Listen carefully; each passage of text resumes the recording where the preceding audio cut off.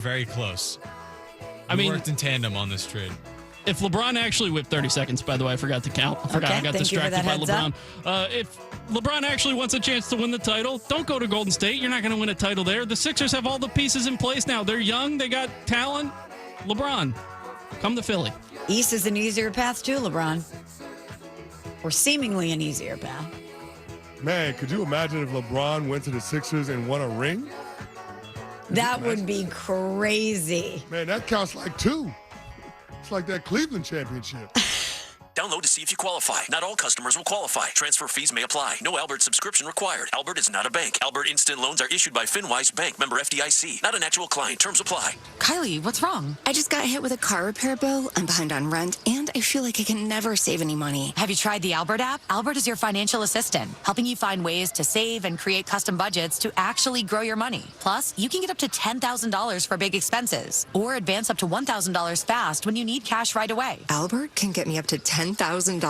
Exactly. Albert spots you in a pinch and helps you grow your money in the long run. I'm downloading Albert right now. Download the Albert app and use promo code FOCUS to borrow up to $10,000 for whatever you need. The Albert app helps you budget better and save more money so you reach your financial goals faster. Download the Albert app right now and use promo code FOCUS to borrow up to $10,000. Use code FOCUS to borrow up to $10,000. Colton, Drury, and Nichushkin all gone. New faces are already in the fold, with the entire blue line back as well after a Western Conference final sweep that still stings. How will the Avs retool around McKinnon for another cup run? Every trade, every signing, every take. Denver Sports has you covered all summer long. Denver Sports, 104.3 The Fan. Hey, Mr. C, it's me. Well, I just picked up the ring. I actually went to Hellsberg. Thanks for that recommendation. Kate's gonna love that hers is from the same jeweler you got Mrs. C's ring from. They were so helpful throughout the whole process. They even knew your family by name, and the ring looks great. Anyways, I just couldn't wait to let you guys know. Call me back and wish me luck. Hellsberg, designed with care and craft since 1915. Shop in store or at hellsberg.com.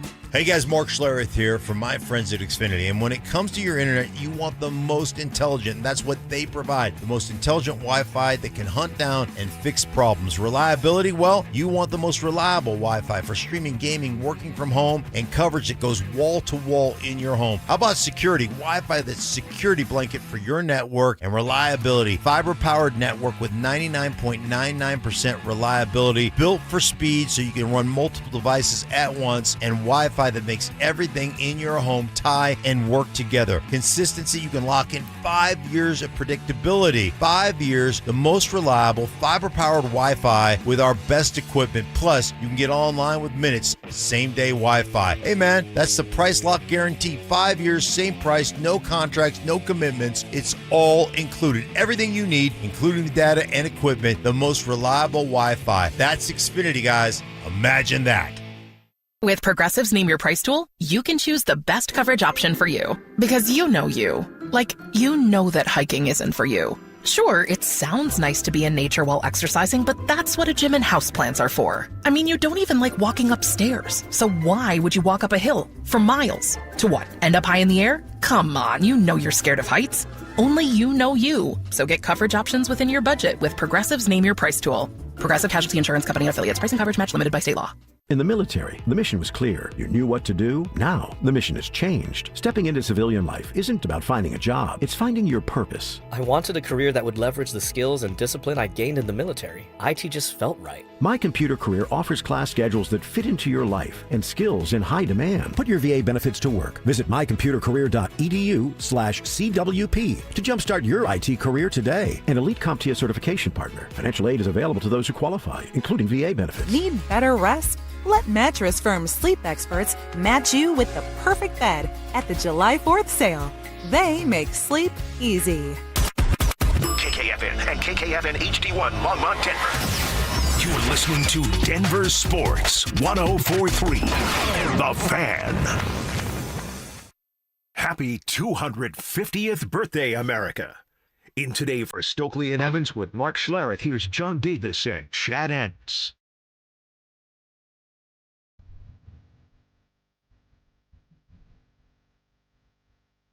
Chad, good morning.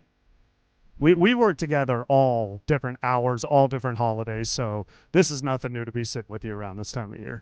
Well, I was hoping we might be doing like an all-night, overnight championship celebration at some point in the last year when we had 3 teams we thought were going to get there. Very similar to what we did when the Nuggets last won in 2023, and we stayed on the air all night long.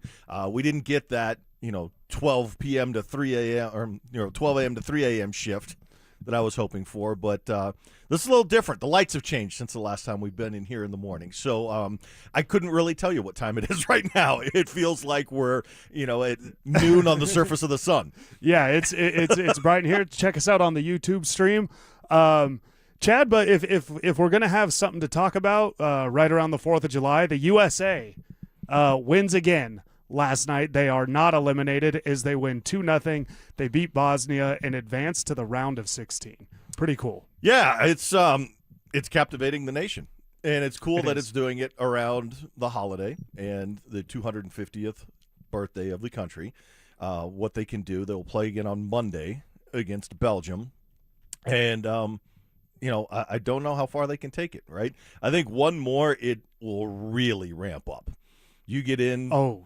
You get into the quarterfinals, then it's going to be off the charts what it looks like then, because you're also at the point really what we've had with the NBA draft and free agency and the NHL draft and free agency and other things going on. You've officially hit that point in the calendar where it's like, well, it's the baseball all-star break. Yeah. The ESPYs are going to be on, right? But if you could still have that team playing and going on, it's going to be off the charts. Yeah, it's going to be Belgium with a pretty.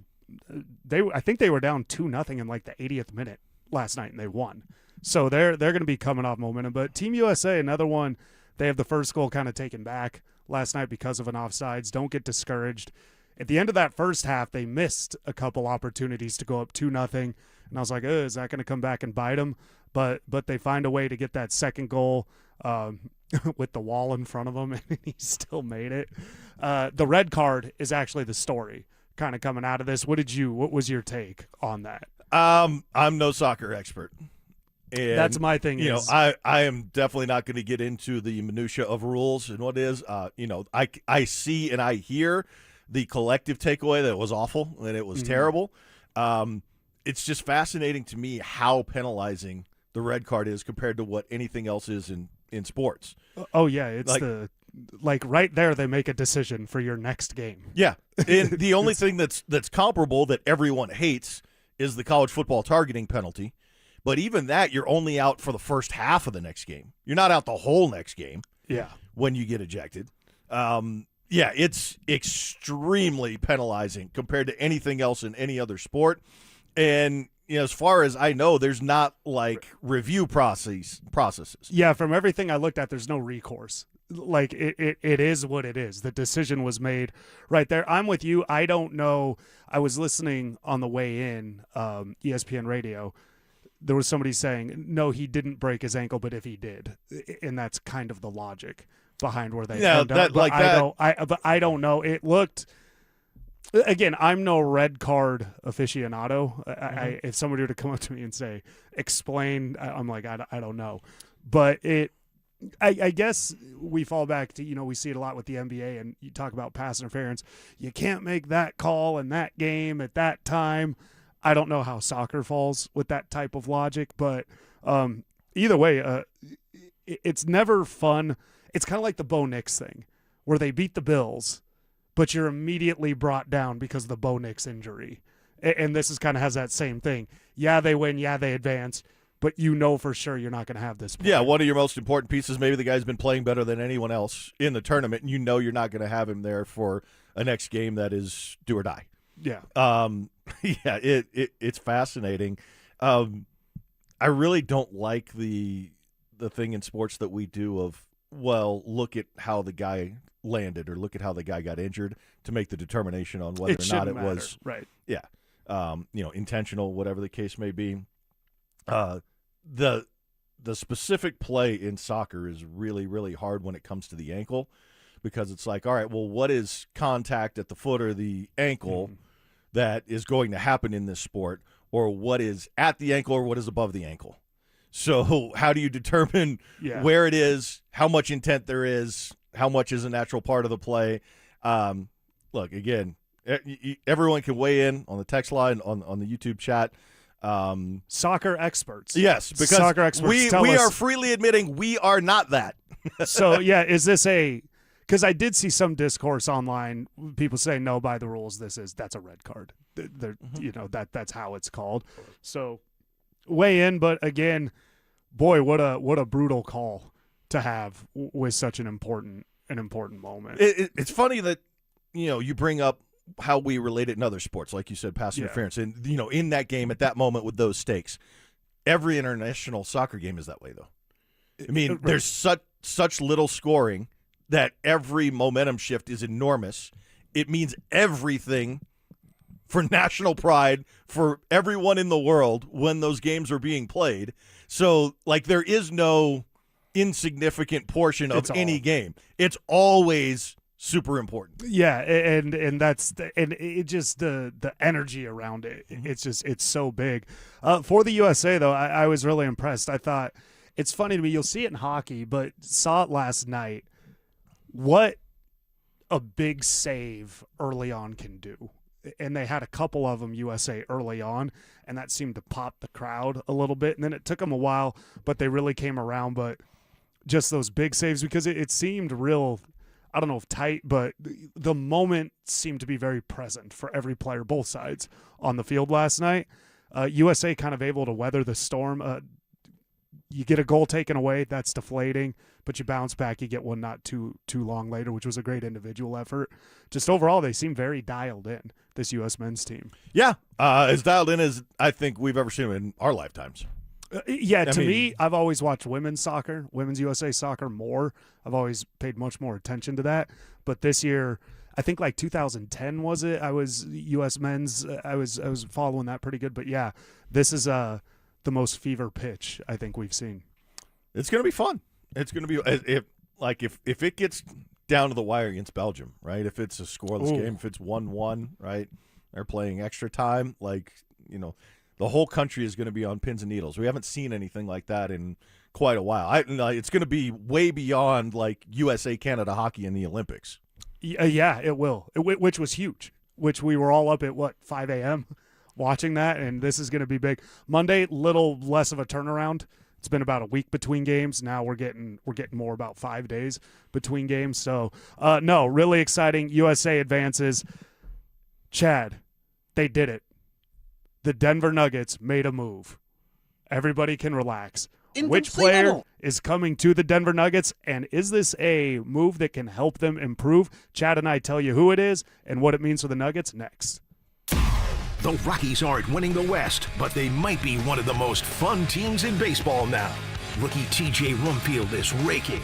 Hunter Goodman's launching homers at a rate that has all-star voters and trade deadline scouts paying attention. Mickey Moniak is back healthy, and Sid Satella's having a career year out of the bullpen. The trade deadline's August 3rd. Who stays? Who goes? What's the new front office building toward? Denver Sports is all over it. Denver Sports 104.3, The Fan. When you've thrown over 4,000 innings like I have, joint pain isn't a maybe, it's a guarantee. For you, was it climbing ladders or too much heavy lifting?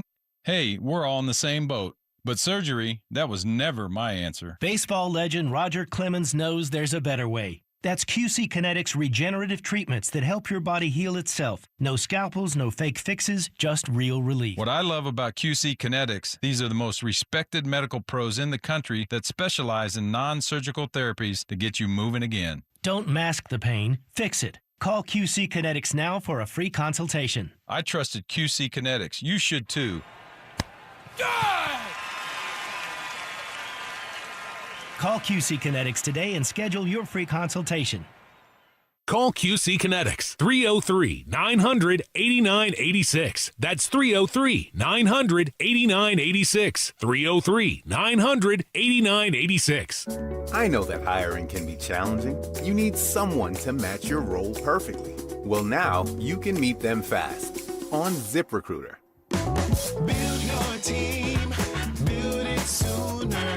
Meet your match on ZipRecruiter. Just head to ZipRecruiter.com/free right now to try it for free. That's ZipRecruiter.com/free. Need your match on ZipRecruiter. Try it free. From the FIFA World Cup to competitive business environments, grand ambitions lead to game-changing achievements. At Bank of America, we're there to support businesses at every step, providing insights and expertise to help you gain an edge. He shoots, he scores! What would you like the power to do? Explore winning business solutions at BofA.com/gamechangers. Bank of America, official bank of the FIFA World Cup 2026. We all hear the radio ads about the IRS. They tell you to be afraid, to be scared, and they try to frighten you into calling. I'm not here to do that. Tax Relief Advocates is different. TRA is here to tell you that if you owe money to the IRS, whether it's $5,000, $50,000, or $500,000, we have a solution. It doesn't matter if you're sitting in your car, at work, or with your kids. No matter where you are, call now. 800-575-8157. Don't lose hope. TRA can eliminate or reduce what you owe to the IRS. Generous programs are now available that can give you a fresh start. Our passion is taxes and helping individuals fix their IRS problems. We have over 1,000 5-star reviews on Google and an A+ with the Better Business Bureau. You don't need to be afraid of the IRS any longer. End your tax nightmare today by visiting us online at TRA.com or call 800-575-8157. That's 800-575-8157. Tax Relief Advocates. Real solutions for real people. Incredible savings this 4th of July at Mountain High Appliance. Hi, I'm Brad Barnett, president and founder. Get a GE front-load washer and dryer for only $14.99. Save $1,200. How about a crazy price on an entire stainless steel 4-piece kitchen for only $17.76? Whether you're replacing one appliance or remodeling an entire kitchen, you'll find top brands and expert advice at Mountain High Appliance. Why shop anywhere else? Mountain High Appliance, your favorite appliance store. Thank you. From the FIFA World Cup to competitive business environments, grand ambitions lead to game-changing achievements. At Bank of America, we're there to support businesses at every step, providing insights and expertise to help you gain an edge. He shoots, he scores! What would you like the power to do? Explore winning business solutions at BofA.com/gamechangers. Bank of America, official bank of the FIFA World Cup 2026. For a lot of workplaces, the work week doesn't end on Friday. That's why there's EasyCater, the best way to order food from favorite restaurants for your hardworking team, even on weekends. With EasyCater, you'll find great options for any group size and any shift, with tools to help meet dietary needs, stay on budget, and simplify expenses, all backed by our award-winning 24/7 support. EasyCater, your Monday through Sunday workplace food platform. Start an order for your weekend crew at EasyCater.com. If you're stuck in rush hour traffic, you have options. Contact Arby's, and Arby's today to get $1 fries and sliders between 2 and 6 p.m. Get $1 fries and sliders between 2 and 6 p.m. with any regularly priced food item only at participating Arby's. Arby's, we have the meat. Welcome to Whatever Bank. How may I barely help you today? Hi, is there an option to open a checking account with no monthly fees? 0 monthly fees? I'm afraid not. Just think of the fee as a subscription to your own money. You don't have to bank like that. Make the switch to KeyBank to open a Key Smart checking account with no monthly maintenance fees. Ooh, I like that. Learn more at key.com/keysmartchecking. KeyBank opens doors. KeyBank member FDIC. All right, Broncos country, listen up. Philip Lindsay here. And for stress-free summer travel, I chose Hermes Worldwide. Forget the airport chaos. Hermes Worldwide offers comfortable, reliable transportation for your airport transfers and more. They're dependable, they're professional, so you can focus on your vacation. Make your summer travel easy. Give them a call today at 303-577-7600, or you can visit them online at ridehermes.com/DenverSports. Again, that's ridehermes.com/DenverSports to book your next ride today. If you've been injured in an auto accident, Dr. Joseph Ramos is both a doctor and a lawyer, combining legal and medical expertise. He can help. Ramos Law, the official injury law firm partner of the Denver Broncos. RamosLaw.com. One Wheel Broncos talk. Cecil Lammy and Andrew Mason bring the heat on Orange and Blue today. The most passionate intelligence and in-depth Broncos coverage in the game. Weekdays at 5 p.m. on the Denver Sports 104.3 The Fan YouTube channel. Hit subscribe at DenverSports 1043 and never miss another take. Orange and Blue today, powered by Ramos Law, official injury law firm partner of the Denver Broncos. Denver Sports 1043. The Fan. Happy 250th birthday, America. In today for Stokley and Evans with Mark Schlereth, here's John Davis and Chad Ennis.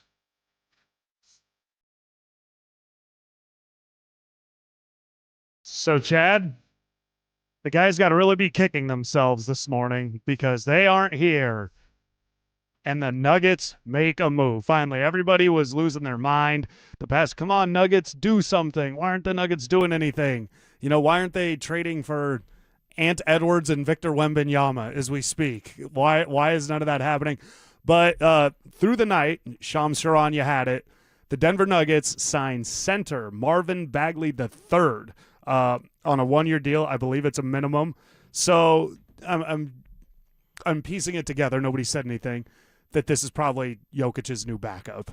Valanciunas is yet to be moved. I think we kind of expect that. But overall, Marvin Bagley to the Nuggets, earth-shattering here. You know, these big moves take a long time to put together. Yeah, you got a lot of moving parts. The 30 for 30 on this blockbusters is going to be something. Yeah, former number 2 overall pick in a draft where Luka Doncic ultimately went third. They continue to profile a certain type of athlete that they need, right? When you talk about Trevon Brazile in the second round, you talk about Marvin Bagley, you're talking about 6'10 guys with lots of bounce, lots of spring, athletically just test off the charts. What they're going to bring on the floor remains to be seen. Jokic back up, right? I think it's not official yet, but we all know Jonas Valanciunas is not going to be here. So that was a one-and-done situation. Didn't work out too well when he wasn't playing in the playoffs, didn't provide any value. And they continue to try to get longer, springier, quicker, more athletic across the board. But they've done it with the bare minimum of resources that they have available to them. So a minimum veteran contract, 2 second-round picks that they're trying to do that, and Bryce Hopkins isn't quite that profile, but Brazile definitely is. It'll be interesting to see if Bagley is a guy that plays 10 minutes a night or if it's a guy that plays 25 minutes a night, because are you going to play him in the dunker spot and hold off on Aaron Gordon and significantly reduce his minutes or not play him on a lot of nights? Because he can play the 4 and the 5. Can he play with Jokic? Is he just going to be a backup 5? How are you going to do that, right? What does the rest of the team look like? I like the athletic profile. That is the direction I think the Nuggets should head across the board on the roster. It'll be interesting to see how they use him. Yeah, that's kind of the big one right now, because he can play both ends.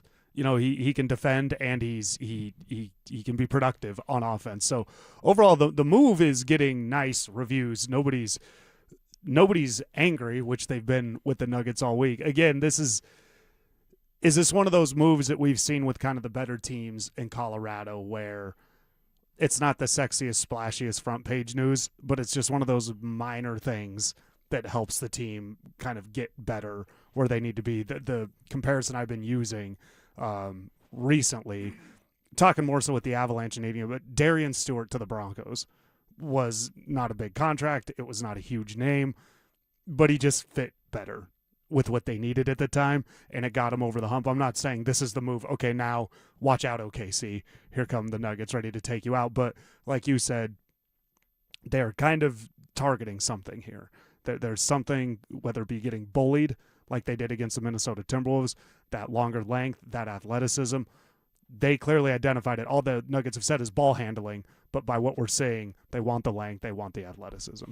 And it's easier with the position they're in to go make 2 deals like they've done, and I'm talking about specifically Brazile with a pick in the second round and Bagley, because the cupboard's bare. They don't have assets. They don't have resources. They don't have means to do it. So they're working with what they have available to target a specific type. They need to start shifting and making over the roster. But the thing about the trend of the NBA, and they do change fast, so I would caution against following any recent trends and saying, well, we got to be like that, because it was, oh, everybody's got to figure out a way to beat the Nuggets now, and then the Nuggets have been beaten every year since they won. And, oh, we got to figure out a way to counter Brown and Tatum and the Celtics, and everybody's figured out a way to stop them from shooting their threes and beat them, and injuries have helped contribute to that. And now Jaylen Brown's not there. And then it's, oh, we got to figure out a way to beat OKC. There's a dynasty coming. How's anybody going to get over this? They don't even go back to the finals. It's like, oh, well, now Wemby is coming. We got to figure out a way to be, and everybody is reactionary to that. But what was clear with the Knicks winning was in this past postseason, teams were only as good as their weakest link. And you have to have more playable guys that you aren't just surviving and bleeding the minutes they're on the court. You can't have guys that are just a sieve on defense, or they can't dribble, or they're a turnover machine, or you can just leave them wide open and not guard them and they can't shoot, because in the NBA playoffs, everyone has too much information. Everyone is too well scouted. They will expose it. So you are only going to be as good as your weakest link. So the Nuggets have to figure out a way to find more playable players with fewer weak links. Yeah, and that's huge right now for the Nuggets. And sometimes it's at the very least, it's how do you cover up your weakest link? And a lot of teams have really struggled with that. The Nuggets have. Marvin Bagley III, the Nuggets signed him center overnight. Again, this isn't they didn't go get the biggest name out there. It seems to be a good fit. This has been a struggle of the Nuggets, is the backup center. It's a pressure spot because the drop-off is going to be so obvious when you're in there, and Nikola Jokic isn't. I do wonder, we talk about this fits what the Nuggets are doing. This may just also be they need a backup center, and he's just the best option out there for what they can afford. And he can come in there, and again, a lot of it's about when you're in there, just don't let things get out of control with the Nuggets, and that's kind of where they've been. We had so much excitement for Jonas Valanciunas. They're moving on from that. We had so much excitement with everything they did last year. But right here, I'm not even sure if this is a profile they were looking for, and more so Marvin Bagley Jr. III for what they need, and what was out there was just maybe the best pick to make. Yeah, just look at specifics of, everyone says the Nuggets have had a Minnesota problem. Okay, so Ayo Dosunmu comes off the bench and kills you, and Bones Highland is effective against you off the bench. So if you change the profile of the backup center and you say, okay, at the very least, if we're going to play Jokic and Murray and that is our core, and we're going to know we have issues at the point of attack on the ball, and then we can't do anything about protecting the rim when guys blow by Jamal, when the backups are in there, we at least have someone who's going to be defending the rim. Yeah. So however many minutes that is in a playoff series, when Ayo Dosunmu, whoever it is, comes off the bench and is just going to put their head down and go, Terrence Shannon Jr., that there's going to be a line of resistance at the rim, at least for those guys who are maybe limited to one thing that they can do well. So we're not going to get killed by bench guys who can just attack the rim. Yeah, and if that helps kind of with where the Nuggets were at. So the Nuggets, and it may have been as angry as everybody was, think about this. They hung back. They got a guy they like. They didn't have to break the bank. Overall, the Nuggets, have they been smart? Have they been scared? Have they made – basically they missed out last night, Chad, in a lot of people's minds. But did they really miss out on this big name that was traded, not to the Nuggets? Who is it? Chad and I get into that next. The Nuggets summer is heating up, and the biggest questions are still on the table. Will Nikola Jokic sign an extension or keep Denver holding its breath? Could a blockbuster Jamal Murray trade reshape the roster? And with Payton Watson hitting restricted free agency, what does the core look like moving forward? Stay locked in. Denver Sports has you covered all offseason long. Denver Sports, 104.3 The Fan. Stoke here. You know how you double-check everything before a big trip? I finally did that with my retirement, and thank goodness. Trajan Wealth gave me a second opinion that opened my eyes. They found gaps I didn't know were there and opportunities I didn't realize I was missing. Their fiduciaries put your goals first, and you feel that from the moment you sit down. I'm a client now because they made the complicated stuff simple. If you want that same clarity, get your second opinion from my friends at Trajan Wealth. And what I love about Trajan Wealth, they're going to come over that game plan specifically designed for you, your goals, your needs, because everyone's a little bit different. Give my friends at Trajan Wealth a call today, 855-TRAJAN1, or you can go to online at TrajanWealth.com. That's TRAJAN Wealth.com. They have offices in Broomfield, Greenwood Village, or Loveland. Give them a call, 855-TRAJAN1. Trajan Wealth, plan smarter, dream bigger. Advisory services through Trajan Wealth LLC, SEC registered investment advisor, and additional services through Trajan Estate and Trajan Tax. Actual client paid advertisement. Additional disclosures at TrajanWealth.com. It's easy to find your groove. As America celebrates, Groove Toyota, the oldest family-owned Toyota dealership in the Denver metro, has more reasons to celebrate. Choose from hundreds of pre-owns, 40 under 15 grand. GrooveToyota.com. Plus, Groove Toyota has more than 100 used Toyotas, including Toyota Certifieds with full warranties available. Hurry into our Red, White, and Drive event. Groove Toyota. Start here, go anywhere. Offer expires 7/31/26. Not all will qualify. Restrictions apply. With approved credit, call 720-961-4465 for complete details.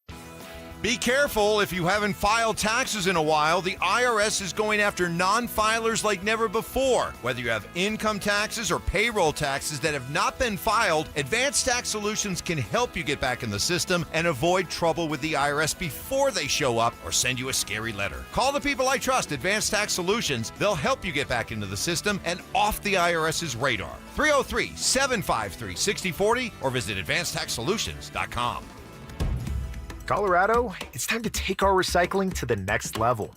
That's why Recycle-On Colorado is bringing you more curbside and drop-off service from peaks to prairies. Guidelines as clear as our skies, so you know what goes where. And the price? As free as gawking at Bighorns on I-70. You deserve a recycling system you can count on, like your puffiest winter coat. And we're here to give it to you. Learn more at recycleon.org/Colorado. Colorado's largest fireworks show, 22 minutes that absolutely blow the roof off. July 4th at Dick's Sporting Goods Park. But first, the main event. Team USA takes on Portugal in the inaugural World Rugby Nations Cup with Tonga versus Zimbabwe kicking off the doubleheader. The free Fourth Fest Festival starts at 3 p.m. 2 world-class rugby matches. Then a fireworks finale that'll rattle your fillings. America's 250th One Epic Night. Tickets at Ticketmaster.com. Cecil Lammy here from my friends SodaDietAndNutrition.com. They've got a big summer offer. You can get 4 weeks free. Call 866-800-SODA and mention this station, 104.3 The Fan. 866-800-SODA. Mention this station to get 4 weeks free. Their big summer offer going on right now. It's Soda, Diet, and Nutrition. I want you to call up 866-800-SODA. Listen, 5 years ago I lost 60 pounds with soda, and I'm never going back. Why? Because they taught me how to eat, what to eat, and when to eat. And having those tools is amazing for your weight loss journey because it's about knowing what you need every single day and then having your own nutritionist, a personalized nutritionist with a personalized plan for you, the dynamic diet for you, custom built for you so that you can lose weight and you can keep it off. And that's the main thing. 5 years have gone by and those 60 pounds are not coming back. They'll never come back because I learned how to eat, what to eat, and when to eat, all thanks to Soda. SodaDietNutrition.com. Soda is, say it with me, state of the art. Robbie Dino here at BeatTheDA.com. I've handled over 7,000 cases, 300 trials. Let's face it, divorce is really impactful. You may have a controlling spouse. You may have a violent spouse. You may have been a victim of a domestic violence. You may be wrongfully accused of domestic violence. This all affects parenting rights. And let's face it, the kids are the most important. These are the things that need to be handled. They need to be handled appropriately by someone that's going to protect your kids and protect your rights. Hit me up at BeatTheDA.com, 720-706-5151. Hey, what's up, guys? It's Zach here. Summer is here, and if you're planning a home project this year, windows, siding, or decking, now is the time to sign before the snow flies. Don't wait. Get the project you've always wanted and lock in a low-interest loan as low as 6.99% for 15 years. You deserve to enjoy your home, and 5280 Exteriors makes it easy with financing built for real Colorado homeowners. Call today or visit 5280exteriors.com to schedule your free estimate. Plumline Services, serving Colorado since 1998 for all your heating, cooling, plumbing, and electrical needs. Service at home, servants at heart. This segment on The Fan is built by Denver Deck Builders. Listen up, Denver.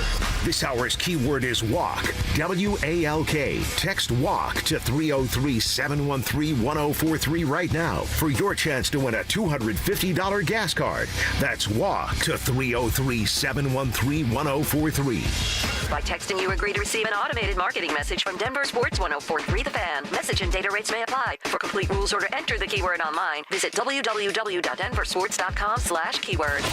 Happy 250th birthday, America.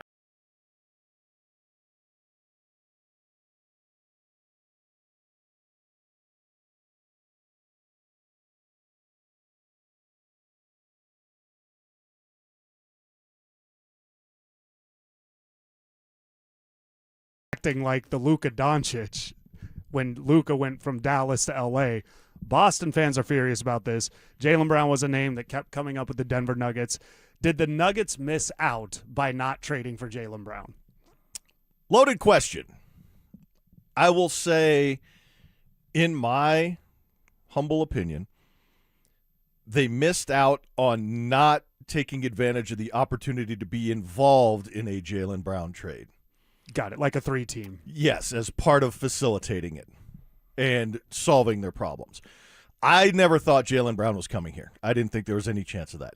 It didn't solve any of the Nuggets' problems. It may have enhanced them. It didn't solve their ball handling. It didn't solve all of their perimeter defense issues with guards, even though it improved wing defense. It certainly didn't solve their money issue. It made it worse.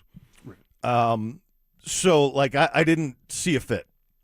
Like, it would have been interesting. It would have been fascinating to see, and it would have been shaking things up for the sake of shaking things up. But I never thought it was a solution to their problems. It was just changing the problems a little bit and tweaking it. So I didn't think he was coming here.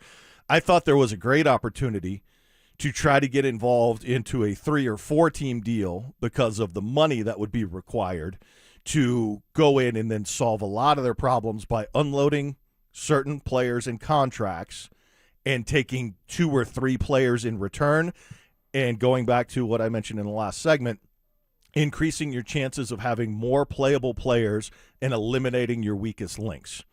And I thought that was the opportunity to get involved with Jaylen Brown, and it didn't happen. You don't have to give me names, but who gets offloaded? Jamal Murray. Jamal Murray. Okay. Jamal Murray is staying. Do you think Jamal Murray is still a Denver Nugget right now?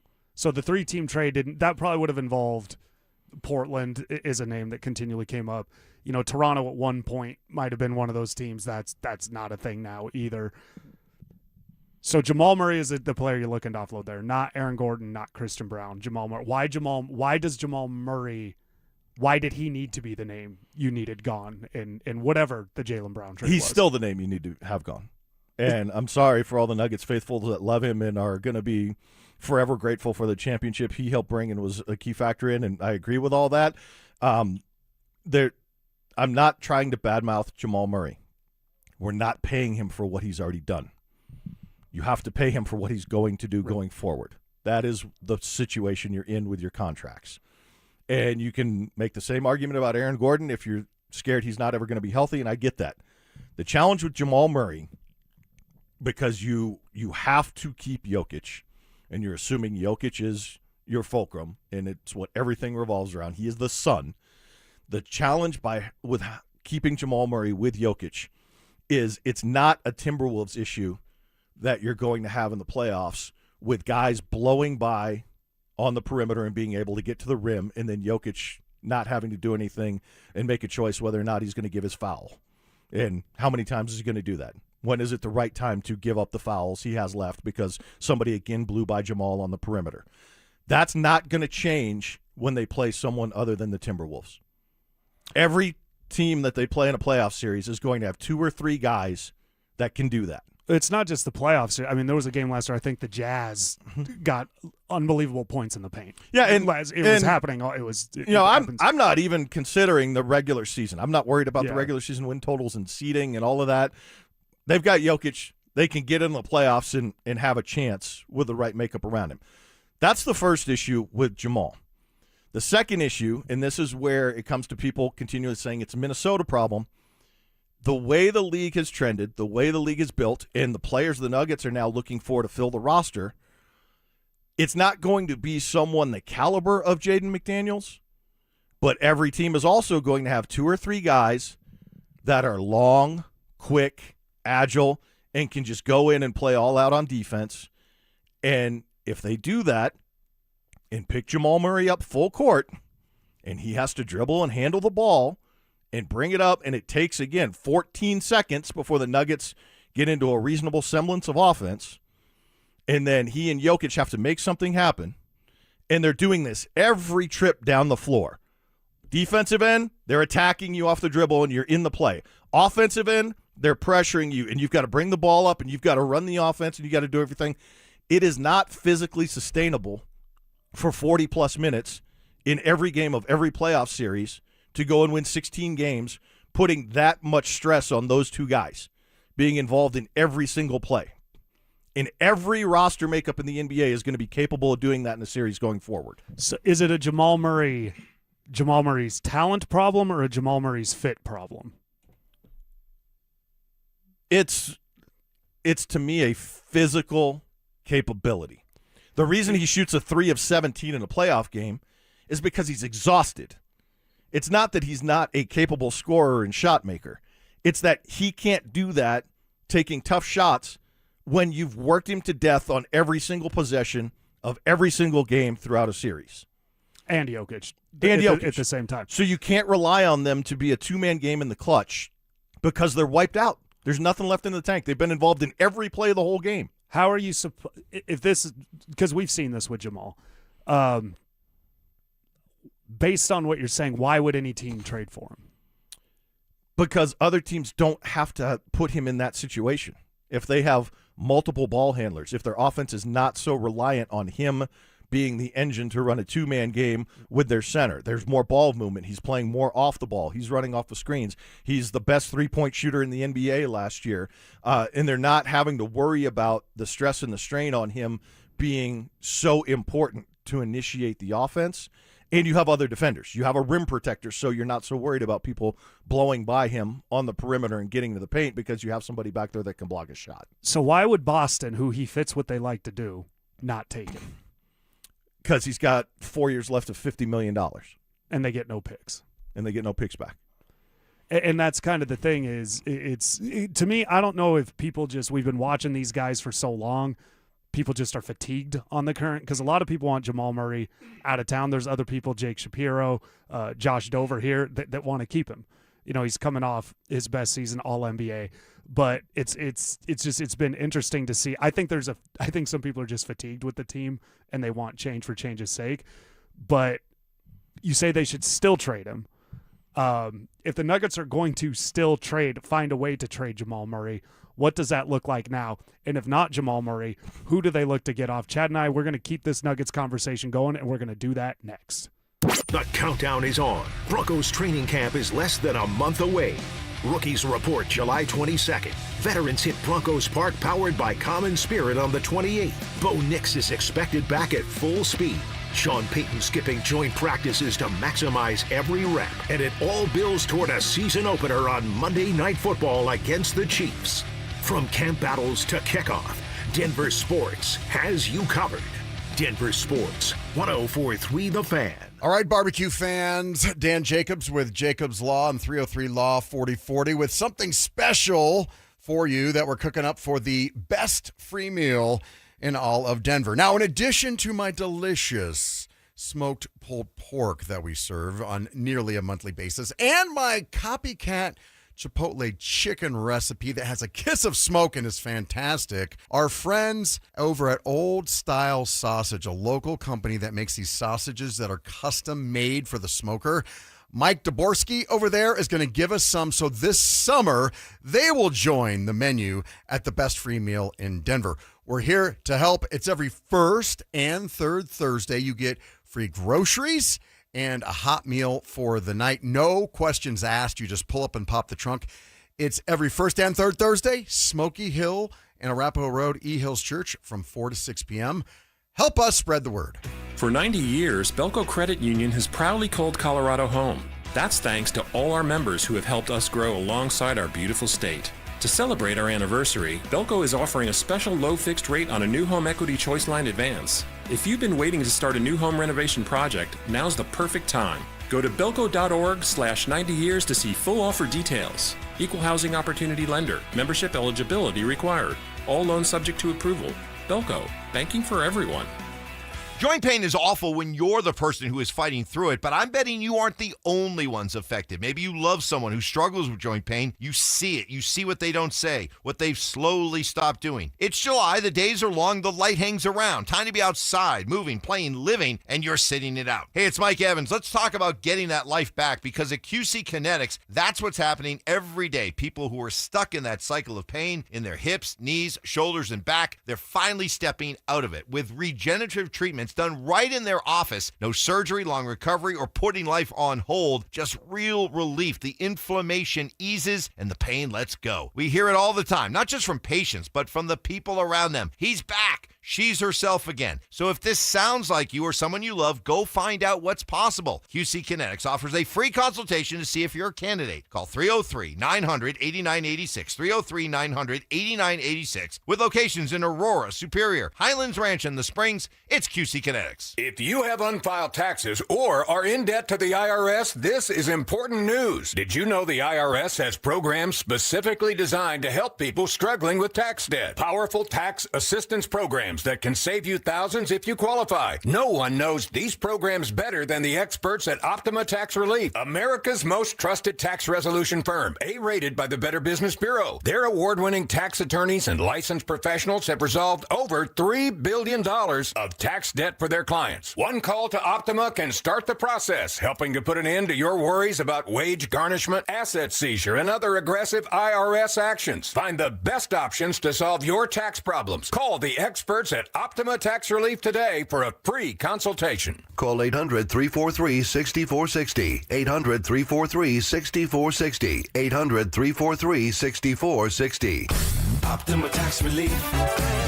Some restrictions apply. For complete details, please visit OptimaTaxRelief.com. Brenda Stokley from my friends at Roller Auction, leader in Colorado auctions for over 40 years. They conduct over 150 auctions every year, selling tens of thousands of items at the price you set. Auctions are held regularly for Colorado government agencies, and they always have big-ticket items at great prices. That's why I love Roller Auction. And almost all bidding is conducted online in real time, and it's open to the public. Anyone can participate. Check back regularly. New auctions are added weekly. Be the first to know about new auctions available for bidding when you sign up for email notifications. Go to rollerauction.com/thefan. Progressive knows that boat days can come with unexpected problems. Oh no, I dropped my lip balm in the water. I can't think of anything worse than the looming threat of potentially having chapped lips. It was ginger vanilla too, my favorite flavor. If a real problem comes along, your boat's protected 24/7 with Progressive, so you can keep worrying about boater problems. Progressive Casualty Insurance Company and Affiliates, not available in D.C. In a contracting business, you're either growing or you're grinding. Success is no longer about hard work alone. It's about using AI to accelerate impact. Service Titan is the only integrated intelligence that seamlessly automates your entire workflow, from first call to final invoice. Born in the trades, built for visionaries ready to stop operating and start automating. Service Titan. AI for the trades. Has your doctor told you it's time to lose weight? Is your blood pressure up? Your cholesterol keeps climbing? Or you're already on medication and wondering, is this just my life now? Or been told you need a procedure or surgery, but you have to lose weight first? That's where most people get stuck. At Colorado Fat Loss, we help people lose 20 to 40 pounds naturally in about 60 days without injections, prepackaged meals, or extreme workouts. But more importantly, we help you keep it off so you're not stuck wondering what problem is next. Imagine lowering your blood pressure, improving your health, and taking pressure off your joints. Because if nothing changes, it's usually more medication or bigger problems down the road, especially if you have a family history of health issues or feeling the effects of getting older. Hey guys, Mark Schlereth here. I lost 30 pounds in just 7 weeks, and I've been able to keep the weight off, and I'm telling you what, I feel great. Many clients lose 20 to 40 pounds in about 60 days. Schedule a free consultation. Call and take control of your health. Go to coloradofatloss.com. That's coloradofatloss.com. DenverSports.com. Results may vary. Stream Stokley and Evans with Mark Schlereth, Dover and Cecil, The Drive, and all your favorite shows on the Denver Sports 104.3 The Fan app. Powered by Advanced Tax Solutions. Denver Sports 104.3 The Fan. Happy 250th birthday, America.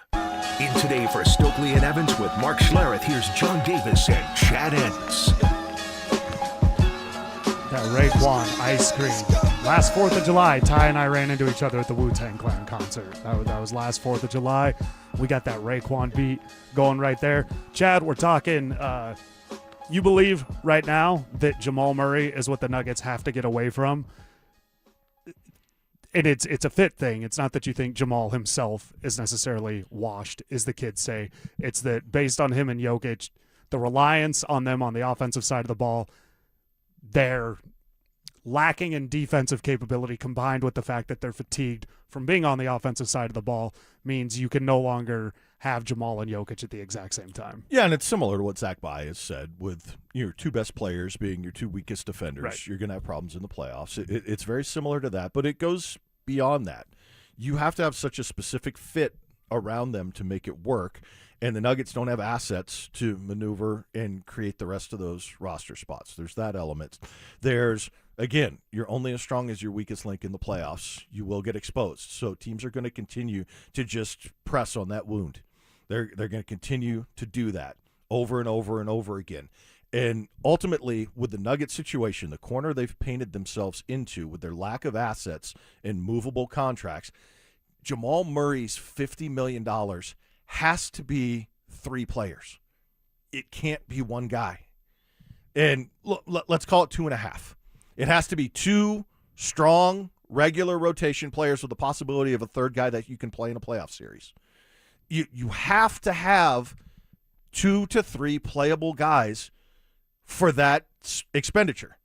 It can't be on Jamal Murray and say, we're going to give you $50 million, knowing teams are going to go out there, press you full court, exhaust you, and go at you every time on the defensive end. Like, you can't spend that percentage of your salary cap for that return. Based on the rumors, Jamal Murray's name's essentially not come up in any trade rumors. There's really just been the Jaylen Brown trade, and the only real rumor we heard is the Celtics were not interested in Jamal Murray. Right now, based on everything we've seen, I don't think the Nuggets have any intent or interest in trading Jamal Murray.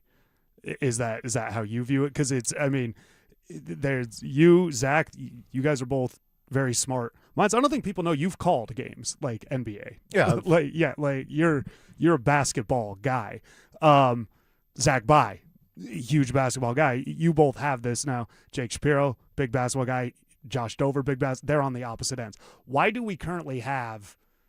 There's not consensus, and it's actually very conviction. There's a lot of conviction in this Jamal Murray discussion.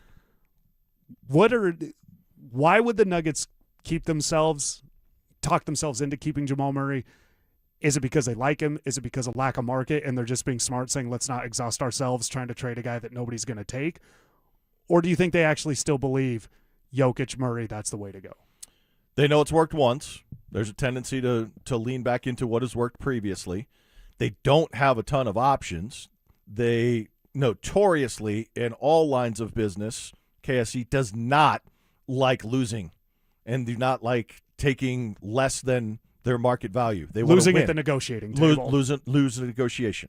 They don't want to trade away something that has worked for them, knowing they're not going to get more than 60 or 70 cents on the dollar for it. They don't want to do that. They kept the team off of TV for 5 years rather than lose the negotiation. Like, that's not the way they operate. And right. This is not specific to KSE or specific to the Nuggets. This is all teams, all sports, all cities. Everyone always values their own guys more than the rest of the league does. That's an interesting take because unless you run into a Jaylen Brown situation. right. Well, and with that, it doesn't feel like without picks the Nuggets could have got Jaylen Brown. I see a lot of people they missed out. I don't. It doesn't feel like it was possible at all that was going to happen without the picks.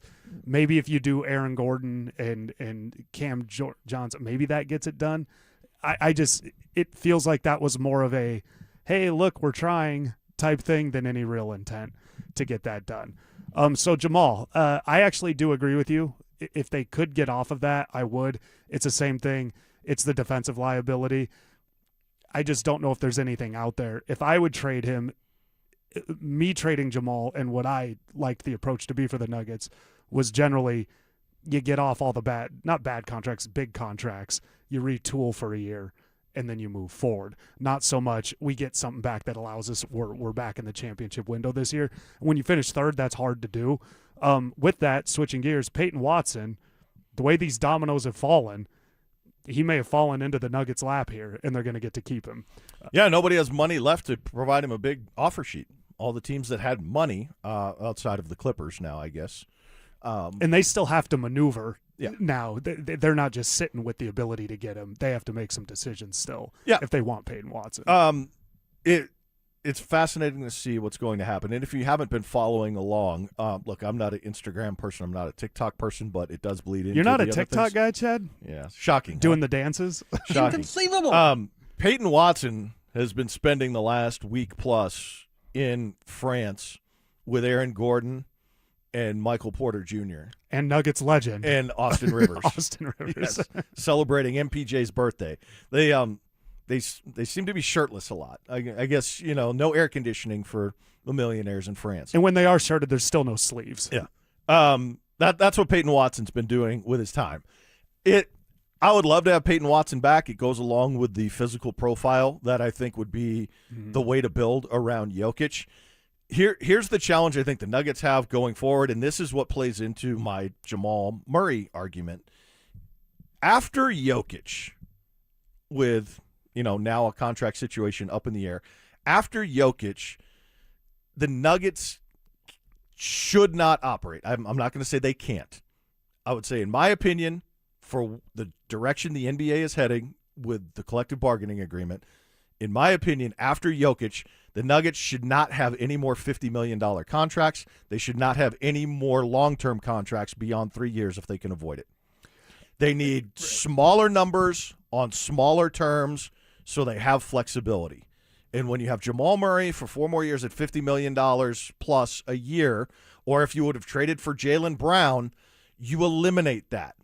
And we've been conditioned for so long to talk about stars pairing together and big threes and in the way the NBA previously operated that our brains are working, well, you have to have another star. You have to pair them with somebody else that can carry the load. And, everyone's conditioned to think that way. That's not the way the business of the league now works with the collective bargaining agreement.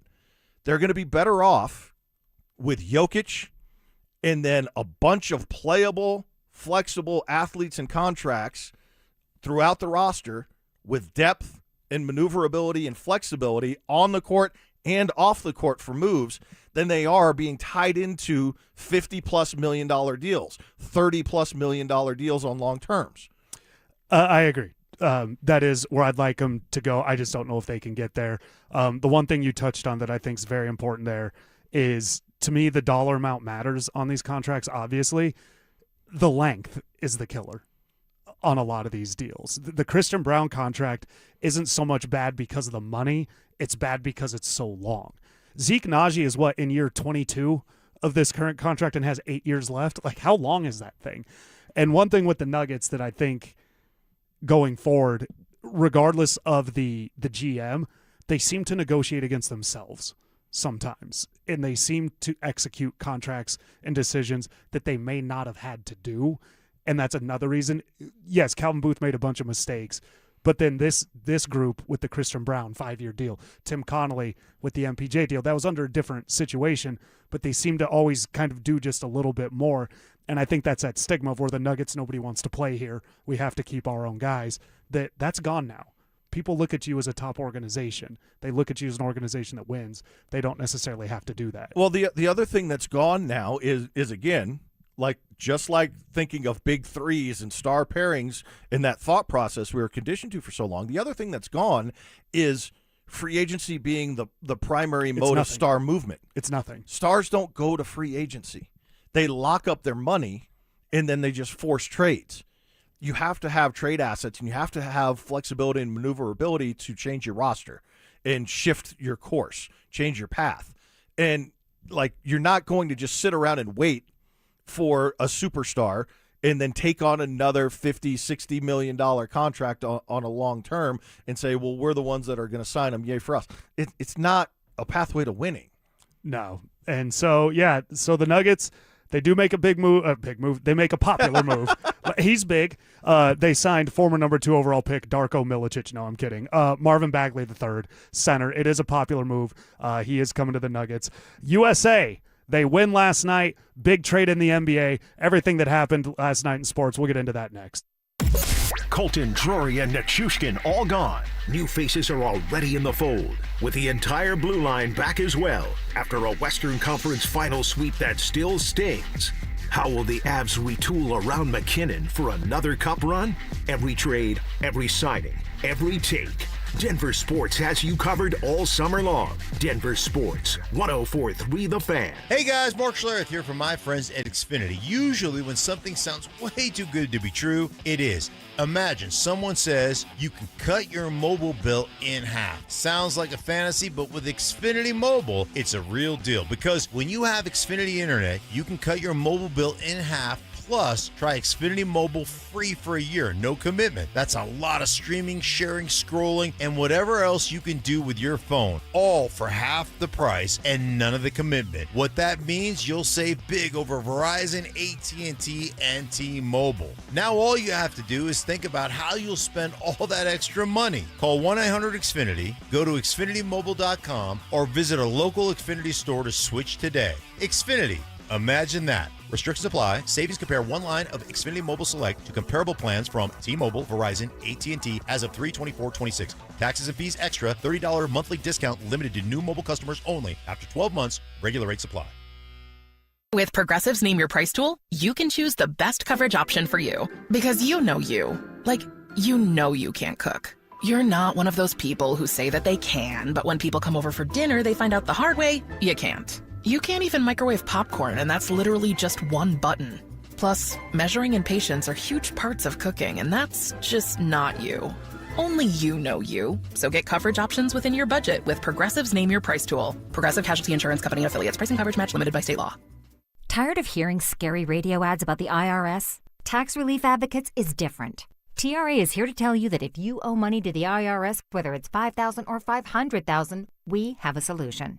TRA can eliminate or reduce what you owe to the IRS with zero risk to you. We have over 1,000 5-star reviews on Google and an A+ with a BBB. End your tax nightmare today by visiting TRA.com or call 800-583-6681. That's 800-583-6681. The truck driver wasn't paying attention and crashed straight into you. Now you're paying the price. You're looking at surgeries, missed work, and more. Call the truck crash lawyers at Berg Simpson Law Firm. Berg Simpson has been helping truck crash victims for 50 years. And with over $50 million recovered after truck crashes, our results speak for themselves. Call our team today and let us fight for every dollar you deserve. If you've been injured, call Berg Simpson for free now at 303-790-2525. BergSimpson.com. Good lawyers changing lives.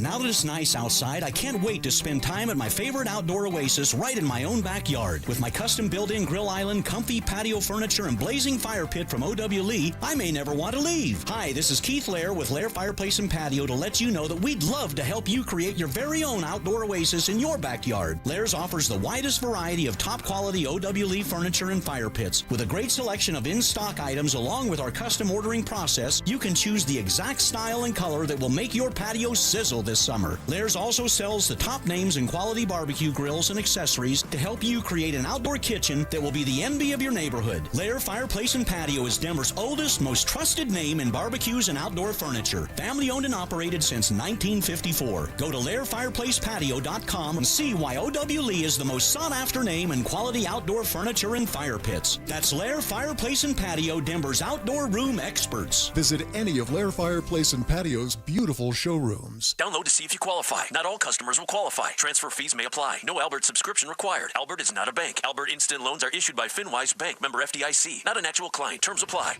Kylie, what's wrong? I just got hit with a car repair bill. I'm behind on rent, and I feel like I can never save any money. Have you tried the Albert app? Albert is your financial assistant, helping you find ways to save and create custom budgets to actually grow your money. Plus, you can get up to $10,000 for big expenses, or advance up to $1,000 fast when you need cash right away. Albert can get me up to $10,000? Exactly. Albert spots you in a pinch and helps you grow your money in the long run. I'm downloading Albert right now. Download the Albert app and use promo code FOCUS to borrow up to $10,000 for whatever you need. The Albert app helps you budget better and save more money so you reach your financial goals faster. Download the Albert app right now and use promo code FOCUS to borrow up to $10,000. Use code FOCUS to borrow up to $10,000. Most camera installers don't offer a guarantee. Vantage does. It's called Capture or it's free. If a Vantage system misses an incident in a zone they identified during your threat zone analysis, they'll refund the entire install. That's the kind of guarantee a company can stand behind, because your security system is designed around your property first, not pulled off a kit shelf.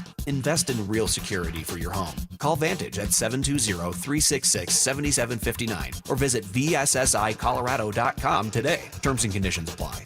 Introducing Mine to Shine, the world's most personal diamond. Here's Shayna and Dylan Williams. Come experience the most revolutionary and transparent way to buy a diamond. Mine to Shine by Kwiat and Williams Jewelers. The natural diamonds cut, polished, and designed just for you. First, we'll help you select a natural, conflict-free, and ethically mined diamond. Then you select one of Kwiat's legendary shapes. Kwiat Cushion, Oval, Radiant, Emerald, or Incredible Ashoka. A whiter, brighter, and larger-looking diamond, cut to the world's highest standards. Then trace the journey from rough stone to polished perfection by Kwiat's master cutters. Perfectly cut for maximum brilliance. Simply brilliant. Mine to Shine, the world's most personal diamond. Only from Williams Jewelers of Inglewood, Colorado's exclusive Kwiat jeweler. Where Colorado shines. Williams Jewelers, we can make diamonds a part of your life. The official jeweler of the Colorado Avalanche. Williams Jewelers, where Colorado shines. It's time to say goodnight to that check engine light with the free AutoZone Fix Finder service. It'll help troubleshoot the likely cause of your light for free. Restrictions apply. Get in the zone. AutoZone. KKFN and KKFN HD1 Longmont, Denver. Powered by Able Builders, it's Stokley and Evans with Mark Schlereth. Happy 250th birthday, America. In Today for Stokley and Evans with Mark Schlereth, here's John Davis and Chad Ennis.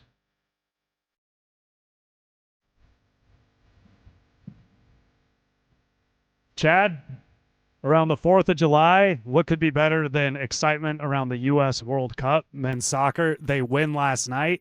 Again, they look good doing it. Not without controversy with the red card, but overall another exciting win for Team USA. Yeah, 2-0 on to the round of 16. So if they beat Belgium, who really struggled, I mean, they had to have a miraculous rally to beat Senegal. They were down 2 goals in the final 5 minutes and somehow rallied to win. So Belgium not exactly playing great despite winning. So the U.S. has a real chance here to move into the quarterfinals of the World Cup on home soil. Like, that's huge. That's huge. And look, I'm not going to sit here and pretend that I've been following Belgium for years, and I know the ins and outs of their soccer. But sports, they're good at beer. General, they're good at chocolate, waffles. They got all that.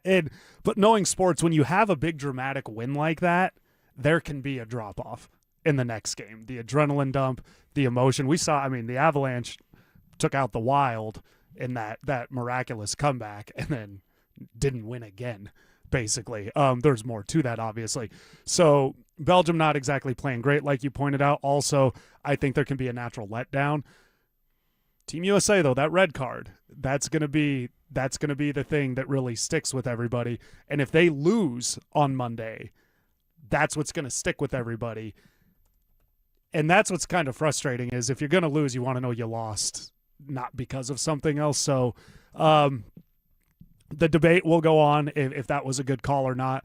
a lot of people seem to think red card was a little bit extreme on that. And for those that don't know, the red card is you miss the next game.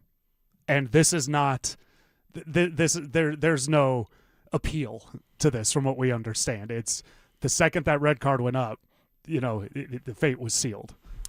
And Monday, the game, I think, is in Seattle. So, this is the time where that 12th man, that extra fake crowd noise they pump in, we can all get behind that.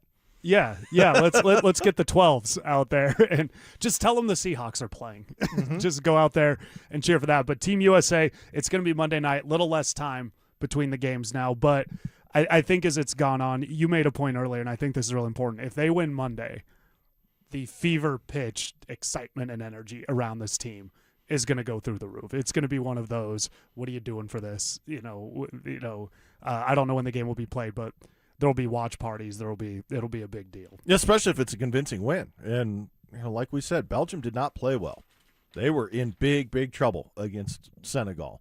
They managed to win the game, but they did not play well. So if the U.S. wins 3-1, it's a convincing win, huge momentum going into the quarterfinals. July's going to be fun. You blow a 2-0 lead with soccer with 5 minutes left. That's stunned. I mean, that you are. There's been some rough endings for a few of the African countries in the last few days. Yeah, it's been so interested to keep watching that. The Jaylen Brown is on the move, obviously, as it relates to the Nuggets we talk about. But overall, I mentioned this earlier. This has had Luka Doncic levels of anger from Boston fans. Paul George, who's 36 going on 70 in the NBA, going to Boston. That's a bad contract. There's only 2 years left on it.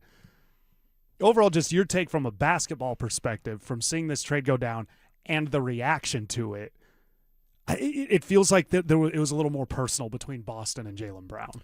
It definitely got that way. It was clear that it's not sustainable because regardless of what the Celtics think about Jaylen Brown, and internally, clearly, it wasn't very high. They thought he was vastly overpaid, but they're the ones that paid him after winning Finals MVP. What are you mad at me for? You paid me. Yeah, they're the ones that made that mistake, but they have clearly, seen what they deem as an error in their ways in doing that since he won Finals MVP, that he's not worth that much money. And the numbers, and this is where those analytic nerds come in that Bobby Marks had the quote of and saying he's, the seventh best player on a team or whatever. The numbers do indicate that the Celtics are way better and win at a much higher clip when he doesn't play. So whatever they believe in their building, they were ready to move on from him. And then there's other stuff off the court that I'm sure they don't like dealing with anymore with Jaylen Brown. He's very vocal. He called Embiid a flopper. Yeah. And he's now playing with him. Look, Jaylen Brown's a fun player to watch. The Celtics clearly were ready to move on for a number of reasons, for cost, for value, for however they see how they want to play moving forward. That makes me a little bit nervous in criticizing it because they're not dumb. Brad Stevens didn't get dumb overnight. They don't typically make terrible deals, but in this case, they did not get the value that was perceived to be out there for Jaylen Brown because a week earlier, 10 days earlier, if you would have included Hugo Gonzalez, you could have got Giannis. But now you're getting 36-year-old Paul George. It's weird. Paul George, this is important. He played really well when he came back last year. He was playing really well. Which is interesting. They wanted Edgecombe, and they couldn't get him. So they're like, okay, give us the oldest guy. It's weird. The gap between what you get in Edgecombe and Paul George, not just from a talent and a youth, but a money perspective, those are two vastly different discussions on what you get back there. So I thought that was interesting. It does feel like it was personal. The Celtics PR is working overtime. You're getting a lot of PR. Actually, they thought Derek White was actually the better player out there. And there has been a real campaign and push to kind of devalue Jaylen Brown and his contributions. I do find it always interesting when you're willing to trade a guy to somebody in your division, to a rival. That does make me say, well, what do you know?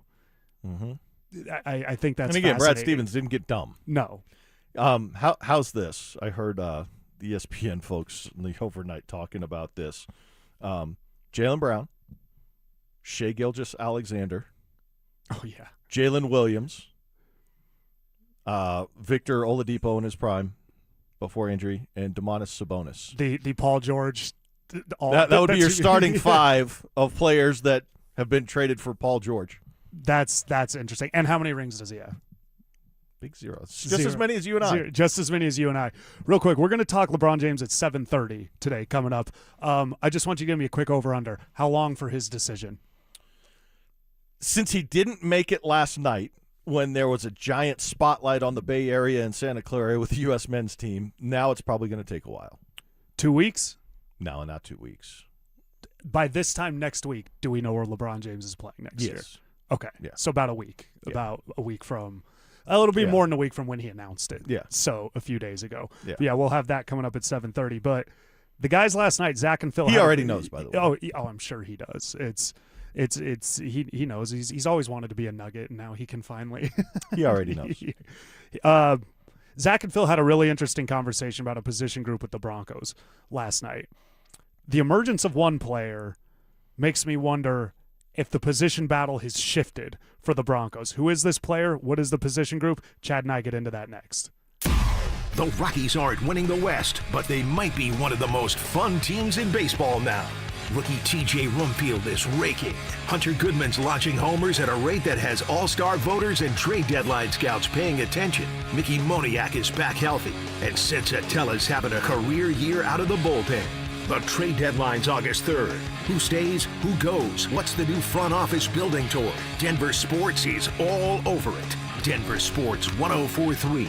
The Fan. Your boy Stink here from my friends at Low T Center. This July, Low T Center is celebrating America's 250th anniversary with our 250 for 250 promotion. Men who start on testosterone replacement therapy, or TRT, between July 1 and July 31st and remain on it for 90 days are going to get a $250 credit. If you're feeling tired, grumpy, low energy, low sex drive, brain fog, decreased motivation, reduced muscle mass, just not making the gains in the gym, all signs of low testosterone. Their treatment plans are done by a licensed provider, and they're based on your symptoms, your medical history, your comprehensive lab testing. Every single treatment plan is individually catered to you. So don't miss America's 250th anniversary with their 250 for 250 event, a $250 credit if you stay on testosterone for 90 days. Hey, get answers, get feeling back to yourself. Schedule your consultation at the Low T Center at fixmylowt.com. That's fixmylowt.com. At Uline,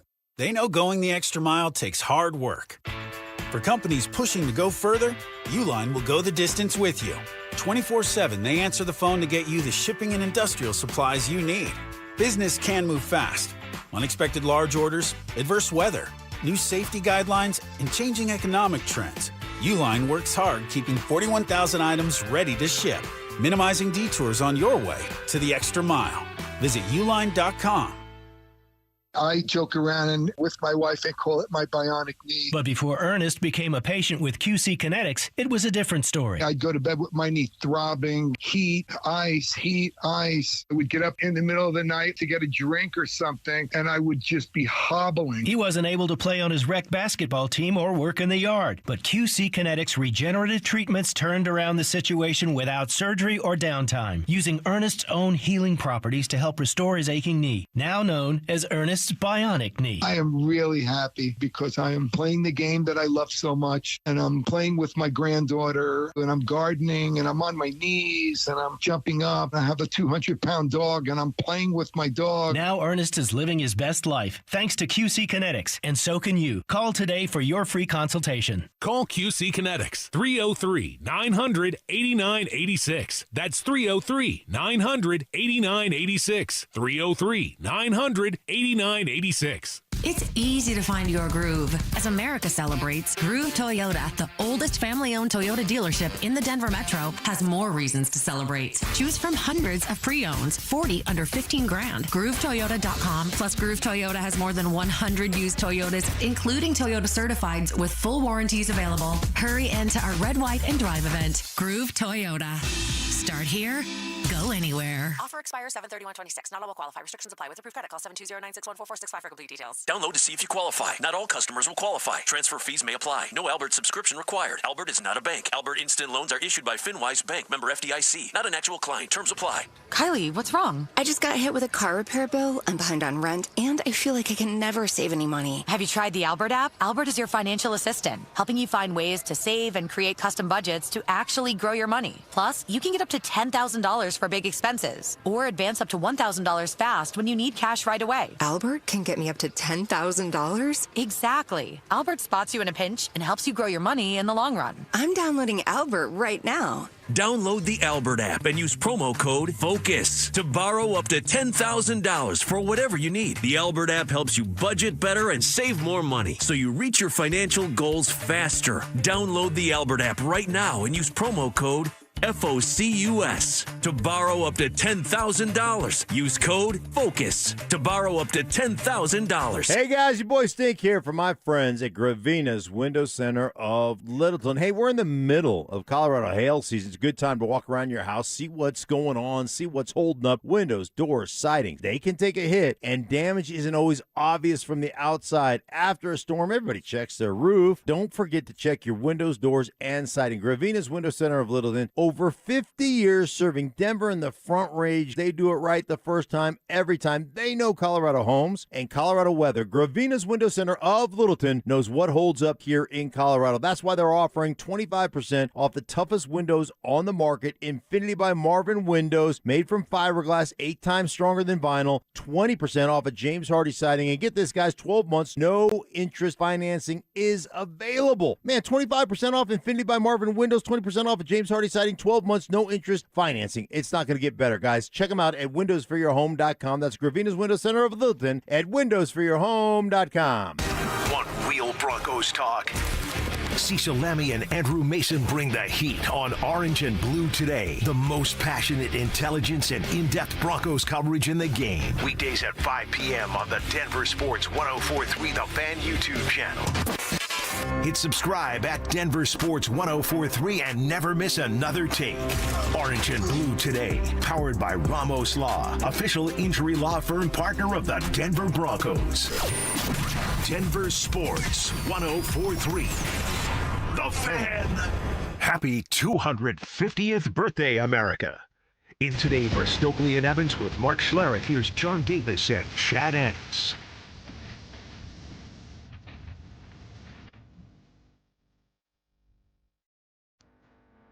Chad, Zach and Phil last night, kind of extending a conversation, something that Andrew Mason had started, is the conversation around Jaquan McMillan and how successful he's become. You know, the turnovers, everything, you know, like sacks Patrick Mahomes last year. We obviously know he gets that big interception against the Bills. If you're Jahdae Barron and you're the Denver Broncos, has the position battle for maybe this season, but going forward beyond the season, shifted from Jahdae Barron and Jaquan McMillan to Jahdae Barron and Riley Moss, because maybe you've got to plan on keeping Jaquan McMillan? I suppose from a contract standpoint, yes, given where Riley Moss is and when that bill might be due, that would make sense. Given, or I guess depending on what depth chart you look at, wherever your chosen places on the internet, Jahdae Barron is listed as the backup to Riley Moss as a corner. He's not listed as a nickel backup to Jaquan McMillan. It would have been nice last year when Brandon Jones got hurt and the defense fell off the map if Jahdae Barron could have played safety like he did in his earlier time at Texas. Yeah, that would have been great. Yeah, but that didn't happen. Yeah, I don't know. I suppose from a contract management standpoint, that's accurate. Now, I don't know, because I haven't seen enough of him play, where the best fit is on the field. And they have to find that out. And that's what I'm interested for heading into training camp and heading into preseason, is do we see him more on the outside? Jahdae Barron, that is. Do we see them start to kind of profile him as the successor to Riley Moss? Because the thing about Jaquan McMillan is what he does is unique. That's hard to go find a guy that plays like he does. It just doesn't exist. You can use him in disguise blitzes. He can cover and get the interception. He can force fumbles. He's that guy out there that when you need a play, he can make it. But that was a description of Jahdae Barron coming into the draft. That was. And that's why you ultimately look at that draft pick and say, maybe when you're stacked at a position, you need to know your roster better and not keep stacking at that one position. Because right now you look at it and how the defense went last year, the defense that everybody loves so much, they did not need Jahdae Barron. And you could look at it and say going forward, they did not need him. And Omarion Hampton, the running back, is sitting there. And it's not that Jahdae Barron is necessarily a bad player. It's got nothing to do with that. It's just more of a George Payton loves cornerbacks. Did you fall in love with the wrong guy, not knowing what you had? Because Jaquan McMillan, he did struggle the previous year late in the year, specifically against Herbert and Burrow. But overall, you had guys you liked. You still had some holes at another position. So it's not that Barron can't play or isn't capable, but they may have just got themselves in a position where it's going to be hard justifying putting him on the field. And if you look to justify putting him on the field, you may have to start profiling him to follow Randy Moss versus McMillan. Randy Moss, Riley Moss, because if he can fill Randy Moss's shoes, we're in good shape. That'd be great. Well, a lot of people felt Devon Vele could do that too, but it's more of a the ceiling is established. You have to. How you get him on the field and pulling Jaquan off the field is just not a good move given all the different things he can do. No, absolutely. I love Jaquan McMillan. Have him out there as much as needed, as much as possible. So a couple of things. It's like, one, you said, should you be more roster aware instead of just stacking the talent? Well, isn't that position dependent? Like, obviously you're not going to do that at quarterback. No one's going to do that and spend draft capital at quarterback to stack a room when they have one. But no one has a problem when the Philadelphia Eagles do it on the defensive line, right? But does it apply in the secondary? The versatility that was said to be there for Barron when he went into the draft, again, would have been very helpful when Brandon Jones went down last year if he could have played safety instead. But that wasn't an option for them. Safety in college, being able to move between those in the NFL is it's really very different. It's very different because college still has that level of I'll just out athlete these guys out, and he did, and he very much did. I don't want to take Jaquan McMillan off the field, but I don't necessarily want to take Riley Moss off the field. Right. But if you have to plan for contractually where you are and what you're going to do going forward, Moss is probably the better answer for the question you're asking. If Riley Moss and Jaquan McMillan were both free agents today, who gets more money? Riley Moss. You think Riley Moss does? Yes, because he's an outside corner. He's an outside guy. And he covers well. I mean, the penalty problem exists, but he is always kind of there. If you're not step for step with the receiver, you can't grab them and hold them and interfere with them. If you're getting beat, you can't have pass interference. Yeah. The only reason I'm getting pass interference is because I'm the best. Because I'm there in the play. That I think it's who would get more money isn't because Jaquan McMillan, why he's successful isn't because he does all the technical aspects of the job right. It's because we need a fumble. That guy went and got a fumble. And that's different to quantify. I think Riley Moss would get more money too, because I wonder if people would say Jaquan, the Broncos use him in a specific way based on the rest of the talent that he can kind of roam around. Like he's got the freedom to do that. But I don't know. I think it'd be pretty close just on what a team values and what a team needs. But it'd be like slot corner, slot receiver. You just pay the slot receiver less. So if just where he's at on the field would get Jaquan. But I wonder how the demand would really work. But Jahdae Barron, that's one of those, that's going to be the decision they ultimately have to make because they're not going to pay Jaquan and Riley Moss. They're just not going to pay both of them when you're paying Pat Surtain, who you just gave more money to. So how do you get Jahdae Barron on the field? And that's the hard part because how do you pull Jahdae Barron off? How do you pull Jaquan McMillan off? A lot of people saying, oh, Jahdae Barron, I can't play him. It could be a bust. It could just simply be in good conscience for a team with Super Bowl aspirations. You can't start trying to force a player on the field just because of where you drafted him. And so you're going to have packages. You're going to have to get creative. I do think where he gets on the field is covering tight ends. Is if you can get it to where, because I do think he's better at that than Jaquan McMillan. At least he can be better than that. But that's going to have to be the Broncos being very savvy on when to anticipate the tight end coming on the field. But that's going to be where he's going to earn his keep early on and earn more minutes on the field, earn more plays, wherever that may be. Yeah, I don't know. I don't know the answer. I don't know the solution to the snaps. I don't know how you split them up. I don't know if you give him time at the corner spot, and then what does that mean? Like, you're just going to roll the dice and say, okay, Riley Moss, you're not in for this series, and Barron is out there. Okay, what does that mean for the flip side if it's Mike McDaniel calling plays for Justin Herbert? What does that mean for Andy Reid and Patrick Mahomes? They're going to target him. They're going to target him until they're going to target Barron until he makes them not. Right. And that's going to be the interesting thing too, is if you pull him off the field and then there's a big play on him, what are you doing? That also creates Riley Moss going, I'm in a contract year and you're taking me off the field. So there's a disgruntled aspect that could come in there too. It's also the flip side of that is it got, especially the good quarterbacks, if it's third down, just throw it at Riley Moss. They're going to throw the flag.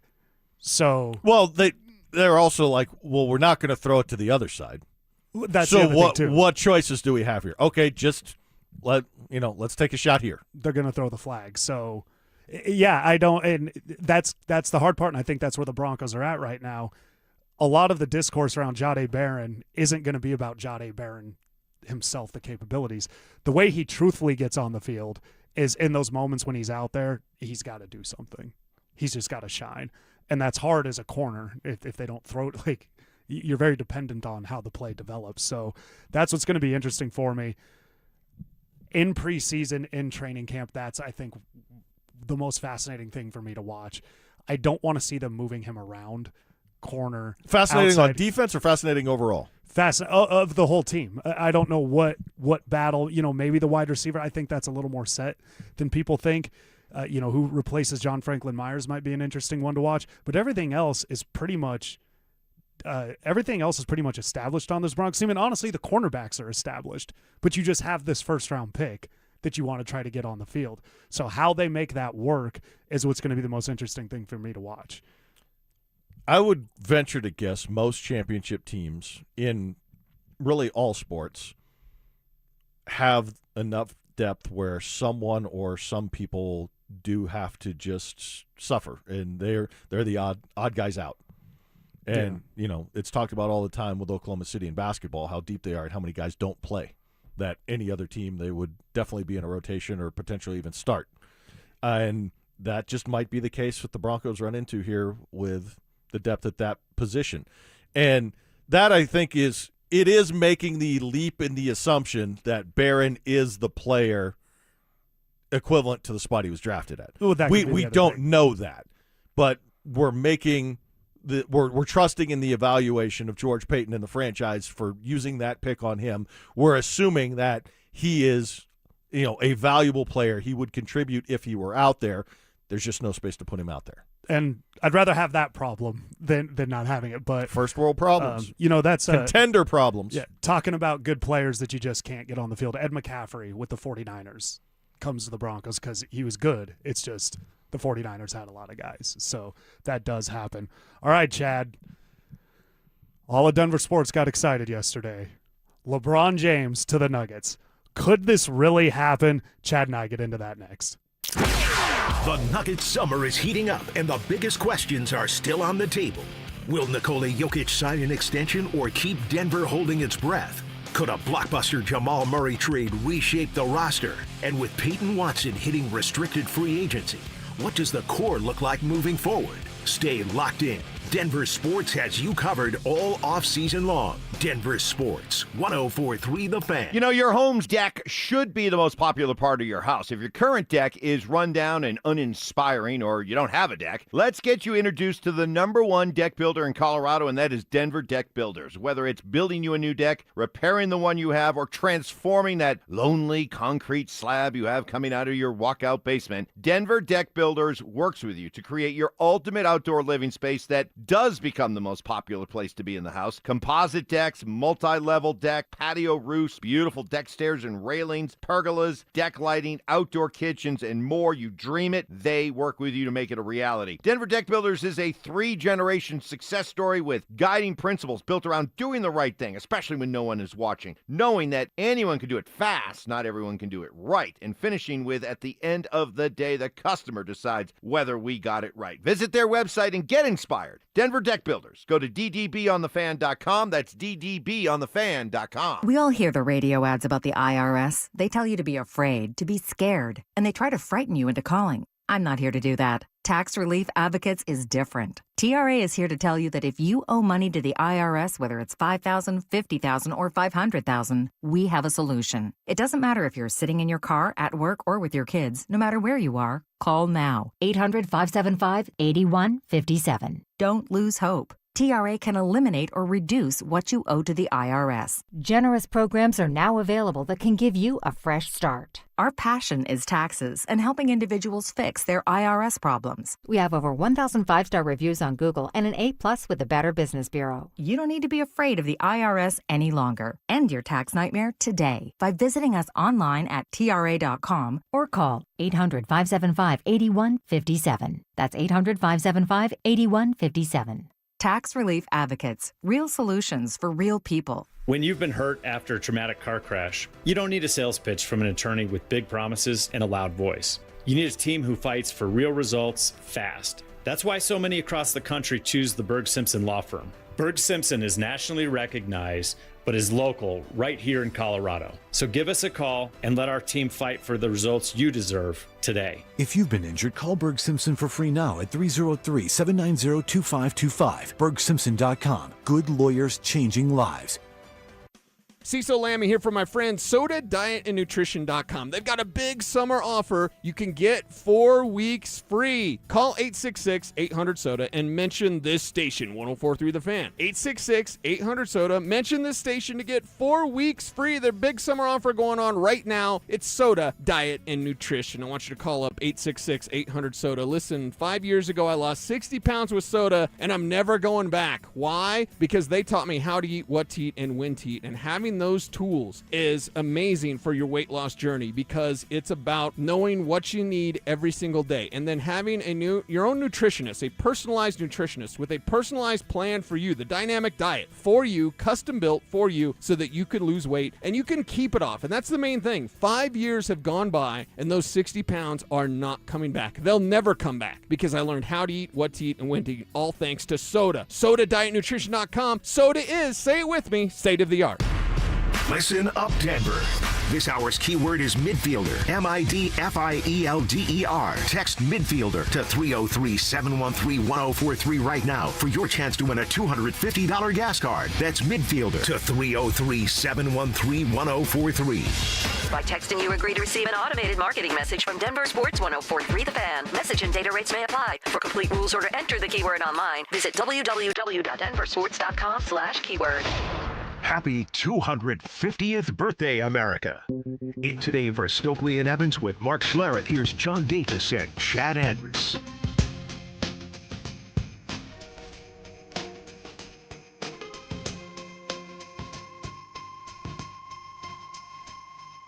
All right, Chad.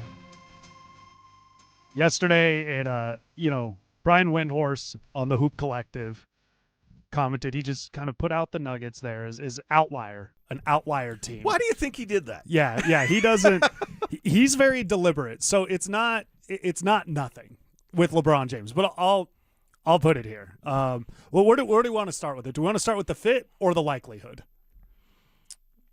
I think just the fascination of the whole thing and how it came to be. It's fun, right? It's a lot of fun. I don't want to come on here and be the wet blanket and rain on everyone's parade because it's fun to dream. It's fun to have hope. It's fun to think that, miracles can happen. And do we really have a shot? Could this really happen after the 2003 drafts and having the same lottery odds as Cleveland and ending up third and getting Carmelo and not getting LeBron and having the dalliance before he left Miami and left Cleveland or went to L.A., the second time in Cleveland went to L.A., was he going to seriously entertain coming here? To think about having a third shot, like, it's fun. People buy lottery tickets. They like to dream about what could happen if they hit the Powerball or the Mega Millions. They like to think about that, 1 in a million moonshot coming true and be like, oh, wow, he actually wants to be here. We are actually valued and seen by someone of that stature, of that level of accomplishment. It's fun to dream. It's really fun to dream, so I'm in for the entertainment value of the discussion. And a lot of it has to do with he's friends with Josh Kroenke. Like, they've been out on a yacht together, which you live in a certain part of this world when you you and I have never been out on a yacht with our friends. Like, that's not with Josh or LeBron. Not with Josh sure. or LeBron yachts. Like, there's yachts and then there's whatever they're doing. So there is a relationship there. And LeBron actually talked about that when he went to the Lakers, that Josh actually sent him a Nuggets jersey with the skyline at the time, said you look good there. We did see him being overly friendly with Nikola Jokic last year after he picked him last in the All-Star game and then sealed his fate to get eliminated by Nikola Jokic from the playoffs every single time he played him after that. He was with Jokic's agents last summer out there. I think that the assumption there is some sort of European basketball league. That's NBA Europe 2027. Yeah, would be the discussion there. So let's look at all of that. So this is where we'll start. Why would LeBron James want to come to the Denver Nuggets? The argument would be to a basketball purist, and this is where the X's and O's basketball nerd breaks it down. People who love the game for the sake of the game, not ethical the offseason. Ethical hoops. Ethical hoops, just making the right play every time. Like, what is the highest level of consciousness we can achieve on the basketball court? Who is the only other player who can match me or exceed me in terms of doing the right thing every time? I mean, LeBron's praise of Jokic last year on that podcast with Steve Nash early in the season was so effusive. It was like, he basically said he broke the game. Like, he solved basketball. He was blown away by the start Jokic was off to last year. And if you're going to make the argument, that would be why it's like, okay, forget the last 2.5 decades of my career in the branding element and the push for legacy and all the things that have been the face of LeBron James. What I really want to finish on is, how do we play the highest level of basketball that's ever been played? And that would be the appeal if you think that is something that is a reasonable consideration. Nikola Jokic would be the most talented. I'll just put it like this. Of all the people LeBron's played for, if he came to the Nuggets, Nikola Jokic would be the best teammate he ever had. And I don't mean that like complimentary, but as far as individually talented, that would be the best player he ever played with. Yes. Yeah. If he went to so there, we'll stick with the fit here. So yeah, him and Jokic. I mean, the mathematics is off the charts. It would be interesting to see David Adelman go to Jokic and LeBron and say, here's what we're going to do. And they both go, we got it. You're good, man. Mm-hmm. I think also the Jamal Murray element offensively becomes very interesting with that is you would have another scorer on the floor that really is just almost has to be unaccounted for. The Aaron Gordon element of that as well. So I think the fit with the Nuggets is really good. How does the fit compare? It's a better fit than Golden State basketball-wise, at least offensively. The problem is defensively. To compete, yeah. Yeah, to compete. Is it a better fit than Golden State? Basketball-wise, sure. Basketball-wise. Sure, we'll say yes. Yeah. Cleveland? No. That's tricky. I think it's better than Miami. Yes. I mean, Bam has the defense and everything, but it just him and Giannis. Yeah. I don't really know how that would work. So it's from a basketball perspective, it's Cleveland, it's Denver. From a non-basketball perspective, why would LeBron James want to play for the Denver Nuggets? I can't answer that. Outside of the chance to win, like there's not an appeal here when you're talking about he has a history with all of the other reported places outside of Philadelphia, which is now in the conversation. Oh, yeah, after Philadelphia's yesterday. been. I don't think he wants the Embiid. I don't know if LeBron wants to. I mean, there's only one basketball. Look at all the guys they got. Yeah, the East obviously would be appealing for many reasons, but in order to give yourself a real chance to get to the finals, even though the champs currently reside in the East, you clearly have a much easier path to give yourself a real shot and see what happens in a finals series if you're in the East more so than you do in the West. So there's that. It's hard to make an argument for Denver when you're talking about outside of the basketball element, when he's got, the obvious history in Cleveland, when he's got some history in Miami, even though I don't think Miami's a it's his most option. success. Yeah. The most success he had was in Miami. I mean, with that coach. Half of his titles. Yeah, with that coach and that GM. I'm going to argue he has history in Golden State because of the 4 straight finals series, how intense it was, the competition against Steph and Draymond and Steve Kerr, and then playing in the Olympics with Steph and playing for Steve Kerr. He's super close with Draymond Green. Yes.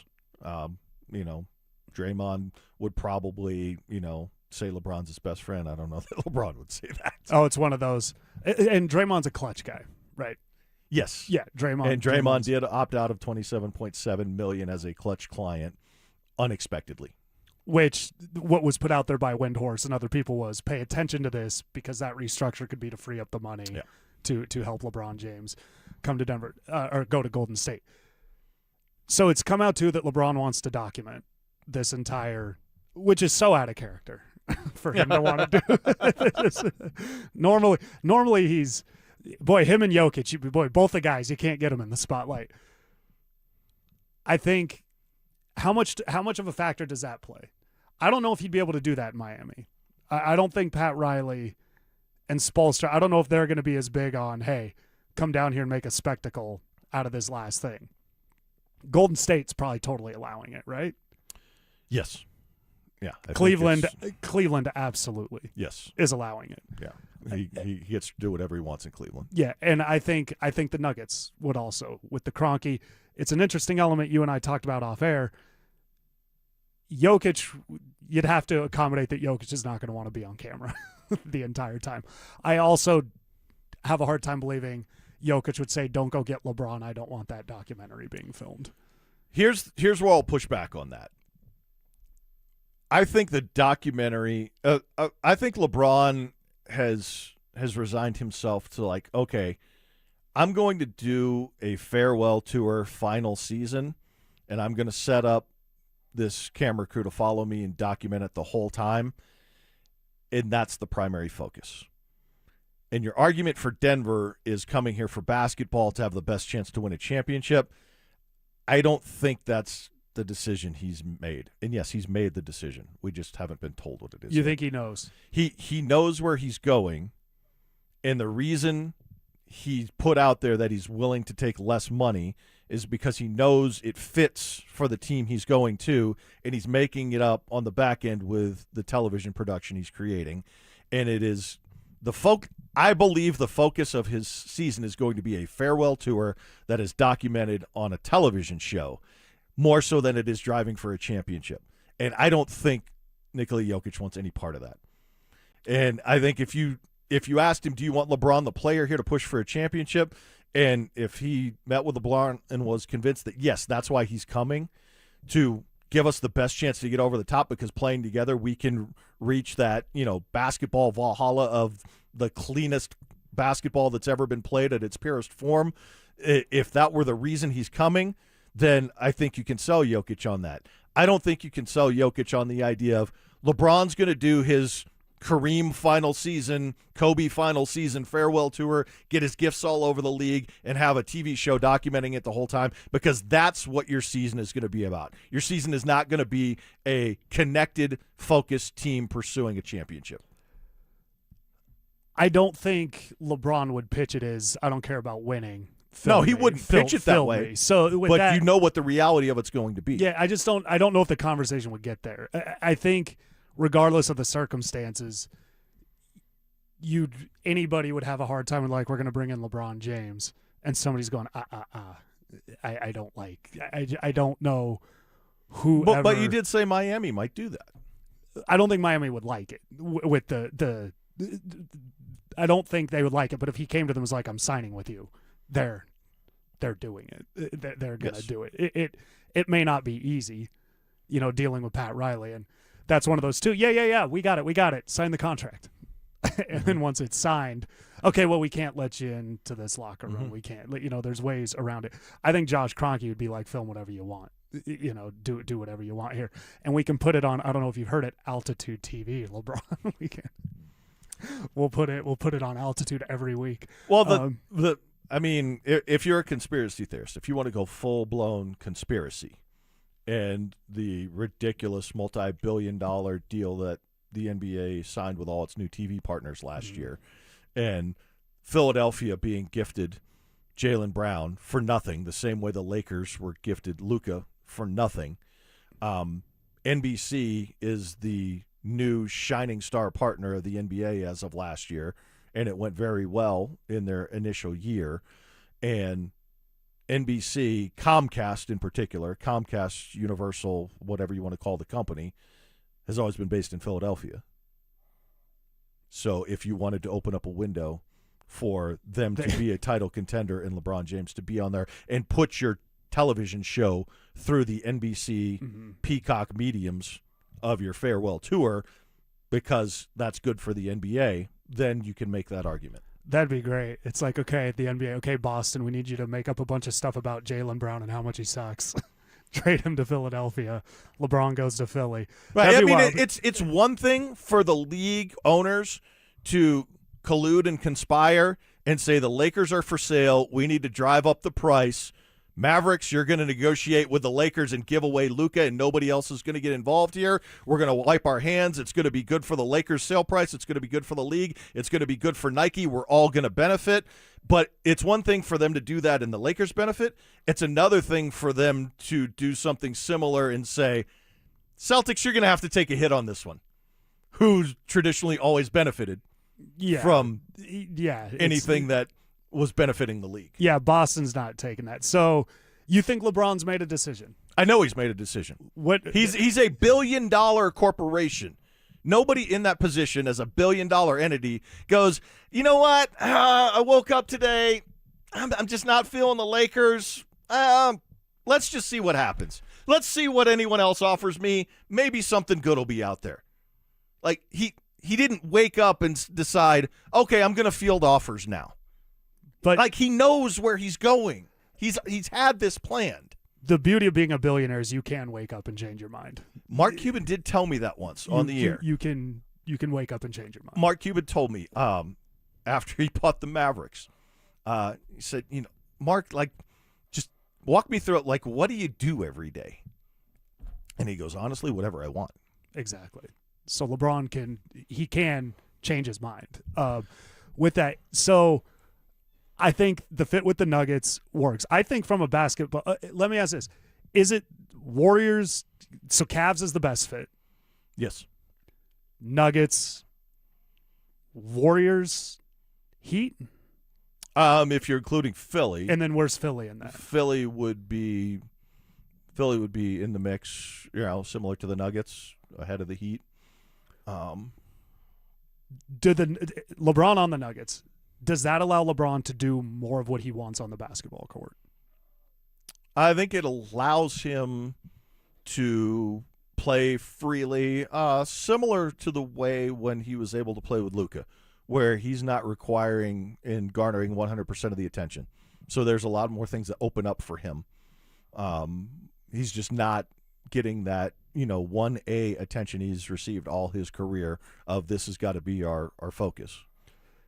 I think one thing that I've thought about with this a lot is I hope he does the decision again. I liked that back in the day. I didn't mind him leaving Cleveland back then because, one, I'm not a Cleveland fan.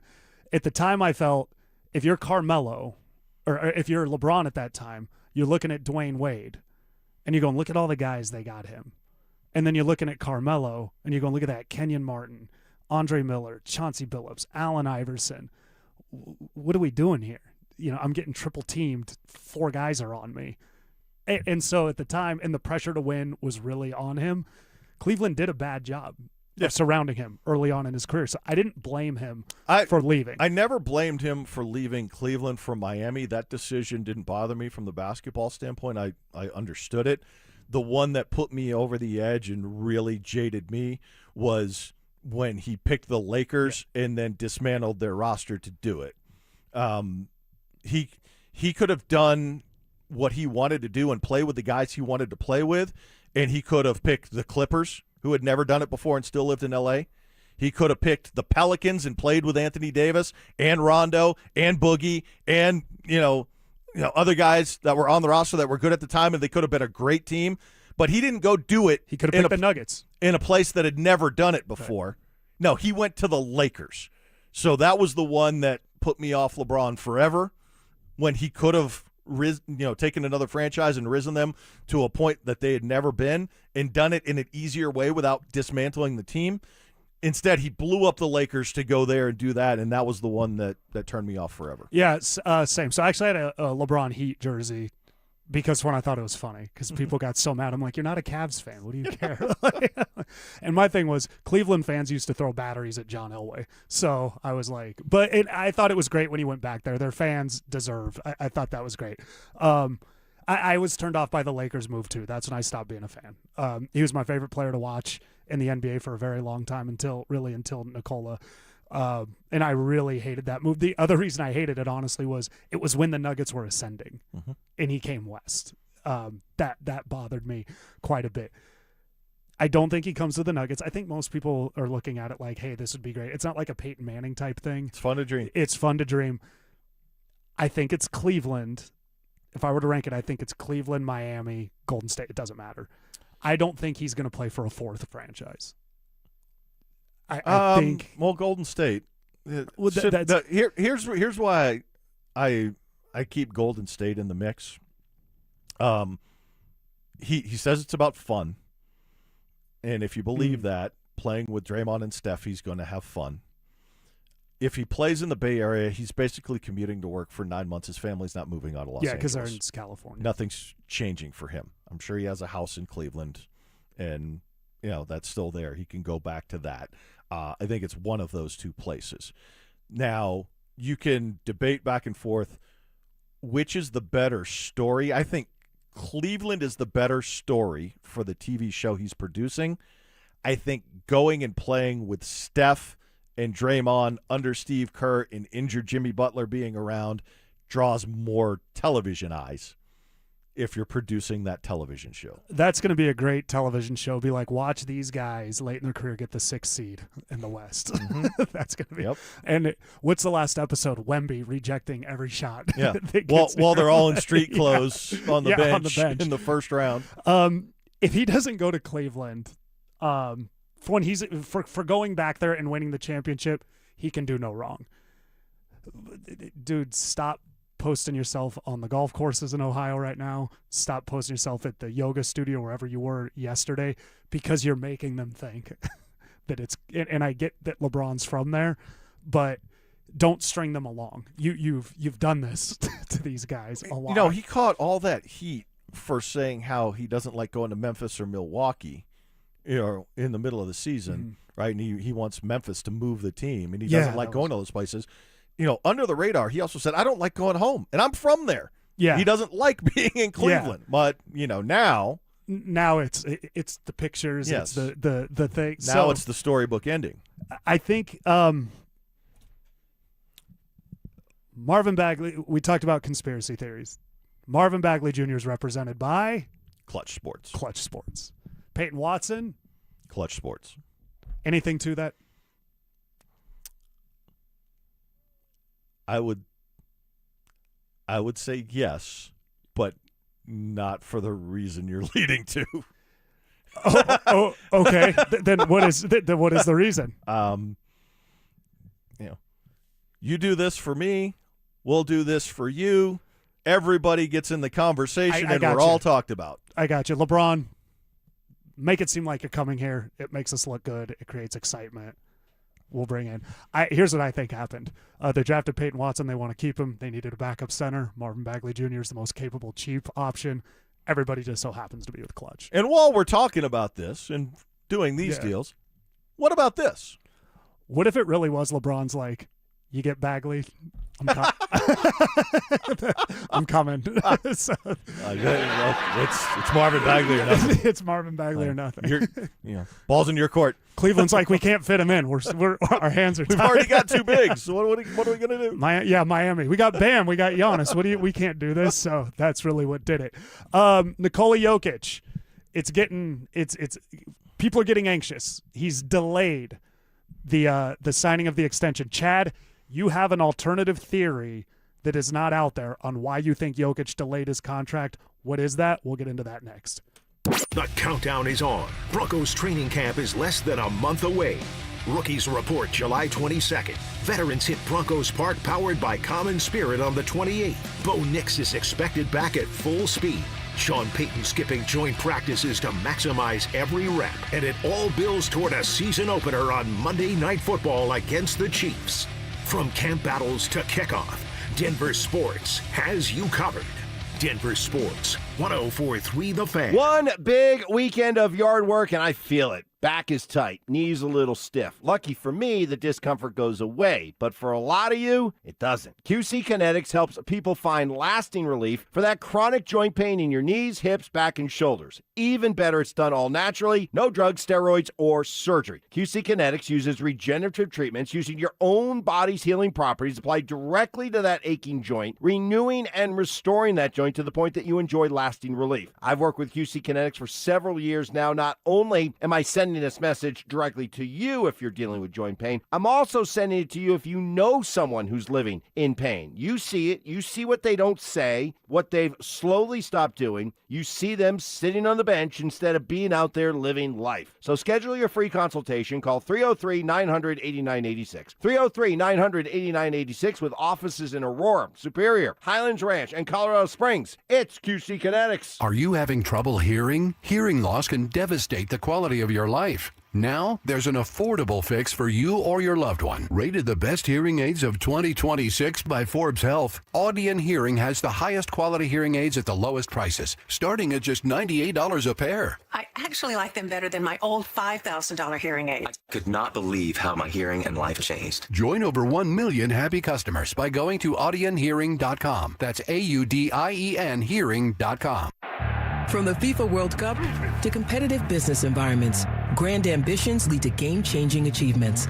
At Bank of America, we're there to support businesses at every step, providing insights and expertise to help you gain an edge. He shoots, he scores! What would you like the power to do? Explore winning business solutions at BofA.com/gamechangers. Bank of America, official bank of the FIFA World Cup 2026.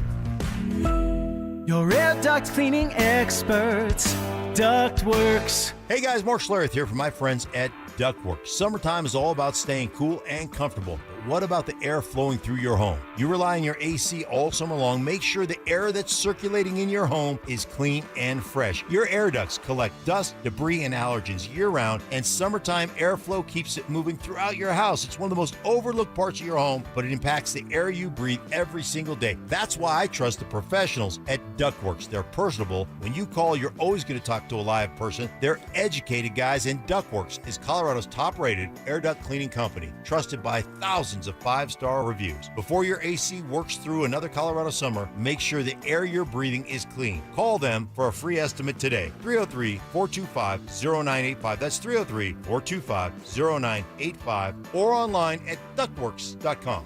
303-425-0985. Okay, I admit it. At 303 Law 4040, we like to have a little fun with the made-for-TV lawyers who pretend that they're from Colorado.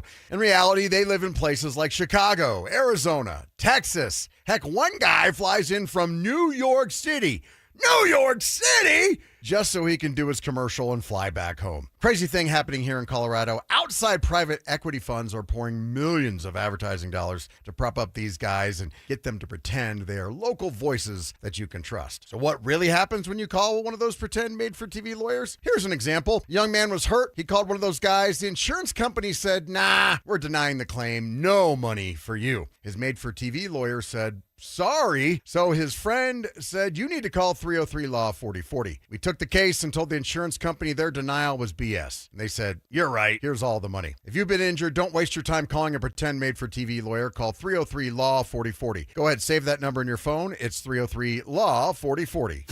There are so many out-of-state roofing companies and roofing companies claiming to be locally owned, yet owned by out-of-state private equity firms. Denver Roof Pros is the real deal. We are truly locally owned and operate right out of Denver. We've been serving the Front Range and the Eastern Plains from Fort Collins to Colorado Springs for 10 years. Choose local. Choose DenverRoofPros.com. No matter if it hails, rains, or snows, nobody knows your roof like the Denver Roof Pros. Hey! Stream Stokley and Evans with Mark Schlereth, Dover and Cecil, The Drive, and all your favorite shows on the Denver Sports 104.3 The Fan app. Powered by Advanced Tax Solutions. Denver Sports 104.3 The Fan. KKFN and KKFN HD1, Longmont, Denver. Powered by Able Builders, it's Stokley and Evans with Mark Schlereth. Happy 250th birthday, America. In today for Stokley and Evans with Mark Schlereth, here's John Davis and Chad Ennis.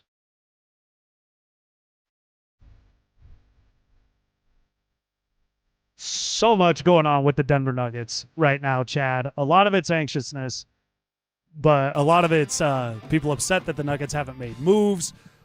But I think overall the most important thing going on with the Denver Nuggets now is Nikola Jokic. It came out last Saturday that he is, quote-unquote, delayed signing his extension. Now, you have a crazy theory about this extension that no one believes or is going to believe. I don't know what this is. So, Chad, what is this crazy theory?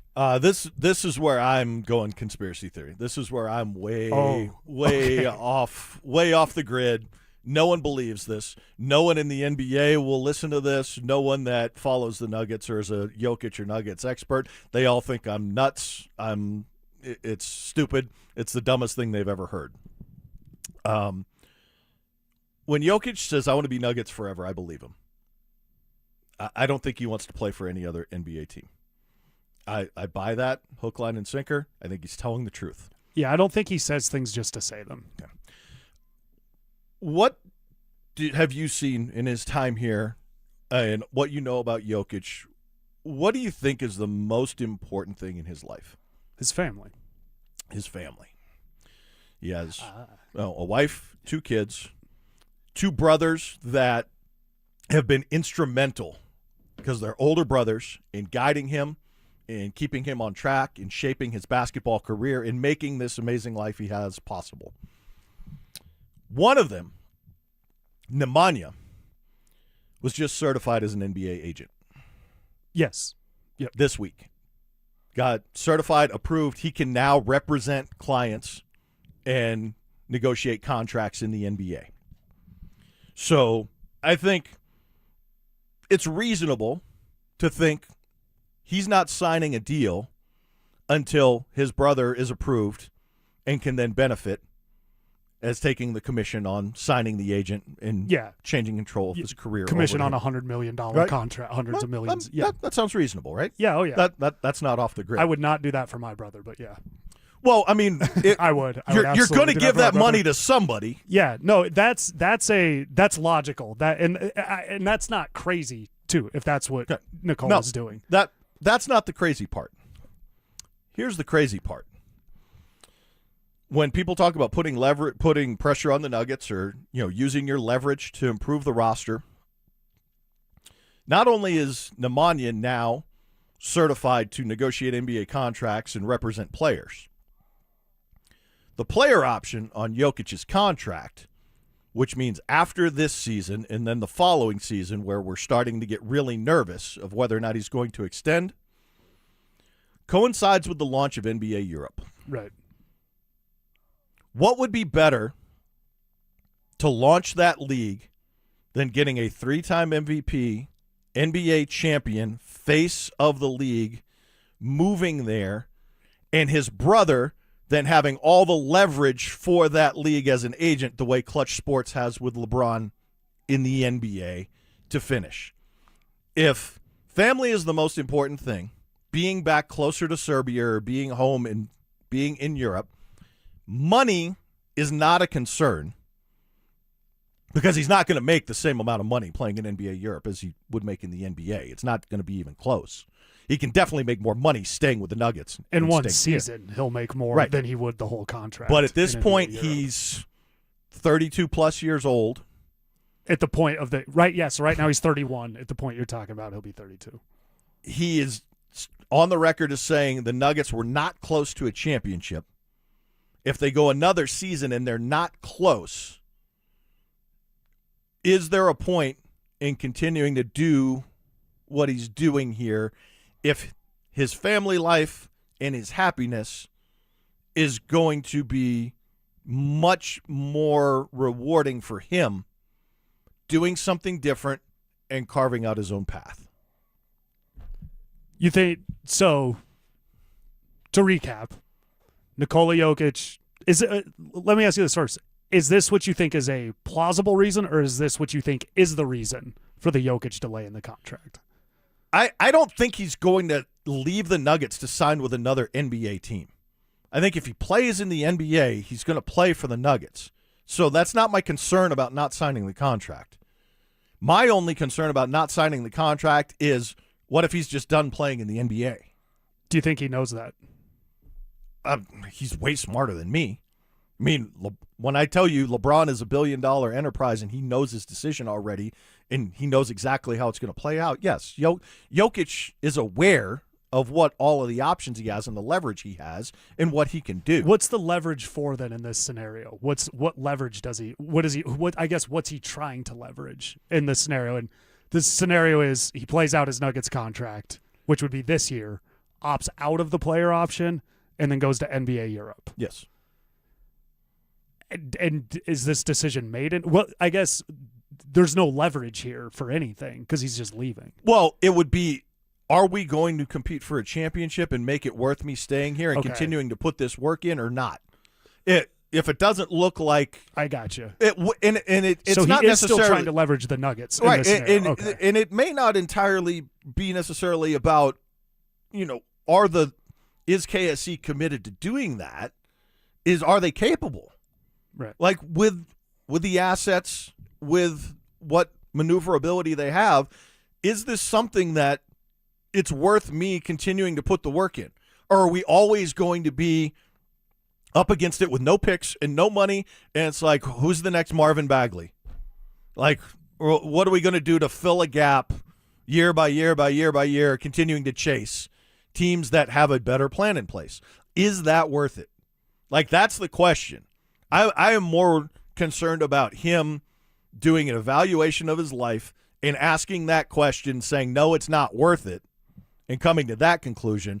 I'm more concerned about that than I am him going to sign with the Lakers or the Bulls or the Knicks or whoever clears money and tries to sign him. I don't think that's going to happen. I don't think he's going to play for another team in the NBA. My larger concern is he just decides, I'm not going to play in the NBA. At least what the perception of Nikola Jokic is, I think a lot of people would actually, I think, could see him doing that. I think that's kind of something people could see. I just think it's you're putting yourself in a dangerous position to assume he's going to operate like everybody else has always operated, and taking the money that's on the table is always going to be the top priority. I don't know. He's probably trying to leverage the Nuggets somehow here. I mean, he's in Serbia right now playing. So the leak came from somebody, and it wasn't Jokic like, hey, put this out. I don't know who decided to put out that he's delaying it. What I don't like is that the assumption that he's just going to sign the extension, whatever the reason afterwards may be.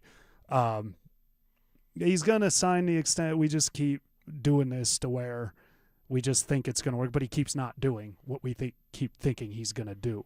Jokic. I'm not saying I don't think he stays with the Nuggets.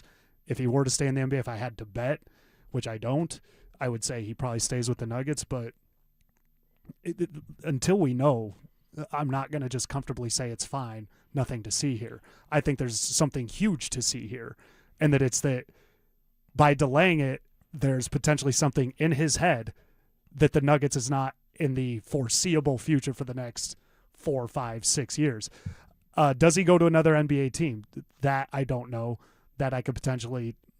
I've seen. Look, LeBron was not going to leave Cleveland, and then he said he's going to South Beach.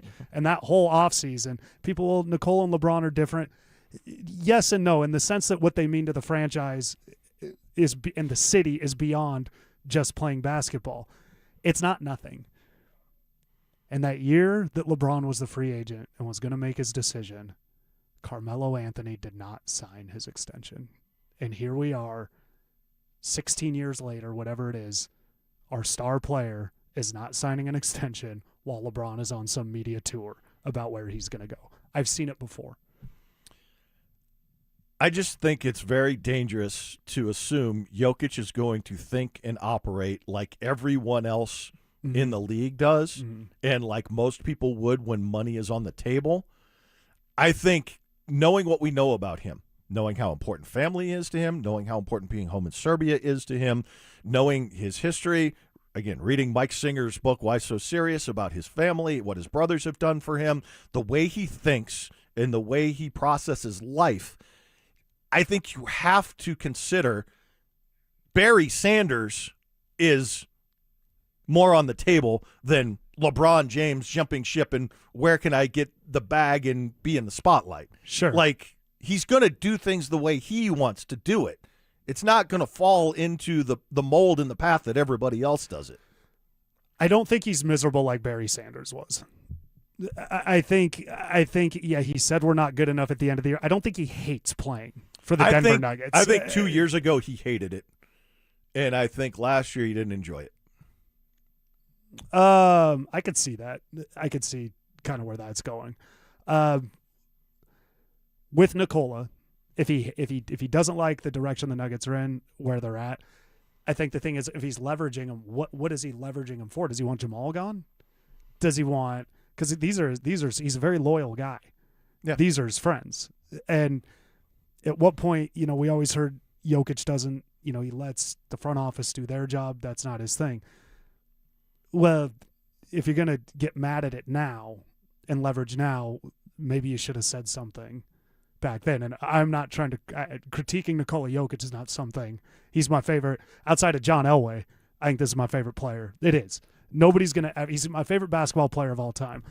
If he does leave, this isn't Carmelo. He got us the championship. He brought us everything. So he's never going to get booed. Nobody's going to have anything bad to say about him. But when Calvin Booth is just selling off picks because he's so convinced of Jalen Pickett and he's so convinced of these guys that I have, why are we not stepping in then? When we're player optioning Reggie Jackson, and I know he can't be in there every day going, what are we doing? What are we doing? What are we doing? But, what's the plan here? When Calvin Booth says, if we don't win a championship this year, so be it, and I'm paraphrasing a little bit there, I don't have the exact quote, isn't Nikola immediately, why is anybody going, no, we can win it this year? What is he talking about? The message that sent to the organization, the players, when Calvin Booth did that, he should have been gone right there. That was the most reckless thing you could ever say when you're the best team in the league and you forego a championship. Why at that point is Jokic not frustrated? And that's kind of where you waited till it got bad and then you're saying, what are you guys doing? I don't necessarily think it has to. And maybe he did, by the way. I don't know that he didn't. Maybe he did. There's always the option. Yeah, yes, there's always the option that he did express Yeah. his concern or frustration. Yes, 100%. We don't know that. And I don't know that he's strong-arming or leveraging now. That's the thing, too, is we don't know if this is a leverage play now. It may not be. It It doesn't have to be black and white. Mm-hmm. It can be, I love Denver. I want to be Nuggets forever. I want to win with my guys. I'm tied to Jamal, and I'm fine being tied to Jamal. If we're going to do it, I want to do it with our guys that I know and I've been with. But if we don't, it's okay. But that doesn't mean that when they've come up short, that he's going to continually sign up for doing it, right? Just because of money, right? Or loyalty, right? And maybe he is loyal and he likes his guys and he wants to do it with the group he has. But if there is a reality to it that says we're not good enough to do that, it doesn't mean that he's just going to keep signing up to keep doing it. I agree. Why would he? Right? And that's very similar to, the Calvin Booth comment, which you just said was blasphemy, is, if we don't win, so be it. Right? Well, it may be a spin on that of we're going to do it with this group, and if we don't, we don't. And we're going to give it this much of a shelf life. But it doesn't mean I'm going to continue to sign up for 5 more years of doing it. Does it give you any, I don't know, if anxiousness or anything that since this has come out, we've heard nothing else in the sense of, no, the Nuggets, it's fine. That's not so much what Jokic was meaning. No. The fact that it's just sat there. No, because you're never going to hear anything from Jokic. Not so much from Jokic, but from the Nuggets side. We haven't heard anything. I mean, when asked about it, Ben Tenzer said, because of league rules. And that's not the league rules. I think that is more of Ben Tenzer not being very comfortable behind a microphone and just kind of fumbled around there more than hiding anything. But they clearly don't have clarity on what he's going to do. And that I think the fact that we haven't got anything from the other side, a leak of the Nuggets are confident he's going to be there. No, it's all about LeBron. All of a sudden, I think that's interesting. The one thing, and maybe this exists within the organization, it's just not made public. We're not aware of it. It seems to be a gap that they don't have anymore, that they haven't been able to fill. The Nuggets? The Nuggets. And I go back to Tim Conley, even Masai Ujiri, and even other people previously that were connectors from the front office to other parts of the business. But Tim Conley in particular was so dialed in on the soft skill, social skill relationship element of making sure everybody was happy. Mm-hmm. And they didn't replace that when he left. Mm-hmm. Calvin Booth does not have those skills. Calvin Booth was very analytical and very direct of, if I solve the problem on the basketball court, we'll win. And it doesn't take care of the relationships and working with your coach and working with other people. It's Josh McDaniels, right? Right? Yeah. It's like, everybody in the organization take your DISC assessment and now figure out how to work together. Like they don't have that. Yeah. Right? Tim Conley provided that connectivity. There were other people previously that are no longer around that provided connectivity from the front office to other layers of the organization, to the media, to the rest of the league, that provided that personality, that connection, that, we're on the same page here. We're doing this together, right? How do you feel about this? We're a team, Yeah. right? They've lost a lot of that. That's a great observation. And that's missing. So you're not going to have that element of connectivity.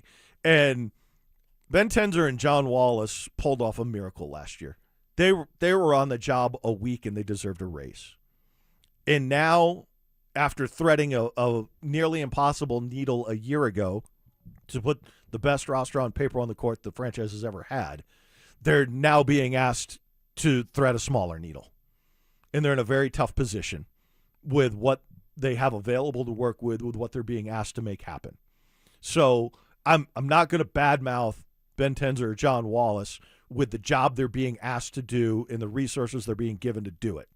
Like those guys are, trust me, they're turning over every stone and trying every option they have. They're just, the franchise is painted into a corner, and it's very, very tough to get out. When you make a bunch of moves like they did last year, that's one thing that I've held, kind of to your point, is everybody's been like, why aren't they doing anything? It's like, well, a year ago they did all the things, and it didn't work for a variety of reasons, but it didn't work. So, 12 months later, I don't think it's fair to sit there and act like these guys are aloof and they're not paying attention. They've made the calls. It takes two to tango. This is not some hot take. Somebody has to want your players. And if they want them, it's got to make sense, regardless of what your plan is, whether it's a teardown. It's got to make sense to get smaller contracts that you can get off of. If it's to get contracts. Better. Yeah. But it has to make sense. So I'm no KSE defender here, but there's a couple things. They did the big roster turnover last year. They tried it.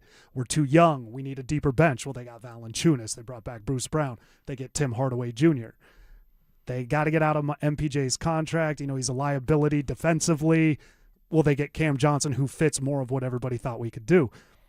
It didn't work for a variety of reasons. You can blame all that. So they did all that. The other thing is about spending more. Is this a championship roster with Peyton Watson and Cam Johnson? And the rest is the same as it is? Yeah. Without Tim Hardaway, without Valanciunas? Yeah, you don't have Tim Hardaway Jr. because that's gone. No. So why would you pay $200 million in the luxury tax for a team that's not going to win you a championship? Exactly. There's no reason to do that. There's no reason to do it. Why pay double the cost of your team to not win? And I'm not about here to be like, guys, Stan Kroenke, when it comes to money, the man is on it. No, Masai should have got paid. He didn't. You got lucky into Tim Connolly. He should have got paid. You didn't do it. And it caught up. It caught up because you kept thinking you could just plug and play everybody. But at the same time, I don't think it doesn't make a lot of sense to, the repeater tax. You don't avoid that, to pay all that money when you're just not going to win. Now, that changes if Nikola Jokic, again, we don't know, is saying, you've got to figure this out and you got to make moves or I'm out of here. I don't think he said that, but they've, to your point, the general managers have been tasked with a very difficult option here because now they're trying to please the pocketbooks of one guy. They're trying to appease potentially your superstar, and you're also trying to not destroy a roster that's already in a really difficult spot. Yeah, it's very, very difficult for them to move forward without moving backward first. Which is what I want them to do. That's an interesting point. Is it in the Nuggets' best interest to move backwards right now to then go forwards? And backwards, well, answer that part first. Is it better to go backwards right now to go forwards later on?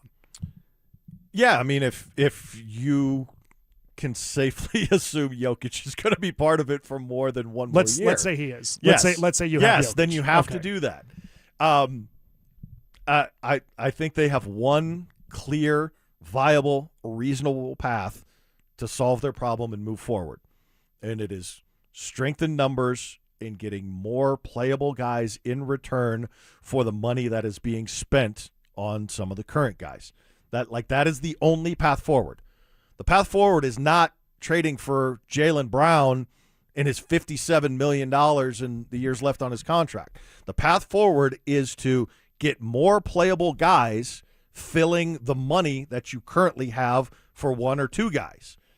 That is the only clear path they have to long-term solve their problem, clear their books, and have a chance to move forward. That's it. They don't have any other option because if you're talking about big-time trades and big-time players and the contracts that go with them and going into the second apron and paying the tax, you can say, yeah, pay the tax for the team, and that's fine. It's just cash out of pocket for Stan.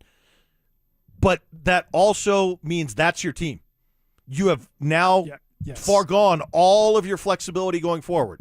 You can't do the trades you want. You can't make the moves you want. You can't sign anybody else. If it doesn't work, you're stuck. You're in more of a corner than you're currently in if you go into that second apron. And inflexibility is how they got here. And so why create more, become more inflexible? So what does that look like? A step back to a step forward. Is that Jamal's gone, Gordon's gone, Brown's gone, To me, I was like, if they can get it toward this year, it's some guys, Peyton Watson and Nikola Jokic, and then, expiring contracts, things like that. And then next year, you're out of the repeater. Then you can start to kind of build the new vision for the end of Jokic's career, assuming he's here. That's kind of what I wanted them to do. That's a lot to ask because you got to have somebody that wants Aaron Gordon. You got to have somebody that wants Jamal Murray. But is it getting off of all the contracts outside of Nikola and bringing back Peyton Watson, or is it just Jamal? Is it one of Jamal and Aaron Gordon? How does that look? If it's just Jamal, that affords you the opportunity for the smallest step back to take the quicker steps forward. If it's more than Jamal, you take a much larger step back to open up opportunities to take bigger strides forward. So you have to pick your poison. I would choose the Jamal Murray route, start there, and turn that into 3 playable guys in a playoff series, and then see where that takes you first before I would blow up anything else. Because I think that is the best solution to minimize your step backwards initially and also give you the opportunity to get where you need to go after that going forward. Do you think they would trade Jamal right now if they could? Do you think the hang up right now is they don't want to trade him? That's kind of where I'm at is I think do they want to trade him? I think they're asking for too much in return. They're in love with their own. That's funny because I think fans view it opposite. I think fans are more hard on our own guys than other areas. Like it'd be interesting to watch Jamal Murray play for another team that I'm not cheering for, because I might look at that and go, "Hey, he's a lot better than I remember." Which I think Jamal's really good, but I think as fans right now, I think a lot of the push from fans to trade Jamal is out of fatigue and is out of just something new. Well, I think people have, and that's why grown, they just want whatever. They've grown tired of the last 3 seasons, and if you want to throw on top of that, whether it's fair or not, the 2 seasons he missed with injury, that's 5 seasons of a championship window where he either wasn't available or didn't deliver in the playoffs. It's not all on him though. The like last year's not all. I mean, Tim Hardaway Jr. missed everything in that Minnesota series. Michael Porter Jr. when they got eliminated, he missed everything, and they had no bench. They had a bad roster. But again, you don't have a bench because the value that is delivered outside of one playoff run in relation to the money made is not matching up for Jamal and MPJ in particular. You're talking the last 2 years. I'm talking the entire window of the time that they've been here. Because the year they could go back-to-back, that was Calvin Booth thinking, I'm the smartest guy in the room. You're going to play Pickett and Strother and a very young, developing Peyton Watson. I'm not giving you any veterans. You've got to make it work here. And if we don't win, so be it. I can't put that on Jamal Murray. Okay, but that plan. Although he threw the ice pack. Right. Well, and I understand. And I understand why people would say that. But that plan was what the organization decided on. And then the coach didn't play him. That plan was a bad plan, and the organization refused to listen. Okay. They refused to listen to those blows. That's bad. That's bad ownership. Okay. That's a bad plan. That's beside the point. It's what the powers that be decided. And it was bad. That's not on Jamal Murray. There's a lot of executives, there's a lot of CEOs, there's a lot of founders that have bad plans all the time. It's still the employee's job below them to execute it. Or if not, they get fired. And that's what happened with Michael Malone and, by association, Calvin Booth, because they couldn't get along. Yeah, management should always take the blame. But they never do. They never do. But I don't know what rolls downhill. I can't say, Jamal, we lost to Minnesota because Calvin Booth had a bad plan and Josh Kroenke signed off on it. They should, when Malone's going, hey, we can win here. Okay, but that plan had a 24-point lead going into the fourth quarter. So you can bash the plan and say how flawed it was all you want. They were at home in a Game 7 with a huge lead in the fourth quarter. And what happened? The players on the floor couldn't hold it. Why were those players still on the floor? Because the other guys didn't get in the game. Because it was hard to play them. They would have got, if they're out there doing that. The plan failed because they blew a historic lead in Game 7. That's a failed plan. That's not a You didn't execute the plan. Okay. That's a bad plan. The plan got them a 24-point lead in the fourth quarter of a Game 7. And they lost. So the plan failed. How you get there doesn't matter. Okay. That's the thing. Okay, That's the thing to realize is so when the it's Falcons lose a 28-3 lead, is it the players that lost the lead, or is it the coaches? It was that the lost coaches. The lead? He wouldn't run the ball. Okay, It wouldn't. But it's not the coach that lost the 24-point lead. He wasn't positioned to succeed. Look, if you want to defend the Booth plan, have at it. He's currently not employed. It's not a matter of whether or not it was a good plan, is my point. And that's been my point all along. It's not a matter of whether or not it was a good plan. It was the plan that the bosses decided on. And it sucked. The Denver Broncos had a plan at wide receiver. What changed? Chad and I will get into that next. Colton, Drury, and Nichushkin all gone. New faces are already in the fold, with the entire blue line back as well after a Western Conference final sweep that still stings. How will the Avs retool around McKinnon for another cup run? Every trade, every signing, every take. Denver Sports has you covered all summer long. Denver Sports, 104.3 The Fan. You know, Shayna, when our grandparents opened Williams Jewelers in 1947, they had one guiding philosophy. It's true. From a simple jewelry repair to that very important diamond engagement ring, we treat every customer like family. Because you're sharing your life with us. That's the only way we know how to do business. I'm Dylan. And I'm Shayna Williams. We're generational jewelers, creating heirlooms for the next generation. Whether you're looking for that perfect diamond engagement ring, fine Swiss watch, or a custom piece, or that once-in-a-lifetime treasure. We're here to make all your precious moments unforgettable. 3 generations of fine jewelry expertise right here in Colorado. If you can dream it, it's here at Williams Jewelers of Inglewood. Because we're not only one of America's largest fine jewelers, we're Colorado's premier jeweler. Williams Jewelers, we can make diamonds a part of your life. Williams Jewelers of Inglewood, the official jeweler of the Colorado Avalanche. Colorado, it's time to take our recycling to the next level. That's why Recycle-On Colorado is bringing you more curbside and drop-off service from peaks to prairies. Guidelines as clear as our skies, so you know what goes where. And the price? As free as gawking at bighorns on I-70.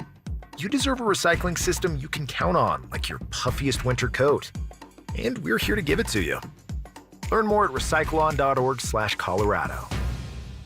No! USA is up 2-0. That is the most dangerous lead in soccer. Relax, Mike. See that, Dan? My left eye is twitching. That's my warning eye. It'll be 2-2 by stoppage time. It's never wrong. With early payout from Bet365, I got paid the second they went up 2 goals. So to me, it's now the safest lead. Early payout from Bet365, huh?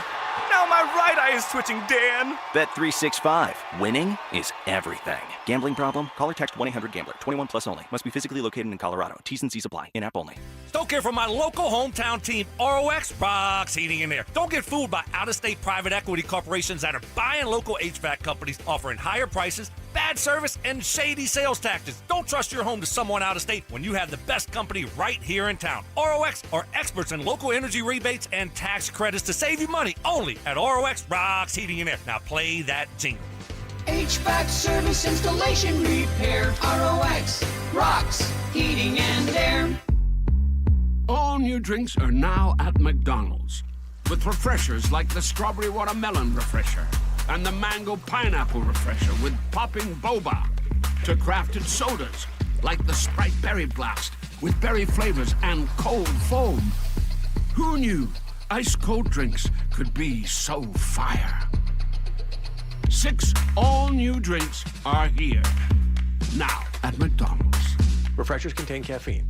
Joint pain is awful when you're the person who is fighting through it, but I'm betting you aren't the only ones affected. Maybe you love someone who struggles with joint pain. You see it. You see what they don't say, what they've slowly stopped doing. It's July. The days are long. The light hangs around. Time to be outside, moving, playing, living, and you're sitting it out. Hey, it's Mike Evans. Let's talk about getting that life back, because at QC Kinetics, that's what's happening every day. People who are stuck in that cycle of pain in their hips, knees, shoulders, and back, they're finally stepping out of it with regenerative treatments done right in their office. No surgery, long recovery, or putting life on hold. Just real relief. The inflammation eases and the pain lets go. We hear it all the time, not just from patients, but from the people around them. He's back. She's herself again. So if this sounds like you or someone you love, go find out what's possible. QC Kinetics offers a free consultation to see if you're a candidate. Call 303-900-8986, 303-900-8986, with locations in Aurora, Superior, Highlands Ranch, and the Springs. It's QC Kinetics.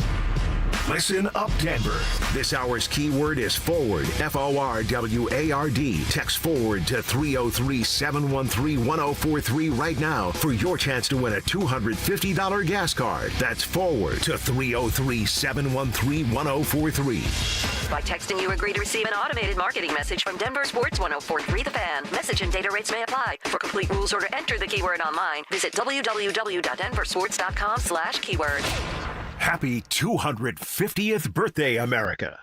In today for Stokley and Evans with Mark Schlereth, here's John Davis and Chad Andrews.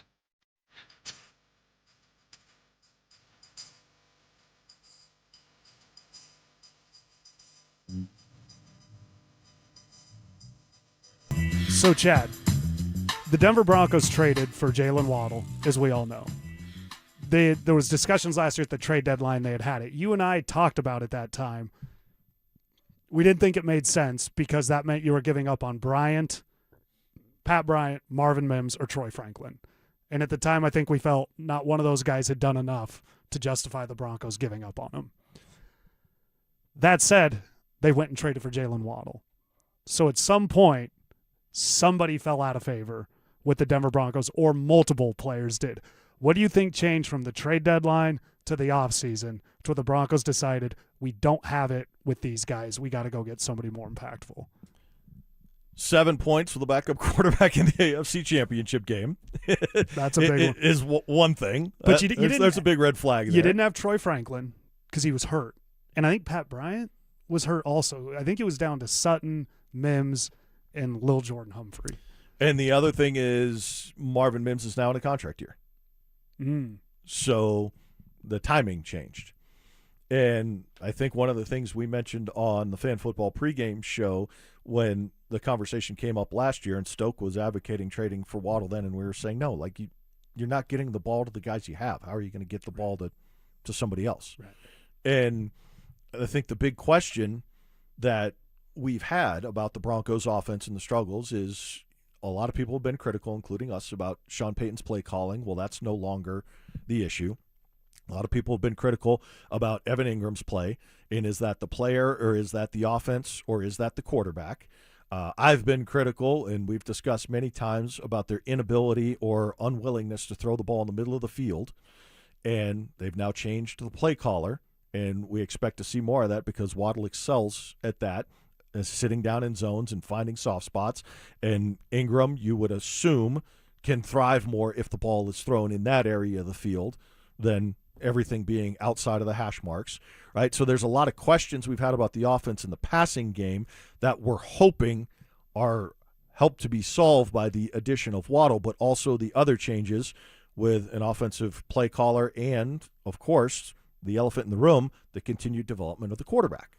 Yeah, the contract year with Mims, clearly he didn't do enough to put the Broncos in a position where they needed to make a decision on when to extend him or not. They clearly weren't there.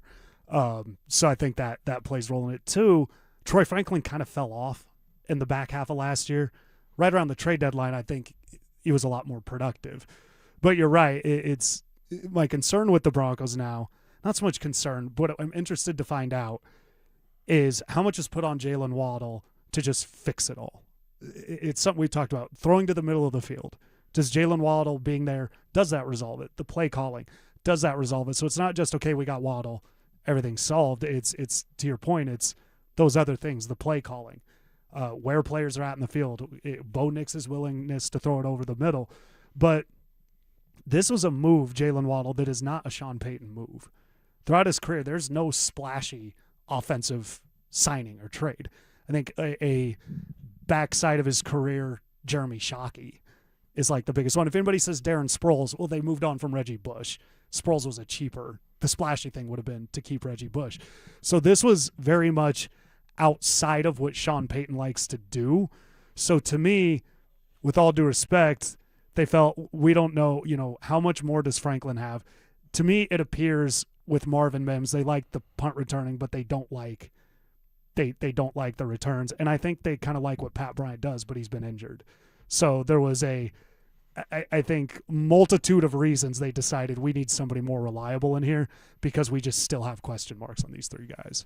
Yeah, I think all the signs point to Mims in the contract year. We asked over and over and over again for them to use him more, Yes, we did. use him in different ways. I've said repeatedly, I don't see any reason from a physical ability standpoint why Marvin Mims can't be Zay Flowers, and he's nowhere close. But I'm going to believe it when I see it when Sean Payton has two small receivers on his roster. I don't think that's going to happen. Like, he's not going to have Waddle and Mims. And maybe he does for 1 year because they are believed to be in a Super Bowl window, and you can't have enough depth. And if you can't get anything in return for him, you might as well have him there as a safety blanket and, use him if you need to use him, in case of emergency, break glass. And maybe that will happen for 1 year before they move on. But I will need to see it to believe it that he's going to have two receivers that small on his roster because that's not what he's done previously. Right. And Mims, again, when we did our keys to the game, we would both say Mims. And the two games that stand out from last year will be the Giants' improbable comeback and the Bills game, the Bills playoff game. Mims was instrumental in both of those situations. Tough catches. He had, I think, the lowest drop rate of the guys on the team. He can catch contested. He can catch it contested. So must be route running. Something's off there. Is Mims at this point? He's got to just still be on the team because of the punt returning. That would be my guess, that they feel that's valuable enough to keep him here.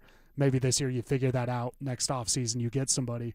But from what we've seen from this team, and then the move to get Jalen Waddle, to your point, the contract here with Marvin Mims, there's just really no reason to think they have any plans to try to further develop Marvin Mims, the wide receiver. And if he's going to develop further, he has to go take it. Somebody might have to go down and he has to shine because nothing about this screams that they plan on Marvin Mims beyond this year. And I think we fall into the trap as fans in wanting the best roster possible and the best chance for a championship, the most depth. We fall into the trap of, oh, that's fine. If we need him, we'll use him. But what we too often fail to consider, and this is the same case for Peyton Watson as a restricted free agent, we too often fail to consider, well, why would the player want to sign up for that? Why does Marvin Mims want to just sit around and be inactive or only return punts if he's not even returning kicks anymore, and then be used as a gadget play when they know if he's on the field they're going to give him a reverse or whatever the case may be? Like, why is he signing up for that when he's up for a contract? Why is Peyton Watson wanting to sign up to be behind Jokic, Murray, Gordon, Cam Johnson, LeBron James, and be the sixth option when he's up for big money potentially in other places? Like, what is that doing for him? I like that scenario because we get LeBron James. So I'm with that. But Peyton Watson, is he up for big money? And have the Nuggets really just lucked out with Peyton Watson? Chad and I will get into that next. The Rockies aren't winning the West, but they might be one of the most fun teams in baseball now. Rookie TJ Rumfield is raking. Hunter Goodman's launching homers at a rate that has all-star voters and trade deadline scouts paying attention. Mickey Moniak is back healthy, and Sensatella's having a career year out of the bullpen. The trade deadline's August 3rd. Who stays? Who goes? What's the new front office building toward? Denver Sports is all over it. Denver Sports 104.3. The Fan. I've been endorsing Advanced Tax Solutions for almost a decade because I trust them to do their absolute best when it comes to helping people get out of jams with the IRS and back into the system. I've talked directly to clients of Advanced Tax Solutions. I've heard the stories over and over of people who say thousands and thousands of dollars in resolutions negotiated by Advanced Tax Solutions. Todd Whalen's my guy. He's the founder, over 30 years experience working with, negotiating with, and if necessary, battling with the IRS. Key distinction, Todd isn't someone who just just does your taxes. No. He's a specialist who knows all the ins and outs of helping people who have fallen behind on their taxes. Did you know the IRS has 7 different programs to fix a tax problem, and 5 of them include not having to fully pay the IRS? 5 of 7. So learn your options. Always talk with Advanced Tax Solutions before you call the IRS. You may find yourself with an unnecessary deadline if you call the IRS first. Instead, call Advanced Tax Solutions, 303-753-6040, and at advancedtaxsolutions.com. When Vantage walks your property for a threat zone analysis, they don't send a salesman. They send a security pro with years of experience designing and installing these systems. The same pro who walks your property, designs your system, installs your cameras, and picks up the phone 3 years later when you need them.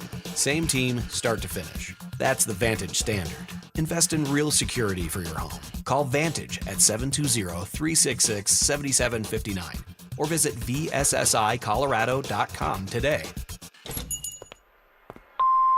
Hey, Mr. C, it's me.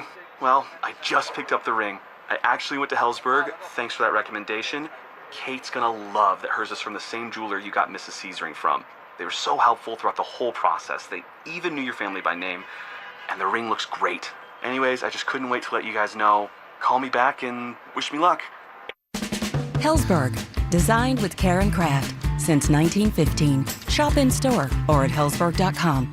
Is your financial advisor managing your risk or just a spreadsheet? Hi, I'm Jeff Jr., founder of Trajan Wealth. Many financial advisors rely on target date funds, which are one-size-fits-all portfolios that don't know your name, your family, or your goals. And that passive management can leave you dangerously exposed. At Trajan, we look at the whole picture, not just the stocks everyone else buys, but the private market opportunities most advisors ignore. And as fiduciaries, we build a strategy around you, coordinating your investments, tax strategy, and estate into one cohesive plan. Your financial life deserves more than just a generic portfolio. Real planning isn't a stack of statements. It's the confidence of knowing where your income will come from for the next 30 years. Good enough isn't good enough for your family. It's time for a change. Schedule your complimentary consultation today. Call 855-TRAJAN-1. That's 855-TRAJAN-1. Advisory services through Trajan Wealth, LLC, an SEC registered investment advisor. Private equity investments require accreditation. Other services through Trajan Estate and Trajan Tax. Additional disclosures at TrajanWealth.com. Dan, I'm not looking to get rich, but I'm not sure what to do. It's something we hear a lot at 303 Law 4040 from people. They've been hurt. They just don't know what to do next. Should they talk to the insurance company? Who's going to pay their medical bills? What if they have to miss work? They don't want to call a lawyer, and they certainly don't want to sue anyone, but they just don't know what to do. Here, take one of our small town clients. He was seriously hurt on his neighbor's property. Tough as nails, salt of the earth guy, and all he was looking to do was the right thing. He said, Dan, I have to live in this town, and I want to be able to hold my head up high when I walk down the street. So if you're talking about suing my neighbor, I'm not interested. I explained that we probably wouldn't have to sue anybody, and we certainly weren't going to hurt his neighbor. In the end, we got him $1.5 million, and he could still hold his head up high in that small town. If you've been hurt, you don't have to feel guilty for calling 303 Law 4040. We are here to help and fight for what's fair. We don't farm you out to a call center. In fact, we give all of our clients our cell phone numbers. We hope you never need us, but save that number in your phone just in case. It's 303 Law 4040. That's 303 Law 4040. Cecil Lammy here from my friends SodaDietAndNutrition.com. They've got a big summer offer. You can get 4 weeks free. Call 866-800-SODA and mention this station, 104.3 The Fan. 866-800-SODA. Mention this station to get 4 weeks free. Their big summer offer going on right now. It's Soda, Diet, and Nutrition. I want you to call up 866-800-SODA. Listen, 5 years ago I lost 60 pounds with soda, and I'm never going back. Why? Because they taught me how to eat, what to eat, and when to eat. And having those tools is amazing for your weight loss journey because it's about knowing what you need every single day and then having your own nutritionist, a personalized nutritionist with a personalized plan for you, the dynamic diet for you, custom built for you so that you can lose weight and you can keep it off. And that's the main thing. 5 years have gone by and those 60 pounds are not coming back. They'll never come back because I learned how to eat, what to eat, and when to eat, all thanks to Soda. SodaDietNutrition.com. Soda is, say it with me, state of the art. Want real Broncos talk? Cecil Lammy and Andrew Mason bring the heat on Orange and Blue today. The most passionate intelligence and in-depth Broncos coverage in the game. Weekdays at 5 p.m. on the Denver Sports 104.3 The Fan YouTube channel. Hit subscribe at Denver Sports 1043 and never miss another take. Orange and Blue today, powered by Ramos Law, official injury law firm partner of the Denver Broncos. Denver Sports 1043. The Fan. Happy 250th birthday, America. In today for Stokley and Evans with Mark Schlereth, here's John Davis and Chad Andrus. Outcast. Ty back there always coming through with the great instrumentals, because most of these songs we can't play the lyrics. So, Chad, Payton Watson, have the Nuggets just completely lucked out, at least where it sits right now, on how the chips have fallen with Payton Watson? So far, so good. No restricted free agent offer on the table. Nothing signed. Nothing they have to match at this point. I think it probably is naive to think it's not coming from somewhere, but the money's drying up quickly. It's not going to be, I don't think, anything that could be, really crazy, unless it's probably like the Clippers. Like the Pistons, I think, are involved in enough trade discussions to do their things that way, and maybe, I guess it could be a sign and trade with them. The Hawks have already done quite a few things. The teams with the money, the Lakers have made their moves. Bulls. The Bulls have made, their moves. The Clippers, I think, are the team that you could keep an eye on in Los Angeles, where he's from, have opportunities to push buttons and still free up money and make an offer that could make it real uncomfortable around here. But a lot of the options dried up pretty quick. You said something kind of interesting there. Is there an offer coming from somewhere else from him? Seems to be pretty tight with Michael Porter Jr. and the Brooklyn Nets had a lot of money. Yeah, I don't know. Yeah, and they've brought in some guys. They got Julius Randle. It might look like the Nuggets luck out here, and not so much from you get to keep him, but you get to keep him at maybe 21, 22 million, not 26. 27 million. 30? Yeah, like 30. People reported. At 30, I don't match it if I'm the Nuggets. Do you match that?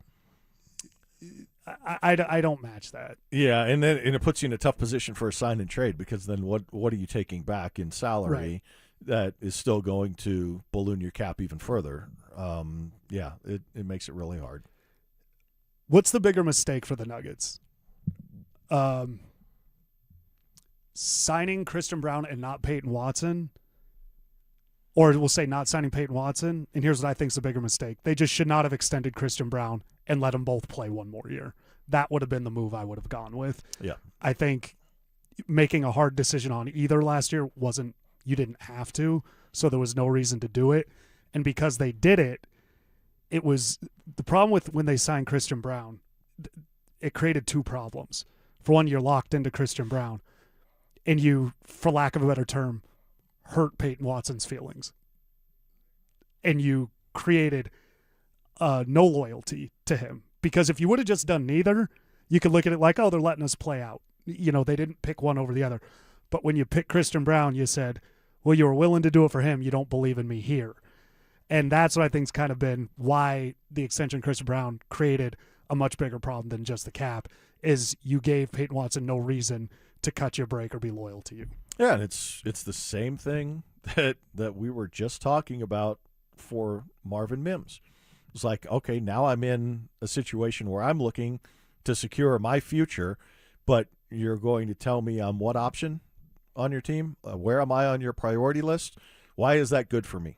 Other than you're going to guarantee me money, and I know that my paycheck is secured, why is that good for my development in my future if I'm still below everybody else here in the pecking order? And that's a tough argument to make. Yeah, that's hard. And then it's I forget, and he was in a weird spot last year too, Payton Watson, where he's the only guy in a contract year. So that's kind of, nobody else really feels any urgency towards you because they're all secure. That was kind of a weird dynamic with the Nuggets last year. With Payton Watson, they didn't extend him, which I'm not at the time I wasn't like, you got to extend him. No, nobody was. Nobody a year ago was screaming from the mountaintop, we have to have Payton Watson. Good defender. Offense still seemed to be going way too fast for him. To his credit, everything seemed to slow down for him this year. I mean, he was really good. We get on the Aaron Gordon injury thing. Payton Watson's been injured too. And that's not something that really gets mentioned. He's also younger than Aaron Gordon, which actually creates a bigger problem for me is if it's already happening. That said, if they extend him, any injury concerns if we're going to put him out there for AG, shouldn't we have the same trepidation towards Payton Watson? Yeah, absolutely. I would be very cautious moving forward, right? Yeah, you want to get me excited about a run-it-back plan for the Nuggets? Well, then tell me you signed QC Kinetics. Tell me you signed Spine One. Tell me they're in the building. Yeah. Tell me that you're doing something different to treat these guys and manage these guys because the soft tissues, the hamstrings, it's out of control. They are right now, any run-it-back plan is banking largely on health and writing last season off to saying, oh, we just weren't healthy. If we were, we would have been fine. I don't believe that to be the case. You still don't have enough ball handlers. You still don't have point-of-attack defense. You still don't have rim protection. You still don't have, swing athletes. You still don't have, a playable roster going 9 or 10 deep the way the Knicks did to go through, the grind of 23 games in the playoffs. Yeah, and it's an extreme example, but you go back to those Chicago Bulls teams who came off the bench in those teams, the Tony Kukoc, and you go the Lakers. Obviously, when Kobe won his second couple titles, how deep that roster was, and when they weren't deep, Kobe actually struggled in those post-Shaq years. With Payton Watson, some of those issues the Nuggets have, rim protection, he doesn't solve that. A little bit. I think he's better on the. I don't think Payton Watson is as good on the 5 guarding as people think he is. I think that's something. He's not terrible by any stretch, but outside of healthy Aaron Gordon, he's better than anybody else they've got. Okay. So he's valuable here. Okay, so he can help there because they don't have it out of anyone else. Ball handling, I think he can help with. It's maybe not great, but it's the same thing outside of Jamal Murray. Yes. He's probably the next best one. Is he? Where does he fit the best? Because right now, I think Payton Watson's back in Denver, and I'm happy about that. What role? Is it Cam Johnson's role, and they move on from Cam Johnson? Role it's Christian Brown's role. It's Christian Brown's role. So ideally to you, Cam's back, Brown to the bench. Yeah, I do not want to move like on that. from Cam Johnson. Neither do I. No, he's good. No. The hate he took early in the season last year, that suddenly that just became the narrative. That was an established fact. Cam Johnson was a failure. That is incredibly false. No, I don't want to get rid of him either. No. I really liked him for the majority of the. It's the one thing we do where people dig in on one thing and then they can't see it the other way. Cam, before he got hurt, him and Jokic had the same injury. I think he was shooting like 40% from 3 the 2 previous weeks, and he finished really high in the NBA with 3-point percentage. It took some time defensively. I think he was defensively. What I could say about Cam is it felt like he was just never getting burned, always in the right spot. Versus with MPJ, it was like, dude, so you got to be out there. But Payton Watson going to be a Denver Nugget. So far, so good. So far, so good. Give me a yes or a no. If Payton Watson is a Denver Nugget, all parties are happy with that. All parties? Yeah. Okay, well, we're gonna the Denver Nuggets though, they did sign somebody. They made a move. It's at a position of need. He's coming to Denver. Who is that? Plus Team USA wins again and a big trade in the NBA. Chad and I get into all of that next. The Nuggets summer is heating up and the biggest questions are still on the table. Will Nikola Jokic sign an extension or keep Denver holding its breath? Could a blockbuster Jamal Murray trade reshape the roster? And with Payton Watson hitting restricted free agency, what does the core look like moving forward? Stay locked in.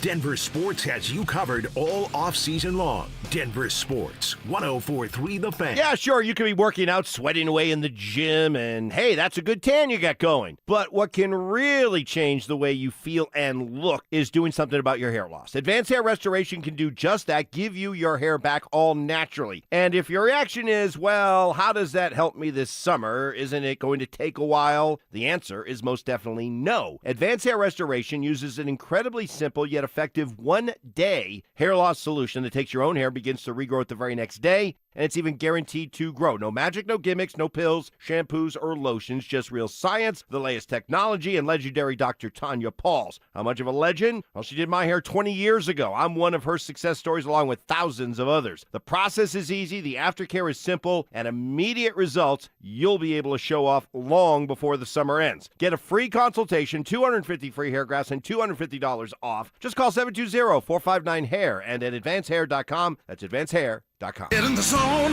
AutoZone. The sounds of summer. They're great until they're not. Luckily, AutoZone has free battery testing and charging Let me check that for you. to help make a rough moment smooth. Don't miss the Celebrate Free event at AutoZone. Free products with select deals until July 27th. And free services every day. Restrictions apply. Get in the zone, AutoZone. If the world were like a Sleep Number mattress, everything would adapt for your comfort. Because as your life changes and your body changes, Sleep Number mattresses adapt and shift to give you personalized comfort night after night. And right now, new mattresses start at $1,500 during our 4th of July sale. Plus, get a free base with select mattress purchases. To experience a whole new world of comfort, visit a Sleep Number store or go to sleepnumber.com. Sleep Number, to a good life sleep. Hey guys, Mark Schlereth here from my friends at Xfinity. And when it comes to your internet, you want the most intelligent, and that's what they provide. The most intelligent Wi-Fi that can hunt down and fix problems. Reliability, well, you want the most reliable Wi-Fi for streaming, gaming, working from home, and coverage that goes wall to wall in your home. How about security? Wi-Fi that's security blanket for your network and reliability. Fiber-powered network with 99.99% reliability, built for speed so you can run multiple devices at once, and Wi-Fi that makes everything in your home tie and work together. Consistency, you can lock in 5 years of predictability. 5 years, the most reliable fiber-powered Wi-Fi with our best equipment. Plus, you can get online with minutes, same-day Wi-Fi. Hey man, that's the price lock guarantee. 5 years, same price, no contracts, no commitments. It's all included. Everything you need, including the data and equipment, the most reliable Wi-Fi. That's Xfinity, guys. Imagine that. It's easy to find your groove. As America celebrates, Groove Toyota, the oldest family-owned Toyota dealership in the Denver Metro, has more reasons to celebrate. Choose from hundreds of pre-owns, 40 under 15 grand. GrooveToyota.com. Plus, Groove Toyota has more than 100 used Toyotas, including Toyota Certifieds, with full warranties available. Hurry into our Red, White, and Drive event. Groove Toyota. Start here, go anywhere. Offer expires 7/31/26. Not all will qualify. Restrictions apply. With approved credit, call 720-961-4465 for complete details. From the FIFA World Cup to competitive business environments, grand ambitions lead to game-changing achievements. At Bank of America, we're there to support businesses at every step, providing insights and expertise to help you gain an edge. He shoots, he scores! What would you like the power to do? Explore winning business solutions at BofA.com/gamechangers. Bank of America, official bank of the FIFA World Cup 2026. With Progressive's Name Your Price tool, you can choose the best coverage option for you. Because you know you. Like, you know that hiking isn't for you. Sure, it sounds nice to be in nature while exercising, but that's what a gym and houseplants are for. I mean, you don't even like walking upstairs. So why would you walk up a hill for miles? To what, end up high in the air? Come on, you know you're scared of heights.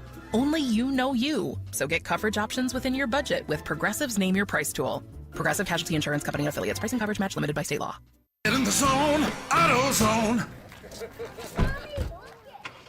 Summer's finally here, and we're kicking it off with a whole lot of free. Free brake pads with Duralast rotors. Free oil filter with 5 quarts of oil. Free Armor All wipes with Armor All glass cleaner, and more. More free, so you can have more summer. Celebrate free at AutoZone. now through July 27th. Restrictions apply. Get in the zone, AutoZone. When traffic slows you down, pain can make the ride feel even longer. With just one pill, Aleve provides up to 12 hours of pain relief, so you can put pain in the rear view. Use as directed. KKFN and KKFN HD1 Longmont, Denver. Powered by Able Builders, it's Stokley and Evans with Mark Schlereth. Happy 250th birthday, America. In Today for Stokley and Evans with Mark Schlereth, here's John Davis and Chad Enns.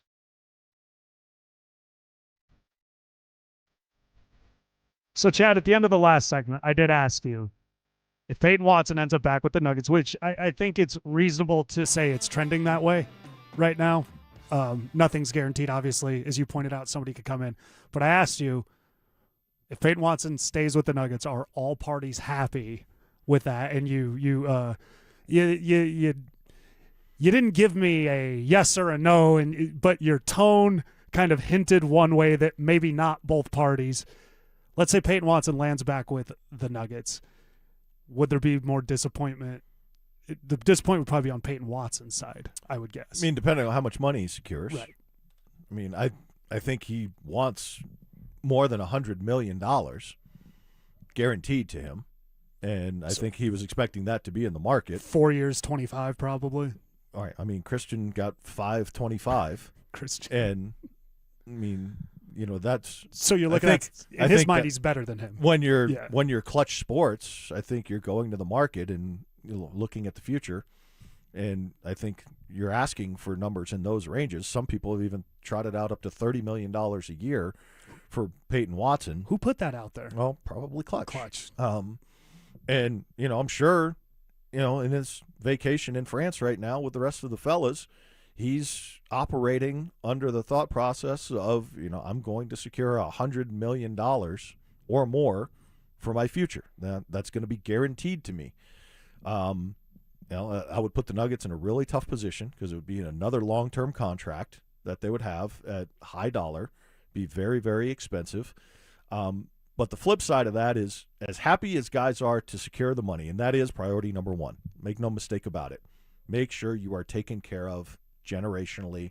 Priority number one. Can't fault a guy for that. But then when you look at it, he's going to go, okay, well, I'm obviously behind Jokic and Murray. When AG's healthy, I'm behind him. Is Cam still here? Am I behind him? Where am I in the pecking order in relation to Christian Brown? He's got $125 million. I only got $100 million. All right, so am I the fifth option? Am I the sixth option? What? If you believe what these guys put out into the universe, Instagram, whatever, Payton Watson put out a escalating chart graphic saying summer of separation when the summer started and he was at a gym ready for a workout. In L.A. Right. Interpret that however you want, whether that is separation from his current team, whether that is separation from the pack, separating himself from the player he's been. Interpret it however you want. But how do you separate yourself and continue to grow and be an established player in the league when you're the fifth or the sixth option? Yeah, so that's kind of thing is does he get less money and play on a team where he's not in love with the role? Because he does have a ring, too. That's kind of one thing to think about. So. Again, it's similar to, what we're talking about with Marvin Mims. Does he want to be here, sitting behind five other guys before it's his turn? He'll at least looking for money. He'll at least have control, though.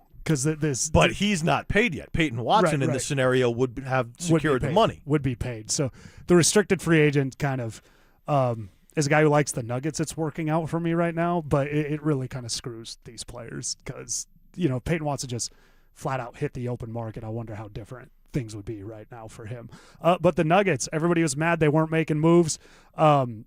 Blockbuster, Chad. Should we schedule the parade now? No. Number 2 overall pick. Number 2 overall pick. Drafted ahead of Luka Doncic, which means you're better than Luka Doncic. That's what that means. Draft order means you're better. Marvin Bagley, the third, backup center. Look, for what they paid and the role he's going to fill, this is a really solid move for the Nuggets. As much as everybody was bashing him, sometimes staying patient, waiting back, not doing things just to do them pays off. Yeah, and stylistically, right, the athleticism they're looking for, I'm on board with that. I'm on board with Trevon Brazil in the prototype of athlete that they're looking to build in and stack depth on. 6'10" guys that can run and jump, great, sign me up. Put as many of those guys on the floor with Jokic as possible and see what happens. All they got to do is move. All they have to do is just be active. Don't ever stop moving, and you're going to succeed if you're on the court with Jokic. If it's Bagley's situation and he's on the court when Jokic is off, you maybe get a little bit of a rim protection. You get a guy who's played enough, who's experienced enough, he's been in the league. You're not just going to bleed at the center position at those minutes and not going to be completely exposed. He kind of gives you flexibility. You're talking with Brazil and with Bagley, if they're on with Jokic, that dunker spot, maybe when Aaron Gordon's not on there. That kind of gives you some interesting flexibility with Payton Watson, and if you have Cam Johnson, which we don't know, but kind of how you can move them around and mix and match. So this Marvin Bagley, for a very cheap price, the things he can do, because he can play the power forward and the center, he does allow you to kind of mix up those lineups to be a little more – I think the Nuggets can potentially, with him, be a little more matchup specific with what they do last year. Valanciunas fell out of favor that last probably quarter of the year into the playoffs. This 6'10" athleticism, like I said, to the dunker, the lob threat that Brazil, I don't know how much we're going to see Brazil this year, but Bagley definitely affords them that they can do a lot more when they're mixing and matching, or if Aaron Gordon's hurt. So it's a good move. It doesn't force Payton Watson to play up into that dunker or four spot. He can be a more natural fit on the wing if he's here. Right. There's a lot of things, and again, if you get long, explosive athletes, those quick twitch athletes that can run and jump, and you can mix and match and play more positionless and have defensive versatility, this team is in desperate need of that. So as much of that as they can get, I'm all for.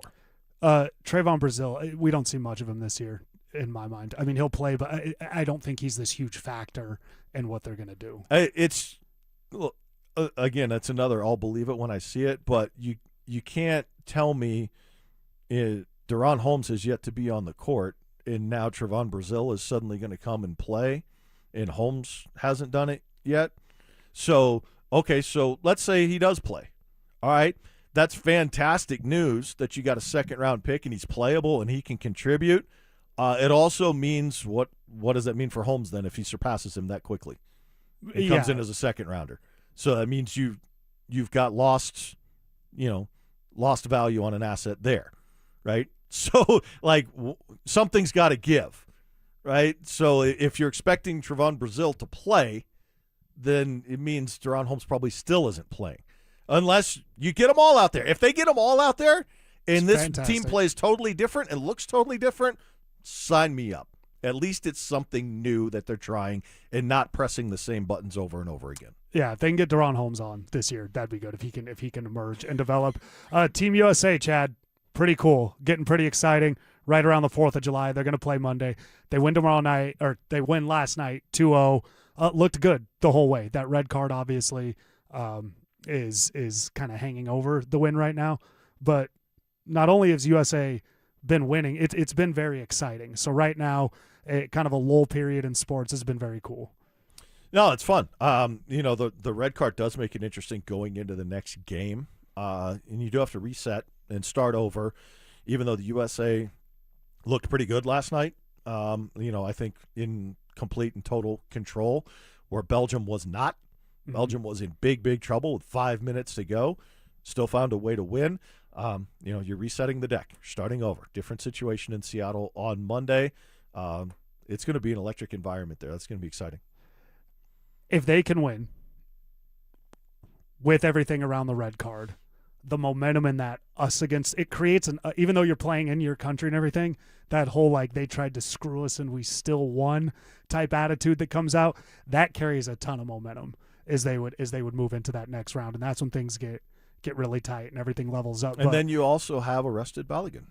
Yes, he would be rested because this is a shorter turnaround too. They're playing Monday from playing on Wednesday, so the games you're getting less rest in between everything. So no, Team USA, it's been exciting if they can find a way to win. To your point, Belgium, what a win they had last night. I don't know how you scored 2 goals in 5 minutes in soccer. That's one of those sports when it's 2-0 and there's no time left, you're like, this is over. And they found a way to do it. Stuff like that is what's making this World Cup so compelling. is those exciting kind of signature moments. But yeah, we'll watch USA Monday, Belgium. Chad, LeBron James, connected to the Nuggets loosely, I think. But how does LeBron James fit with the Denver Nuggets? Is there any signs we've seen to think that he may be actually ready to pick the Denver Nuggets? We get into LeBron James and everything that goes with it next. The countdown is on. Broncos training camp is less than a month away. Rookies report July 22nd. Veterans hit Broncos Park powered by Common Spirit on the 28th. Bo Nix is expected back at full speed. Sean Payton skipping joint practices to maximize every rep. And it all builds toward a season opener on Monday Night Football against the Chiefs. From camp battles to kickoff, Denver Sports has you covered. Denver Sports, 104.3 The Fan. I'm excited about it. You know, these cutting-edge things that are new in medicine now, I'm all in on it. I'm all in on QC Kinetics. It works. Henry Hinton decided to check out QC Kinetics regenerative treatments for his aching knees after seeing a close friend have amazing results without going under the knife. I have a friend that started this, which is one of the reasons that I decided to do it. He could not play golf anymore, and he went to QC Kinetics and started having the treatments, and he's back golfing like 3 days a week. He couldn't play at all. QC Kinetics gets you back to doing what you love, using your own natural biologics to help heal and restore damaged joints. Long-term relief that puts a guy back on the golf course. You know, I've had one treatment so far, and I can already tell a difference. QC Kinetics works. I'm excited about it. You're next. Start with a call to QC Kinetics. Call QC Kinetics, 303-900-8986. That's 303-900-8986. 303-900-8986. Do you owe $10,000 or more to the IRS like Will? When I was 50, my whole life fell apart. I lost my job, I lost my wife, I lost the house, I lost pretty much everything except for my life. When the IRS came calling, I just didn't have it in me. I felt like Wile E. Coyote, just waiting for that IRS anvil to drop. Then Will found Tax Relief Advocates. I heard their advertisement on the radio, I wrote down the number, and I made the call that changed everything. The IRS gave me a bill for $40,000. Tax Relief Advocates got that down to $3,200. I've paid 9 cents on the dollar. Now that's a great deal in anybody's book.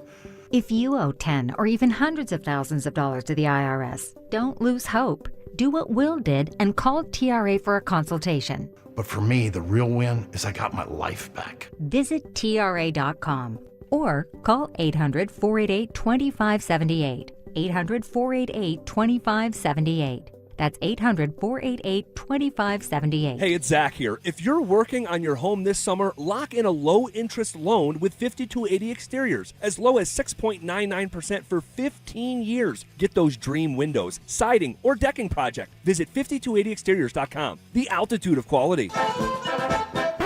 Skip this year's front porch roofing circus and bring in the local professionals. Visit us at DenverRoofPros.com. No matter if it hails, rains, or snows, nobody knows your roof like the Denver Roof Pros. Hey! Welcome to Whatever Bank, where we do our best and you do the rest. Hi, what kind of relationship benefits do you offer? Relationship benefits. That usually kicks in when you have more zeros in your account. But I like to think our coffee in the lobby is pretty decent. You don't have to bank like that. Make the switch to KeyBank and earn real benefits by making 5 qualifying transactions each month with your KeyBank checking account. I was going to do that anyway. Learn more at key.com/relationship. KeyBank opens doors. KeyBank member FDIC. Need better rest? Let Mattress Firm sleep experts match you with the perfect bed at the July 4th sale. They make sleep easy. Stream Stokley and Evans with Mark Schlereth, Dover and Cecil, The Drive, and all your favorite shows on the Denver Sports 104.3 The Fan app. Powered by Advanced Tax Solutions. Denver Sports 104.3 The Fan. Happy 250th birthday, America. In Today for Stokley and Evans with Mark Schlereth, here's John Davis and Chad Andrus.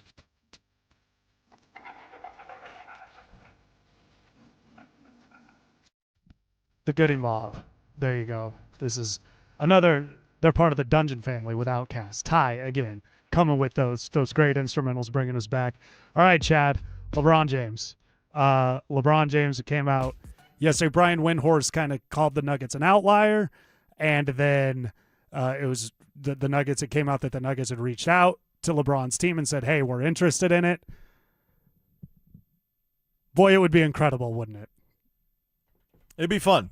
It would be. It's fun to entertain. It's fun to dream. It's fun to think that someone involved in GOAT conversations, whether you agree with the people who contend that or not, would consider it and would do it for the reasons of acknowledging this is my best way to win. This is who I want to play with, and it's our Serbian basketball god. Yeah. Like that's fun to entertain that notion.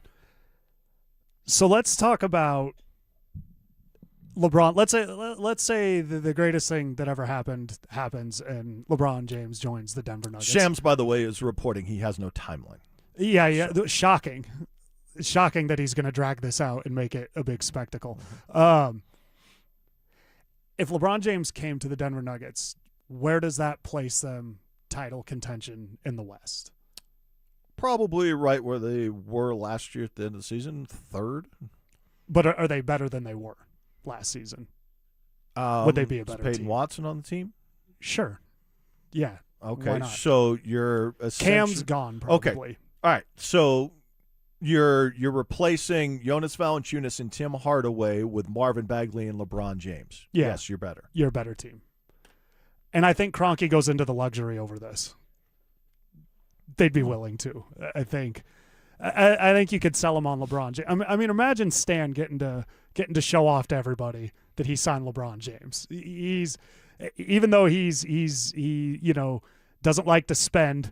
Boy, that's a flex. That's pretty big time. Like, look where the Nuggets were all these years ago. Ha ha ha, Carmelo, who wants to be? You didn't want to be here, but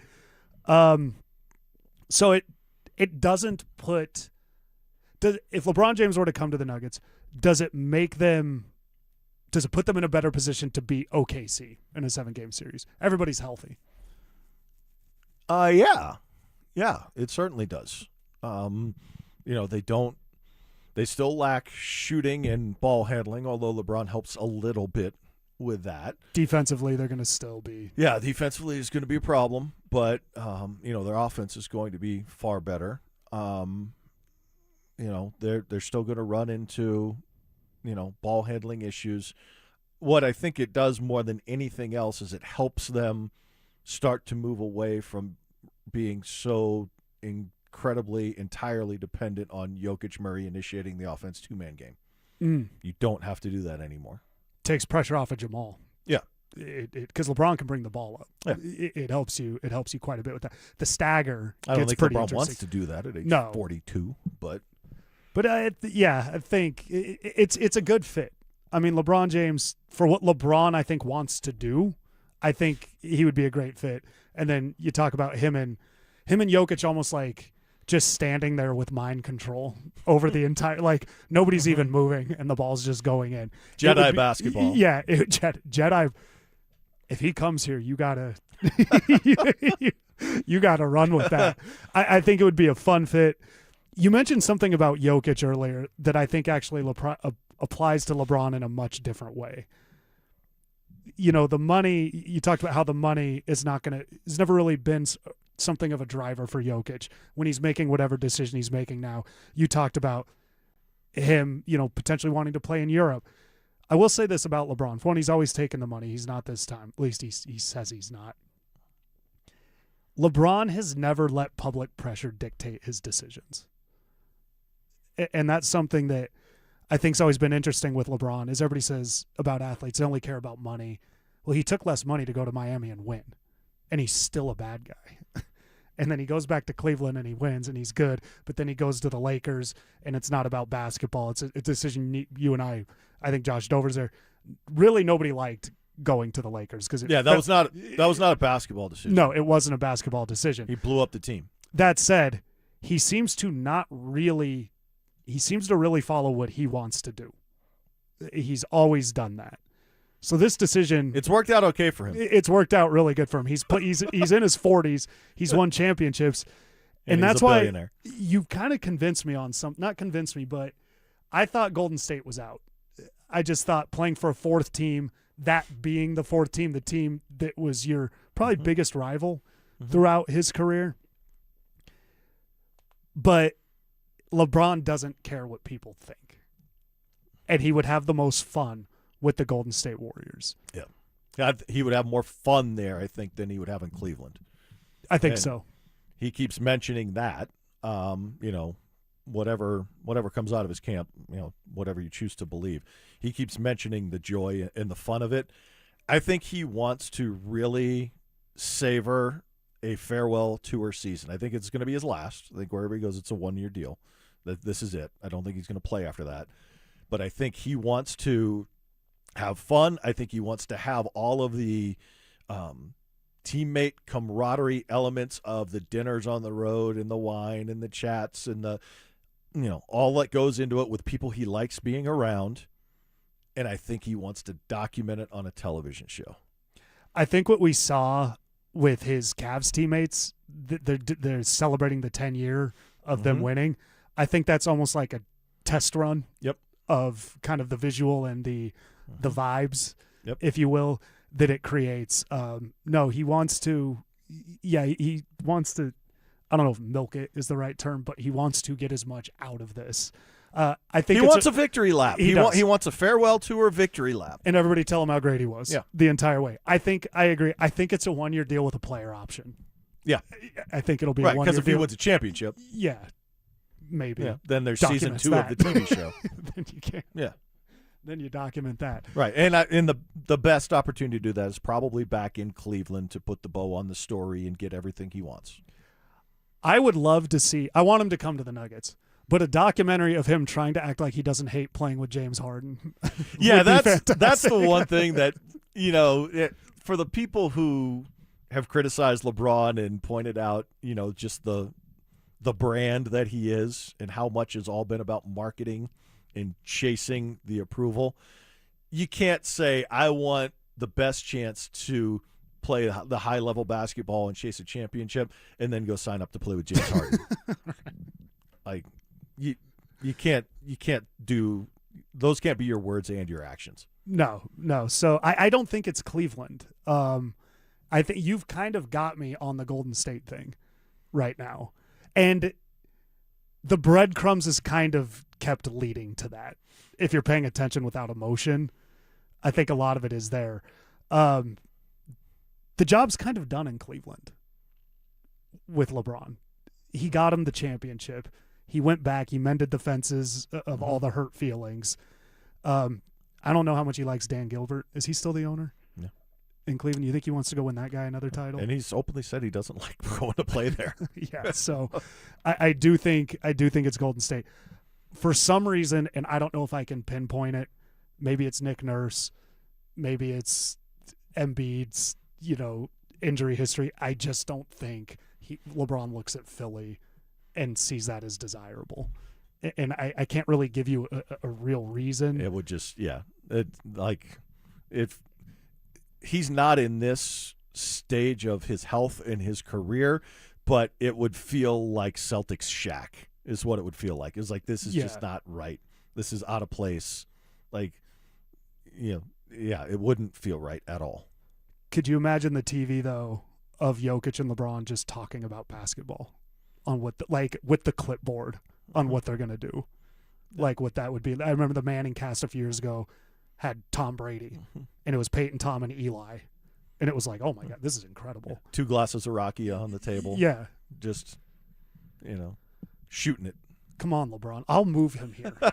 I'll move all your stuff. You're you don't have to pay boxes? for movers. Yeah, I'll pack boxes, whatever it takes, LeBron. His family's not moving. No, they're staying in L.A. Like, he's commuting to work for 9 months wherever he goes. Last thing, real quick. Bronny James is on whatever team LeBron James is on next year. No, Lakers guaranteed him.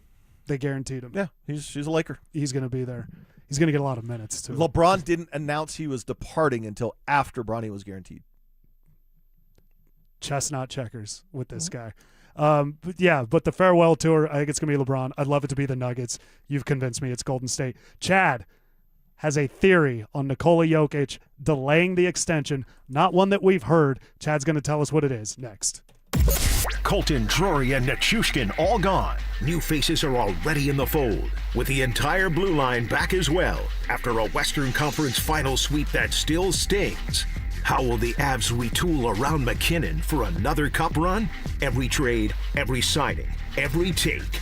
Denver Sports has you covered all summer long. Denver Sports, 104.3 The Fan. Hey, guys, let me ask you a question. You live with back pain, neck pain, worried about needing surgery. How about taking all those habit-forming medications? Well, my guys at Spine One specialize in treatments that offer alternatives to major surgery, long-term medication, and here's the best news. You can do what I did. Start your journey toward pain-free today. That's right. Same-day appointments. They're a phone call away, 303-367-2225, 303-367-BACK. Spine One is a complete medical center for spine care. They've got exams, MRIs, physical therapy, treatment options, all in one facility. And their board-certified physicians going to educate you on what's going on, give you all the options, the treatment options for both nagging and debilitating pain. Guys, they changed my life, suffered with debilitating pain. Couple of short visits to my guys at Spine One. I was doing things that I had checked out of. I had checked out of playing golf or going to the gym, sleeping through the night. I couldn't get that done. Couple short visits to my guys at Spine One. I was back on the golf course, back in the gym, sleeping through the night. Telling you what, changed my life. It could do it for you too. Call them, 303-367-2225. Start your journey today, 303-367-BACK, or find them online at spine1.com. AutoNation's July 4th sale means savings worth celebrating. Right now, drive new and used cars with zero down. Plus, make zero payments for 90 days. Thousands of vehicles, thousands in savings. Put zero down. Make zero payments till fall on all your favorite new vehicles. Don't miss out. Save now through July 4th weekend only. Hurry to your nearest AutoNation. Less stress, more go. 90 days to first payment on approved credit. Interest accrues from date of purchase. See store for details. Expires 7/5/26. Hey, Rob Biandino here at BeatTheDA.com. I've handled about 7,000 cases, over 300 trials. Man, I see so many bad stops on these DUIs. Unlawful arrests, the police putting body cams off. The evidence is sketchy. We got to go get the evidence. We go find those cameras, the stores, the ATMs, the banks. We got the experts to challenge their breath tests, their blood tests. My office has over 100 years experience at this stuff. Hit me up at BeatTheDA.com or 720-706-5151. 1877 Cars for Kids. KARS Cars for Kids. 1877 Cars for Kids. Donate your car today. Call 877 Cars for Kids to reach a friendly live agent. Donation is super easy, and your car can be picked up as soon as tomorrow. Call us now or go to carsforkids.org. Donate your car today. Did you know you can donate real estate too?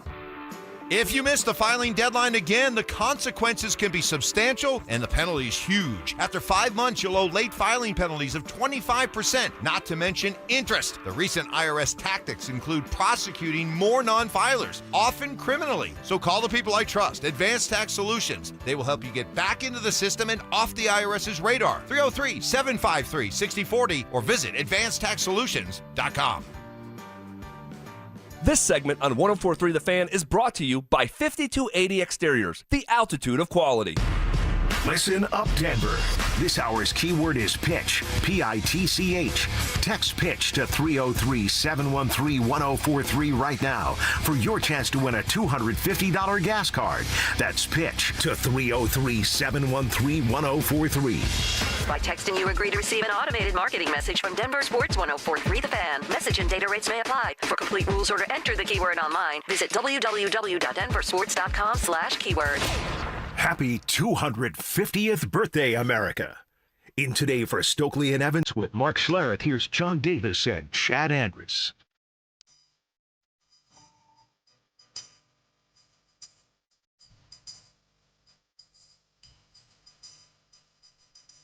Nikola Jokic delaying the don't you love the words that get used to describe? He didn't sign it. Like, he hadn't signed it.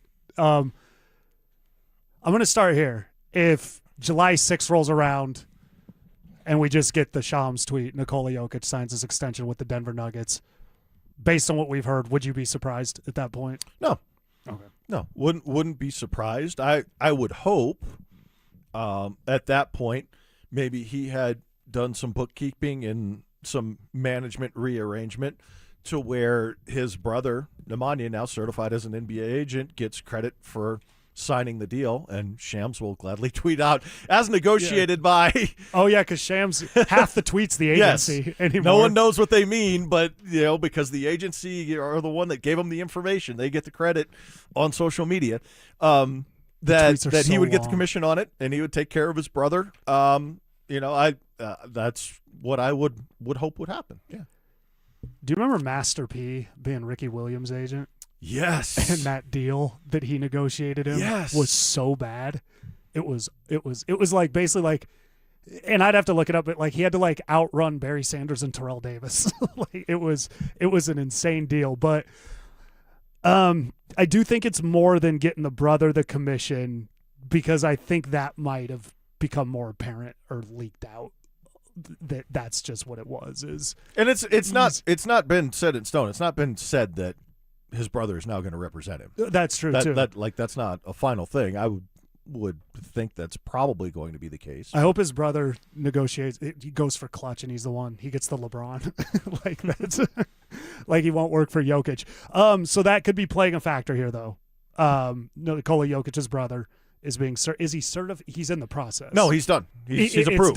It's done now. He's approved. He can represent NBA players. So he can negotiate contracts. He can go in there and talk to the Cronkies. Yep.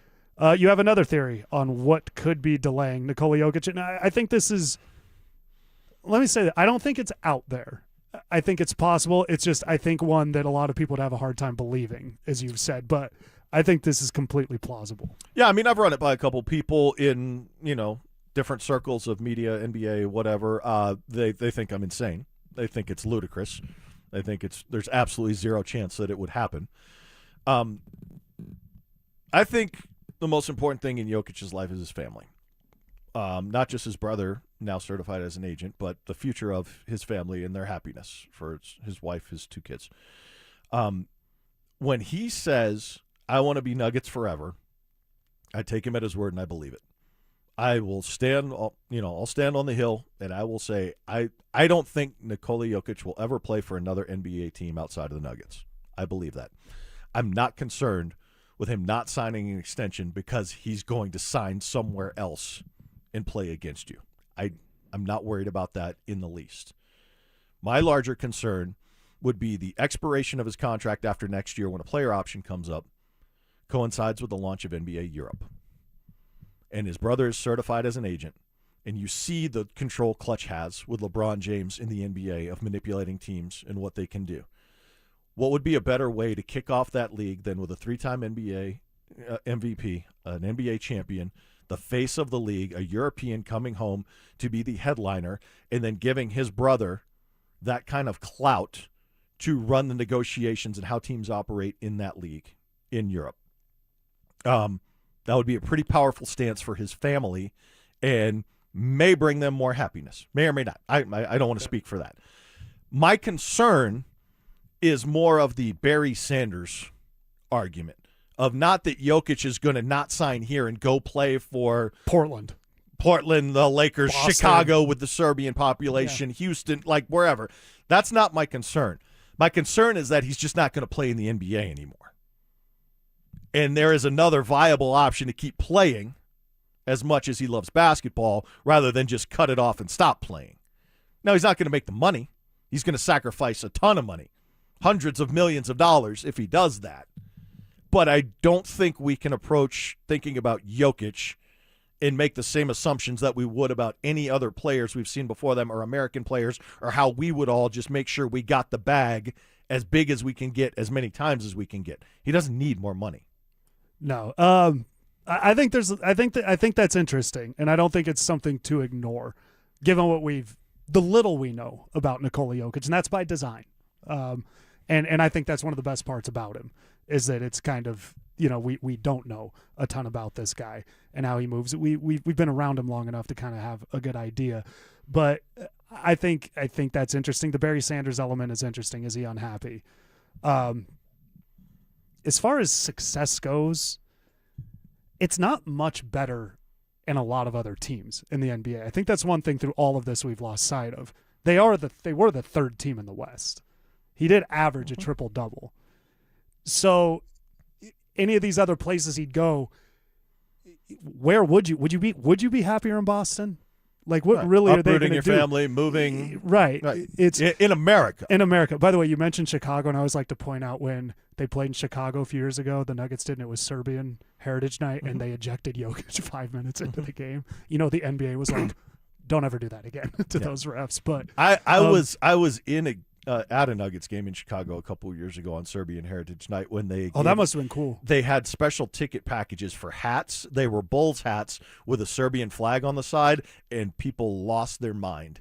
They were all over the arena. People were offering hundreds of dollars to buy them if they didn't have that ticket package. Oh, it was a limited. It was like first 10,000 fans. It had to be part of the package you bought that you got the hat included with the Serbian Heritage Night, because I tried to get one, and I was there with a media credential and went and talked to the Bulls marketing people and took pictures and posted it. And I was like, how do I get one of these? And they're like, no.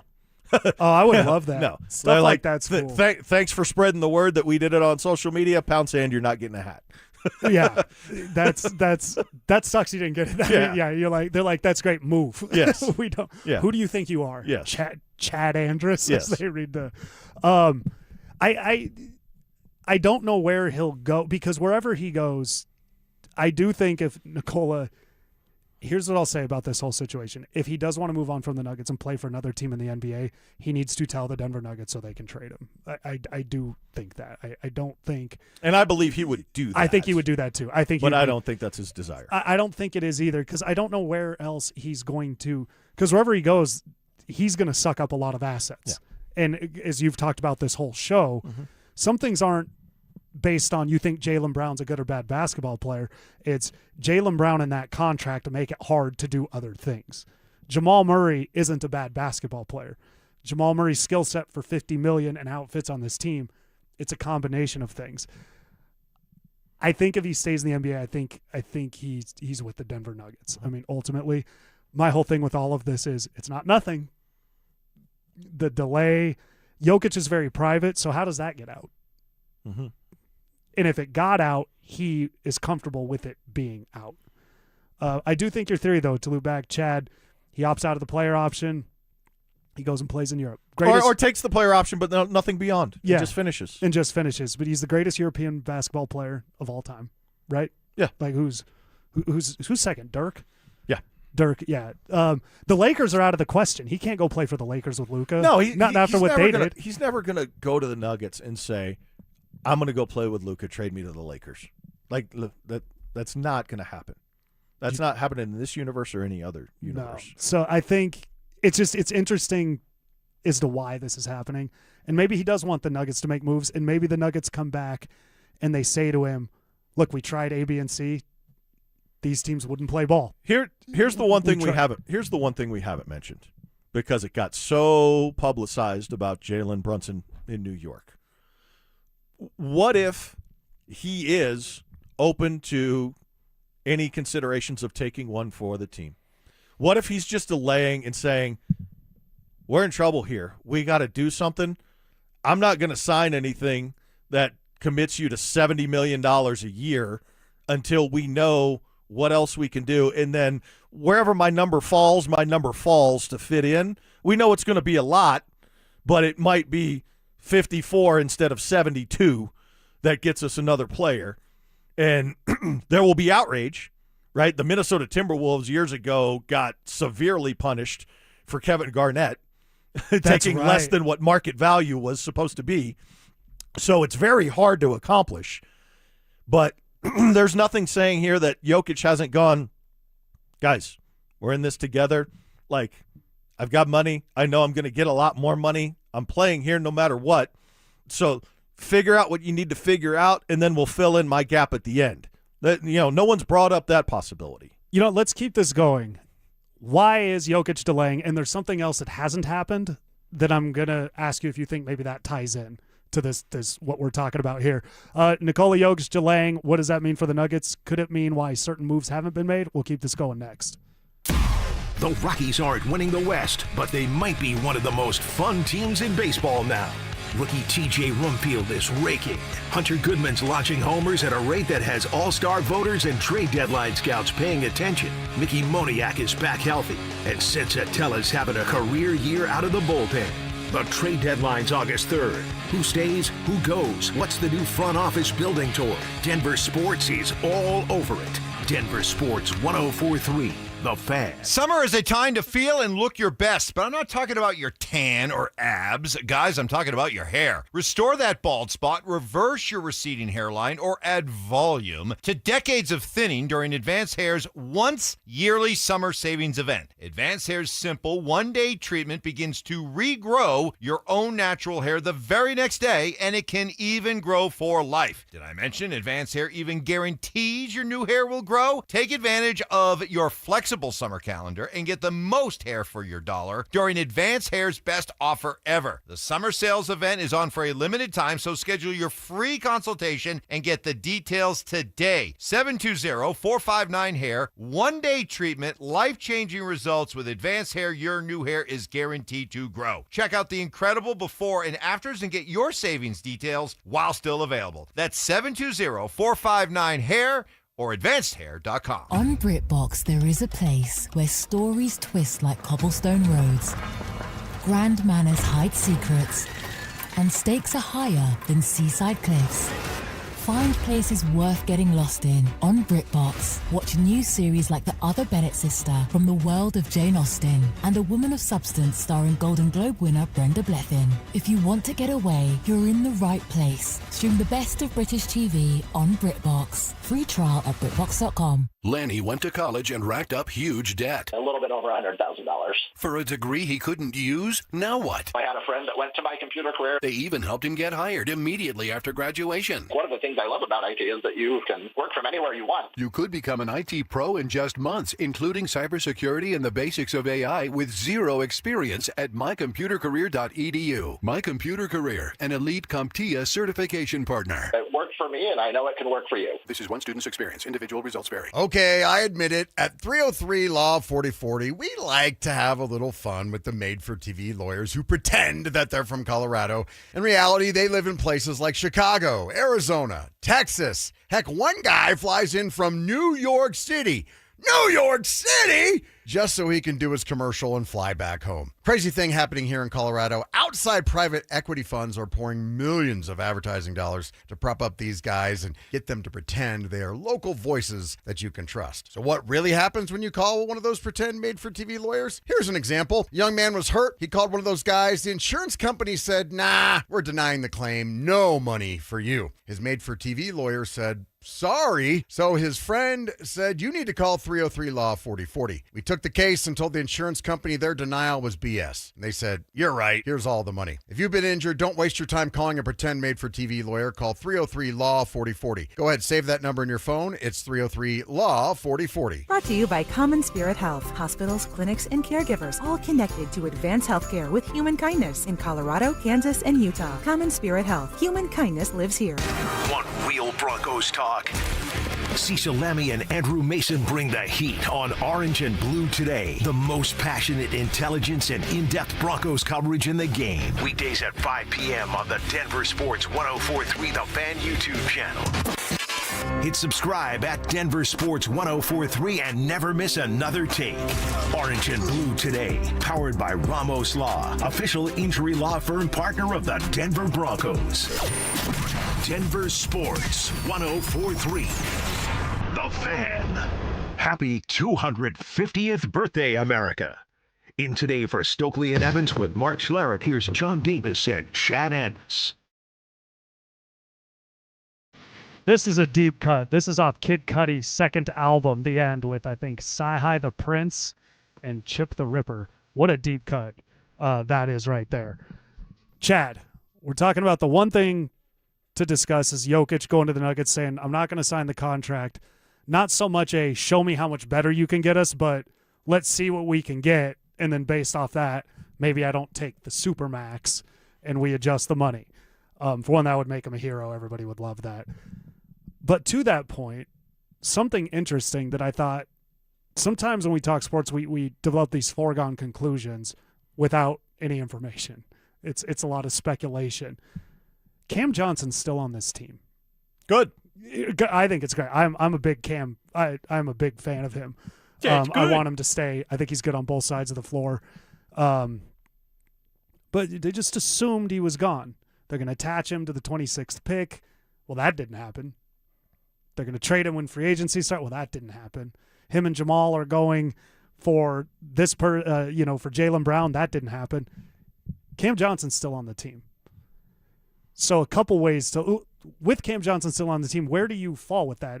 Is it they're still waiting on a move? There's a bigger move coming?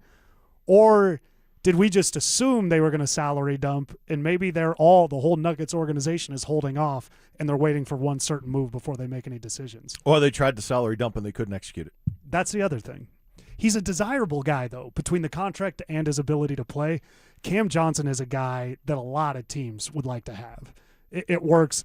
In an era where there's no good contracts that is kind of consistent with the player, his is about as perfect as it can get. Yeah, if we're operating how we've always operated, I'm not sure every NBA team is doing that. Right? I think they're starting to shift their mindset and how they approach things. So the value of Cam Johnson as an established player, a great three-point shooter on an expiring contract, is valuable to a contending team.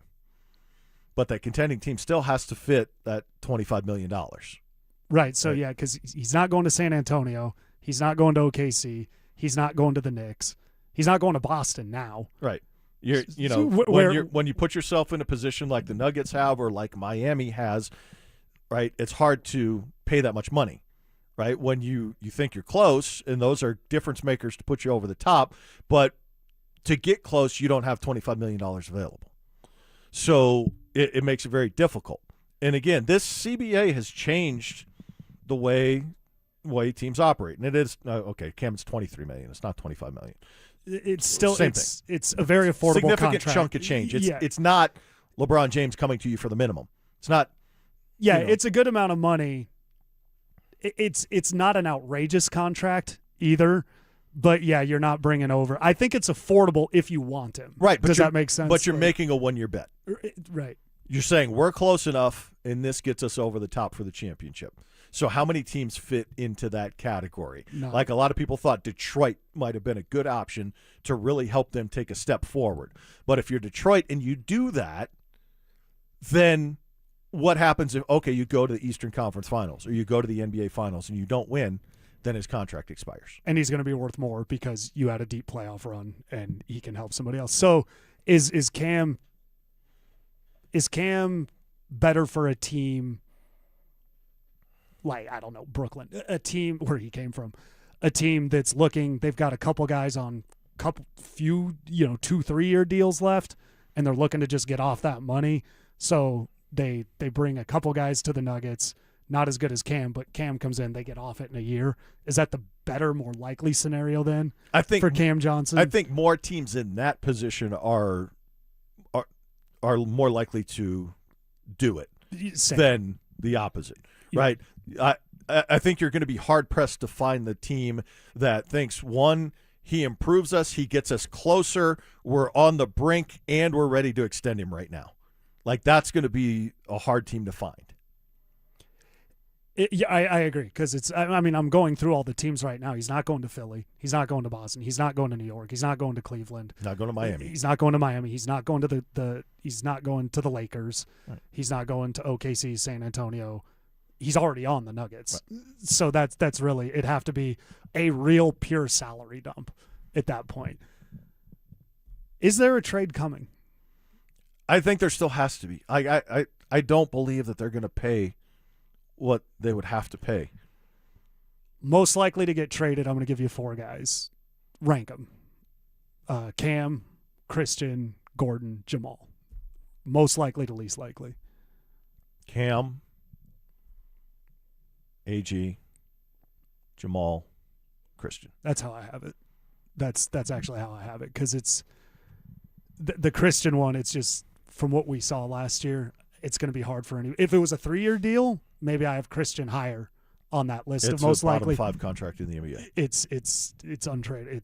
It's tough. It's your best bet. I think trading Christian is he shines early on next year, and then you would trade him during the year. Which but if he shines, then you don't want to trade him. Yeah, and they won't do it. They will reaffirm the contract that it wasn't a dumb contract. Look how smart we are. So that's kind of where I'm at. But you do see a trade happening. Yeah, I don't see a scenario where they're going to take a team that wasn't competitive in the first round and pay double the cost of it to keep it together. I think Cam's the most likely in the they only trade one guy scenario. I think if they trade AG, it's AG and Christian or AG and Cam. I don't think Gordon leaves just Gordon. They attach another chunk of money to it. Yeah, and that would be to get whether it's a 3-team deal and 2 guys go. Right. But Cam's the only one. You're talking about $55 million out the door if it's AG and Cam. Right. But how much are you taking back? And right. I mean, if you're taking back 50 plus, all right, okay, I get that you're still in a cap situation, but that 50 plus then needs to be 5 players instead of 2 that are playable. Yeah, you got to get it all back. And with that, to loop back to kind of what you were talking about, if they come to Nicola and they say, whatever these pieces are, do you think this is a team you can go all the way with? And he says yes, and they go, okay, well, then we need you to, in order to do this, you got to take this amount of money. Yeah. Maybe he does it. If he's even capable, right? That's a big bugaboo with the Players Association. I don't think he should do it in the NBA. No, nobody should ever take less money than their market value, but we're advocating for LeBron James to do it. Yeah, but that's because we need. That's because we can't. Right, because it fits our argument. It fits our argument, and he'll be. And he said it. Mm-hmm. He's the one that said he'll take the. Well, I think LeBron's aware enough now to know I'm not getting that money from anybody. But that's okay, apparently, for him to determine that and say that. But if someone else does it, the league's going to put him in trouble. Let me tell you this. If LeBron said, I want a Supermax deal, I'd be like, of course. I wouldn't be like, that's stupid of him. I don't. These organizations will do everything they can to not pay you. So I think these guys, anytime when Bruce Brown left, somebody had said to me, he wants that money over a championship. And I'm like, yeah, and he should. You know who loves that narrative? The billionaire owners. Yeah. they love the whole let's pick on these guys for not taking less money. Yeah. And LeBron did it when he went to Miami. He still got $99 million, but he took less money to win and was still a villain in the whole thing.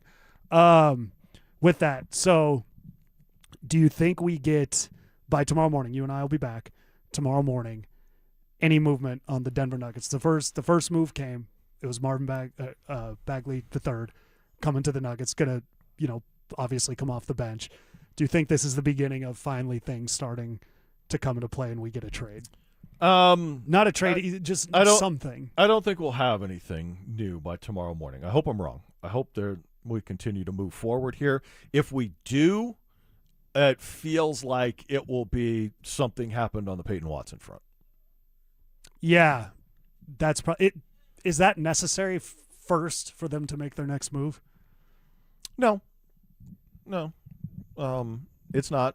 I mean, if they could make another move that makes it crystal clear that he can be here, open up money to sign him, and also room for him to thrive, they could easily do that. Well, not easily because it hasn't been done, but it's possible. Do you think Peyton Watson knows right now? Do you think that him and Clutch basically know where it's going to be? I think all of these guys mostly know. I think so too. It's why he's in France. When we say there's a start of a negotiation time or there's free agent negotiating, I think very few are surprised or are legitimately saying, let's see what they have to say. Oh, let's see what their offer is. They all know what's coming in, and they all know, likely where they're headed unless somebody really ups the ante at the last second. Yeah, they know. That's why he's in France with AG. He knows. He's not sweating it. I can tell you that. No, he's definitely not sweating it. Ty behind the boards. Thank you, Chad. It was fun. You and I will be back tomorrow morning, 6 a.m. to 10 a.m. Dan Jacobs and Dante Gomez coming up next. The Nuggets summer is heating up, and the biggest questions are still on the table.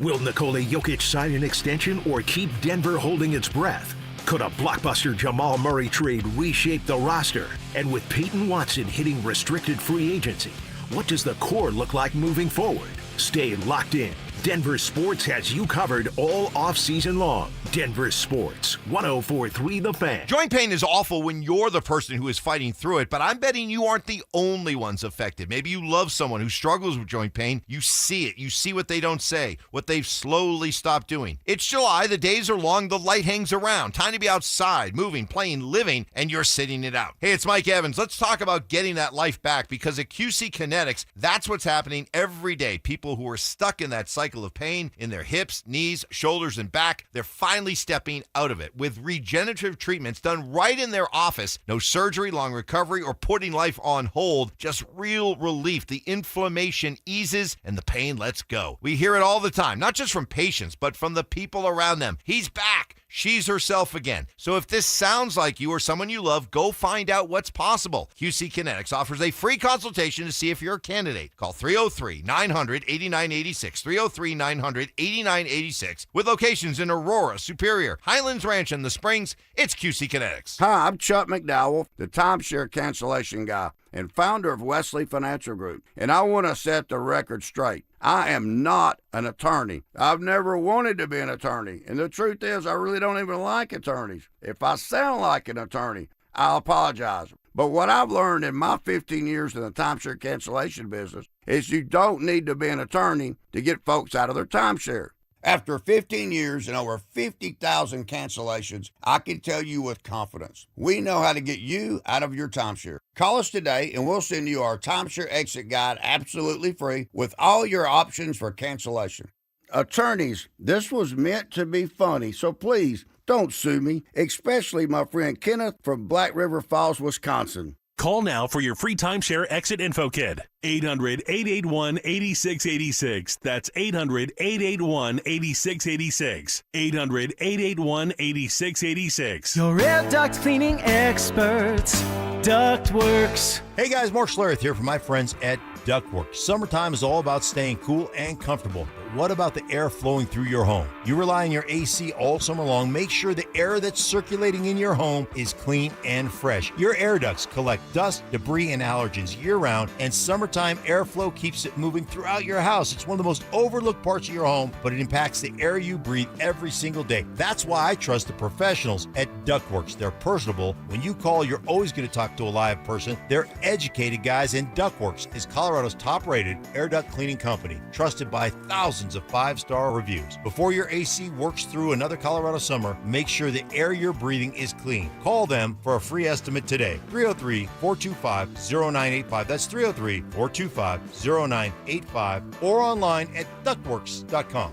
303-425-0985. Colorado, make sure your AC is ready for summer. 1 Hour Heating and Air Conditioning offers repairs, replacements, and tune-ups 24/7. Book at onehouraircolorado.com or call 855-1-HOUR. KKFN and KKFN HD1 Longmont, Denver.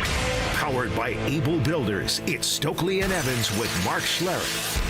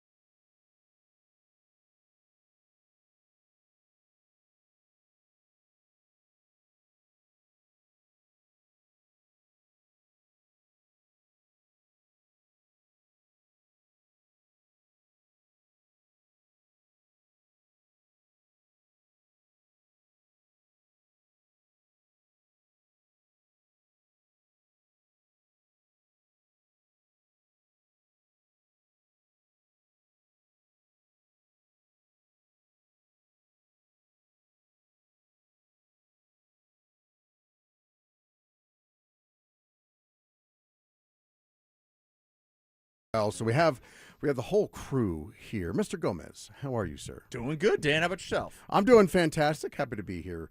I had heard that you called our last show together a barrel of monkeys. I did? Yeah, that's what Joe was telling me. I don't know. Is that positive? Is that negative? What kind of connotation does barrel of monkeys have that's to a it? very old phrase. I don't know that I've heard that in a long time. That was more fun than a barrel full of monkeys. Oh, okay. Oh, so it's a good thing. Yeah. Okay. Now, when I was a kid and a young kid, we had like a little toy that was literally Oh, I had that toy, like the little red monkeys that all Oh, hooked yeah, up they all together. hooked together. Yep. Yeah, it was a bear full of They're in monkeys. Toy Story as well. I Oh, think they're okay. in Toy Story. Is there? Okay. Probably, yeah. Yeah, now that you mentioned it. By the way, I did see Toy Story 5 this last week. How'd you like it? You know, it was for some reason I don't remember really caring for Toy Story 2. That's crazy. But I like Toy Story 5 because the message in Toy Story 5 is very true as a parent today. Very, very true. Very, very true. It's about basically kids being screen zombies and things like that. And it's because my daughter is one of those. It just gets completely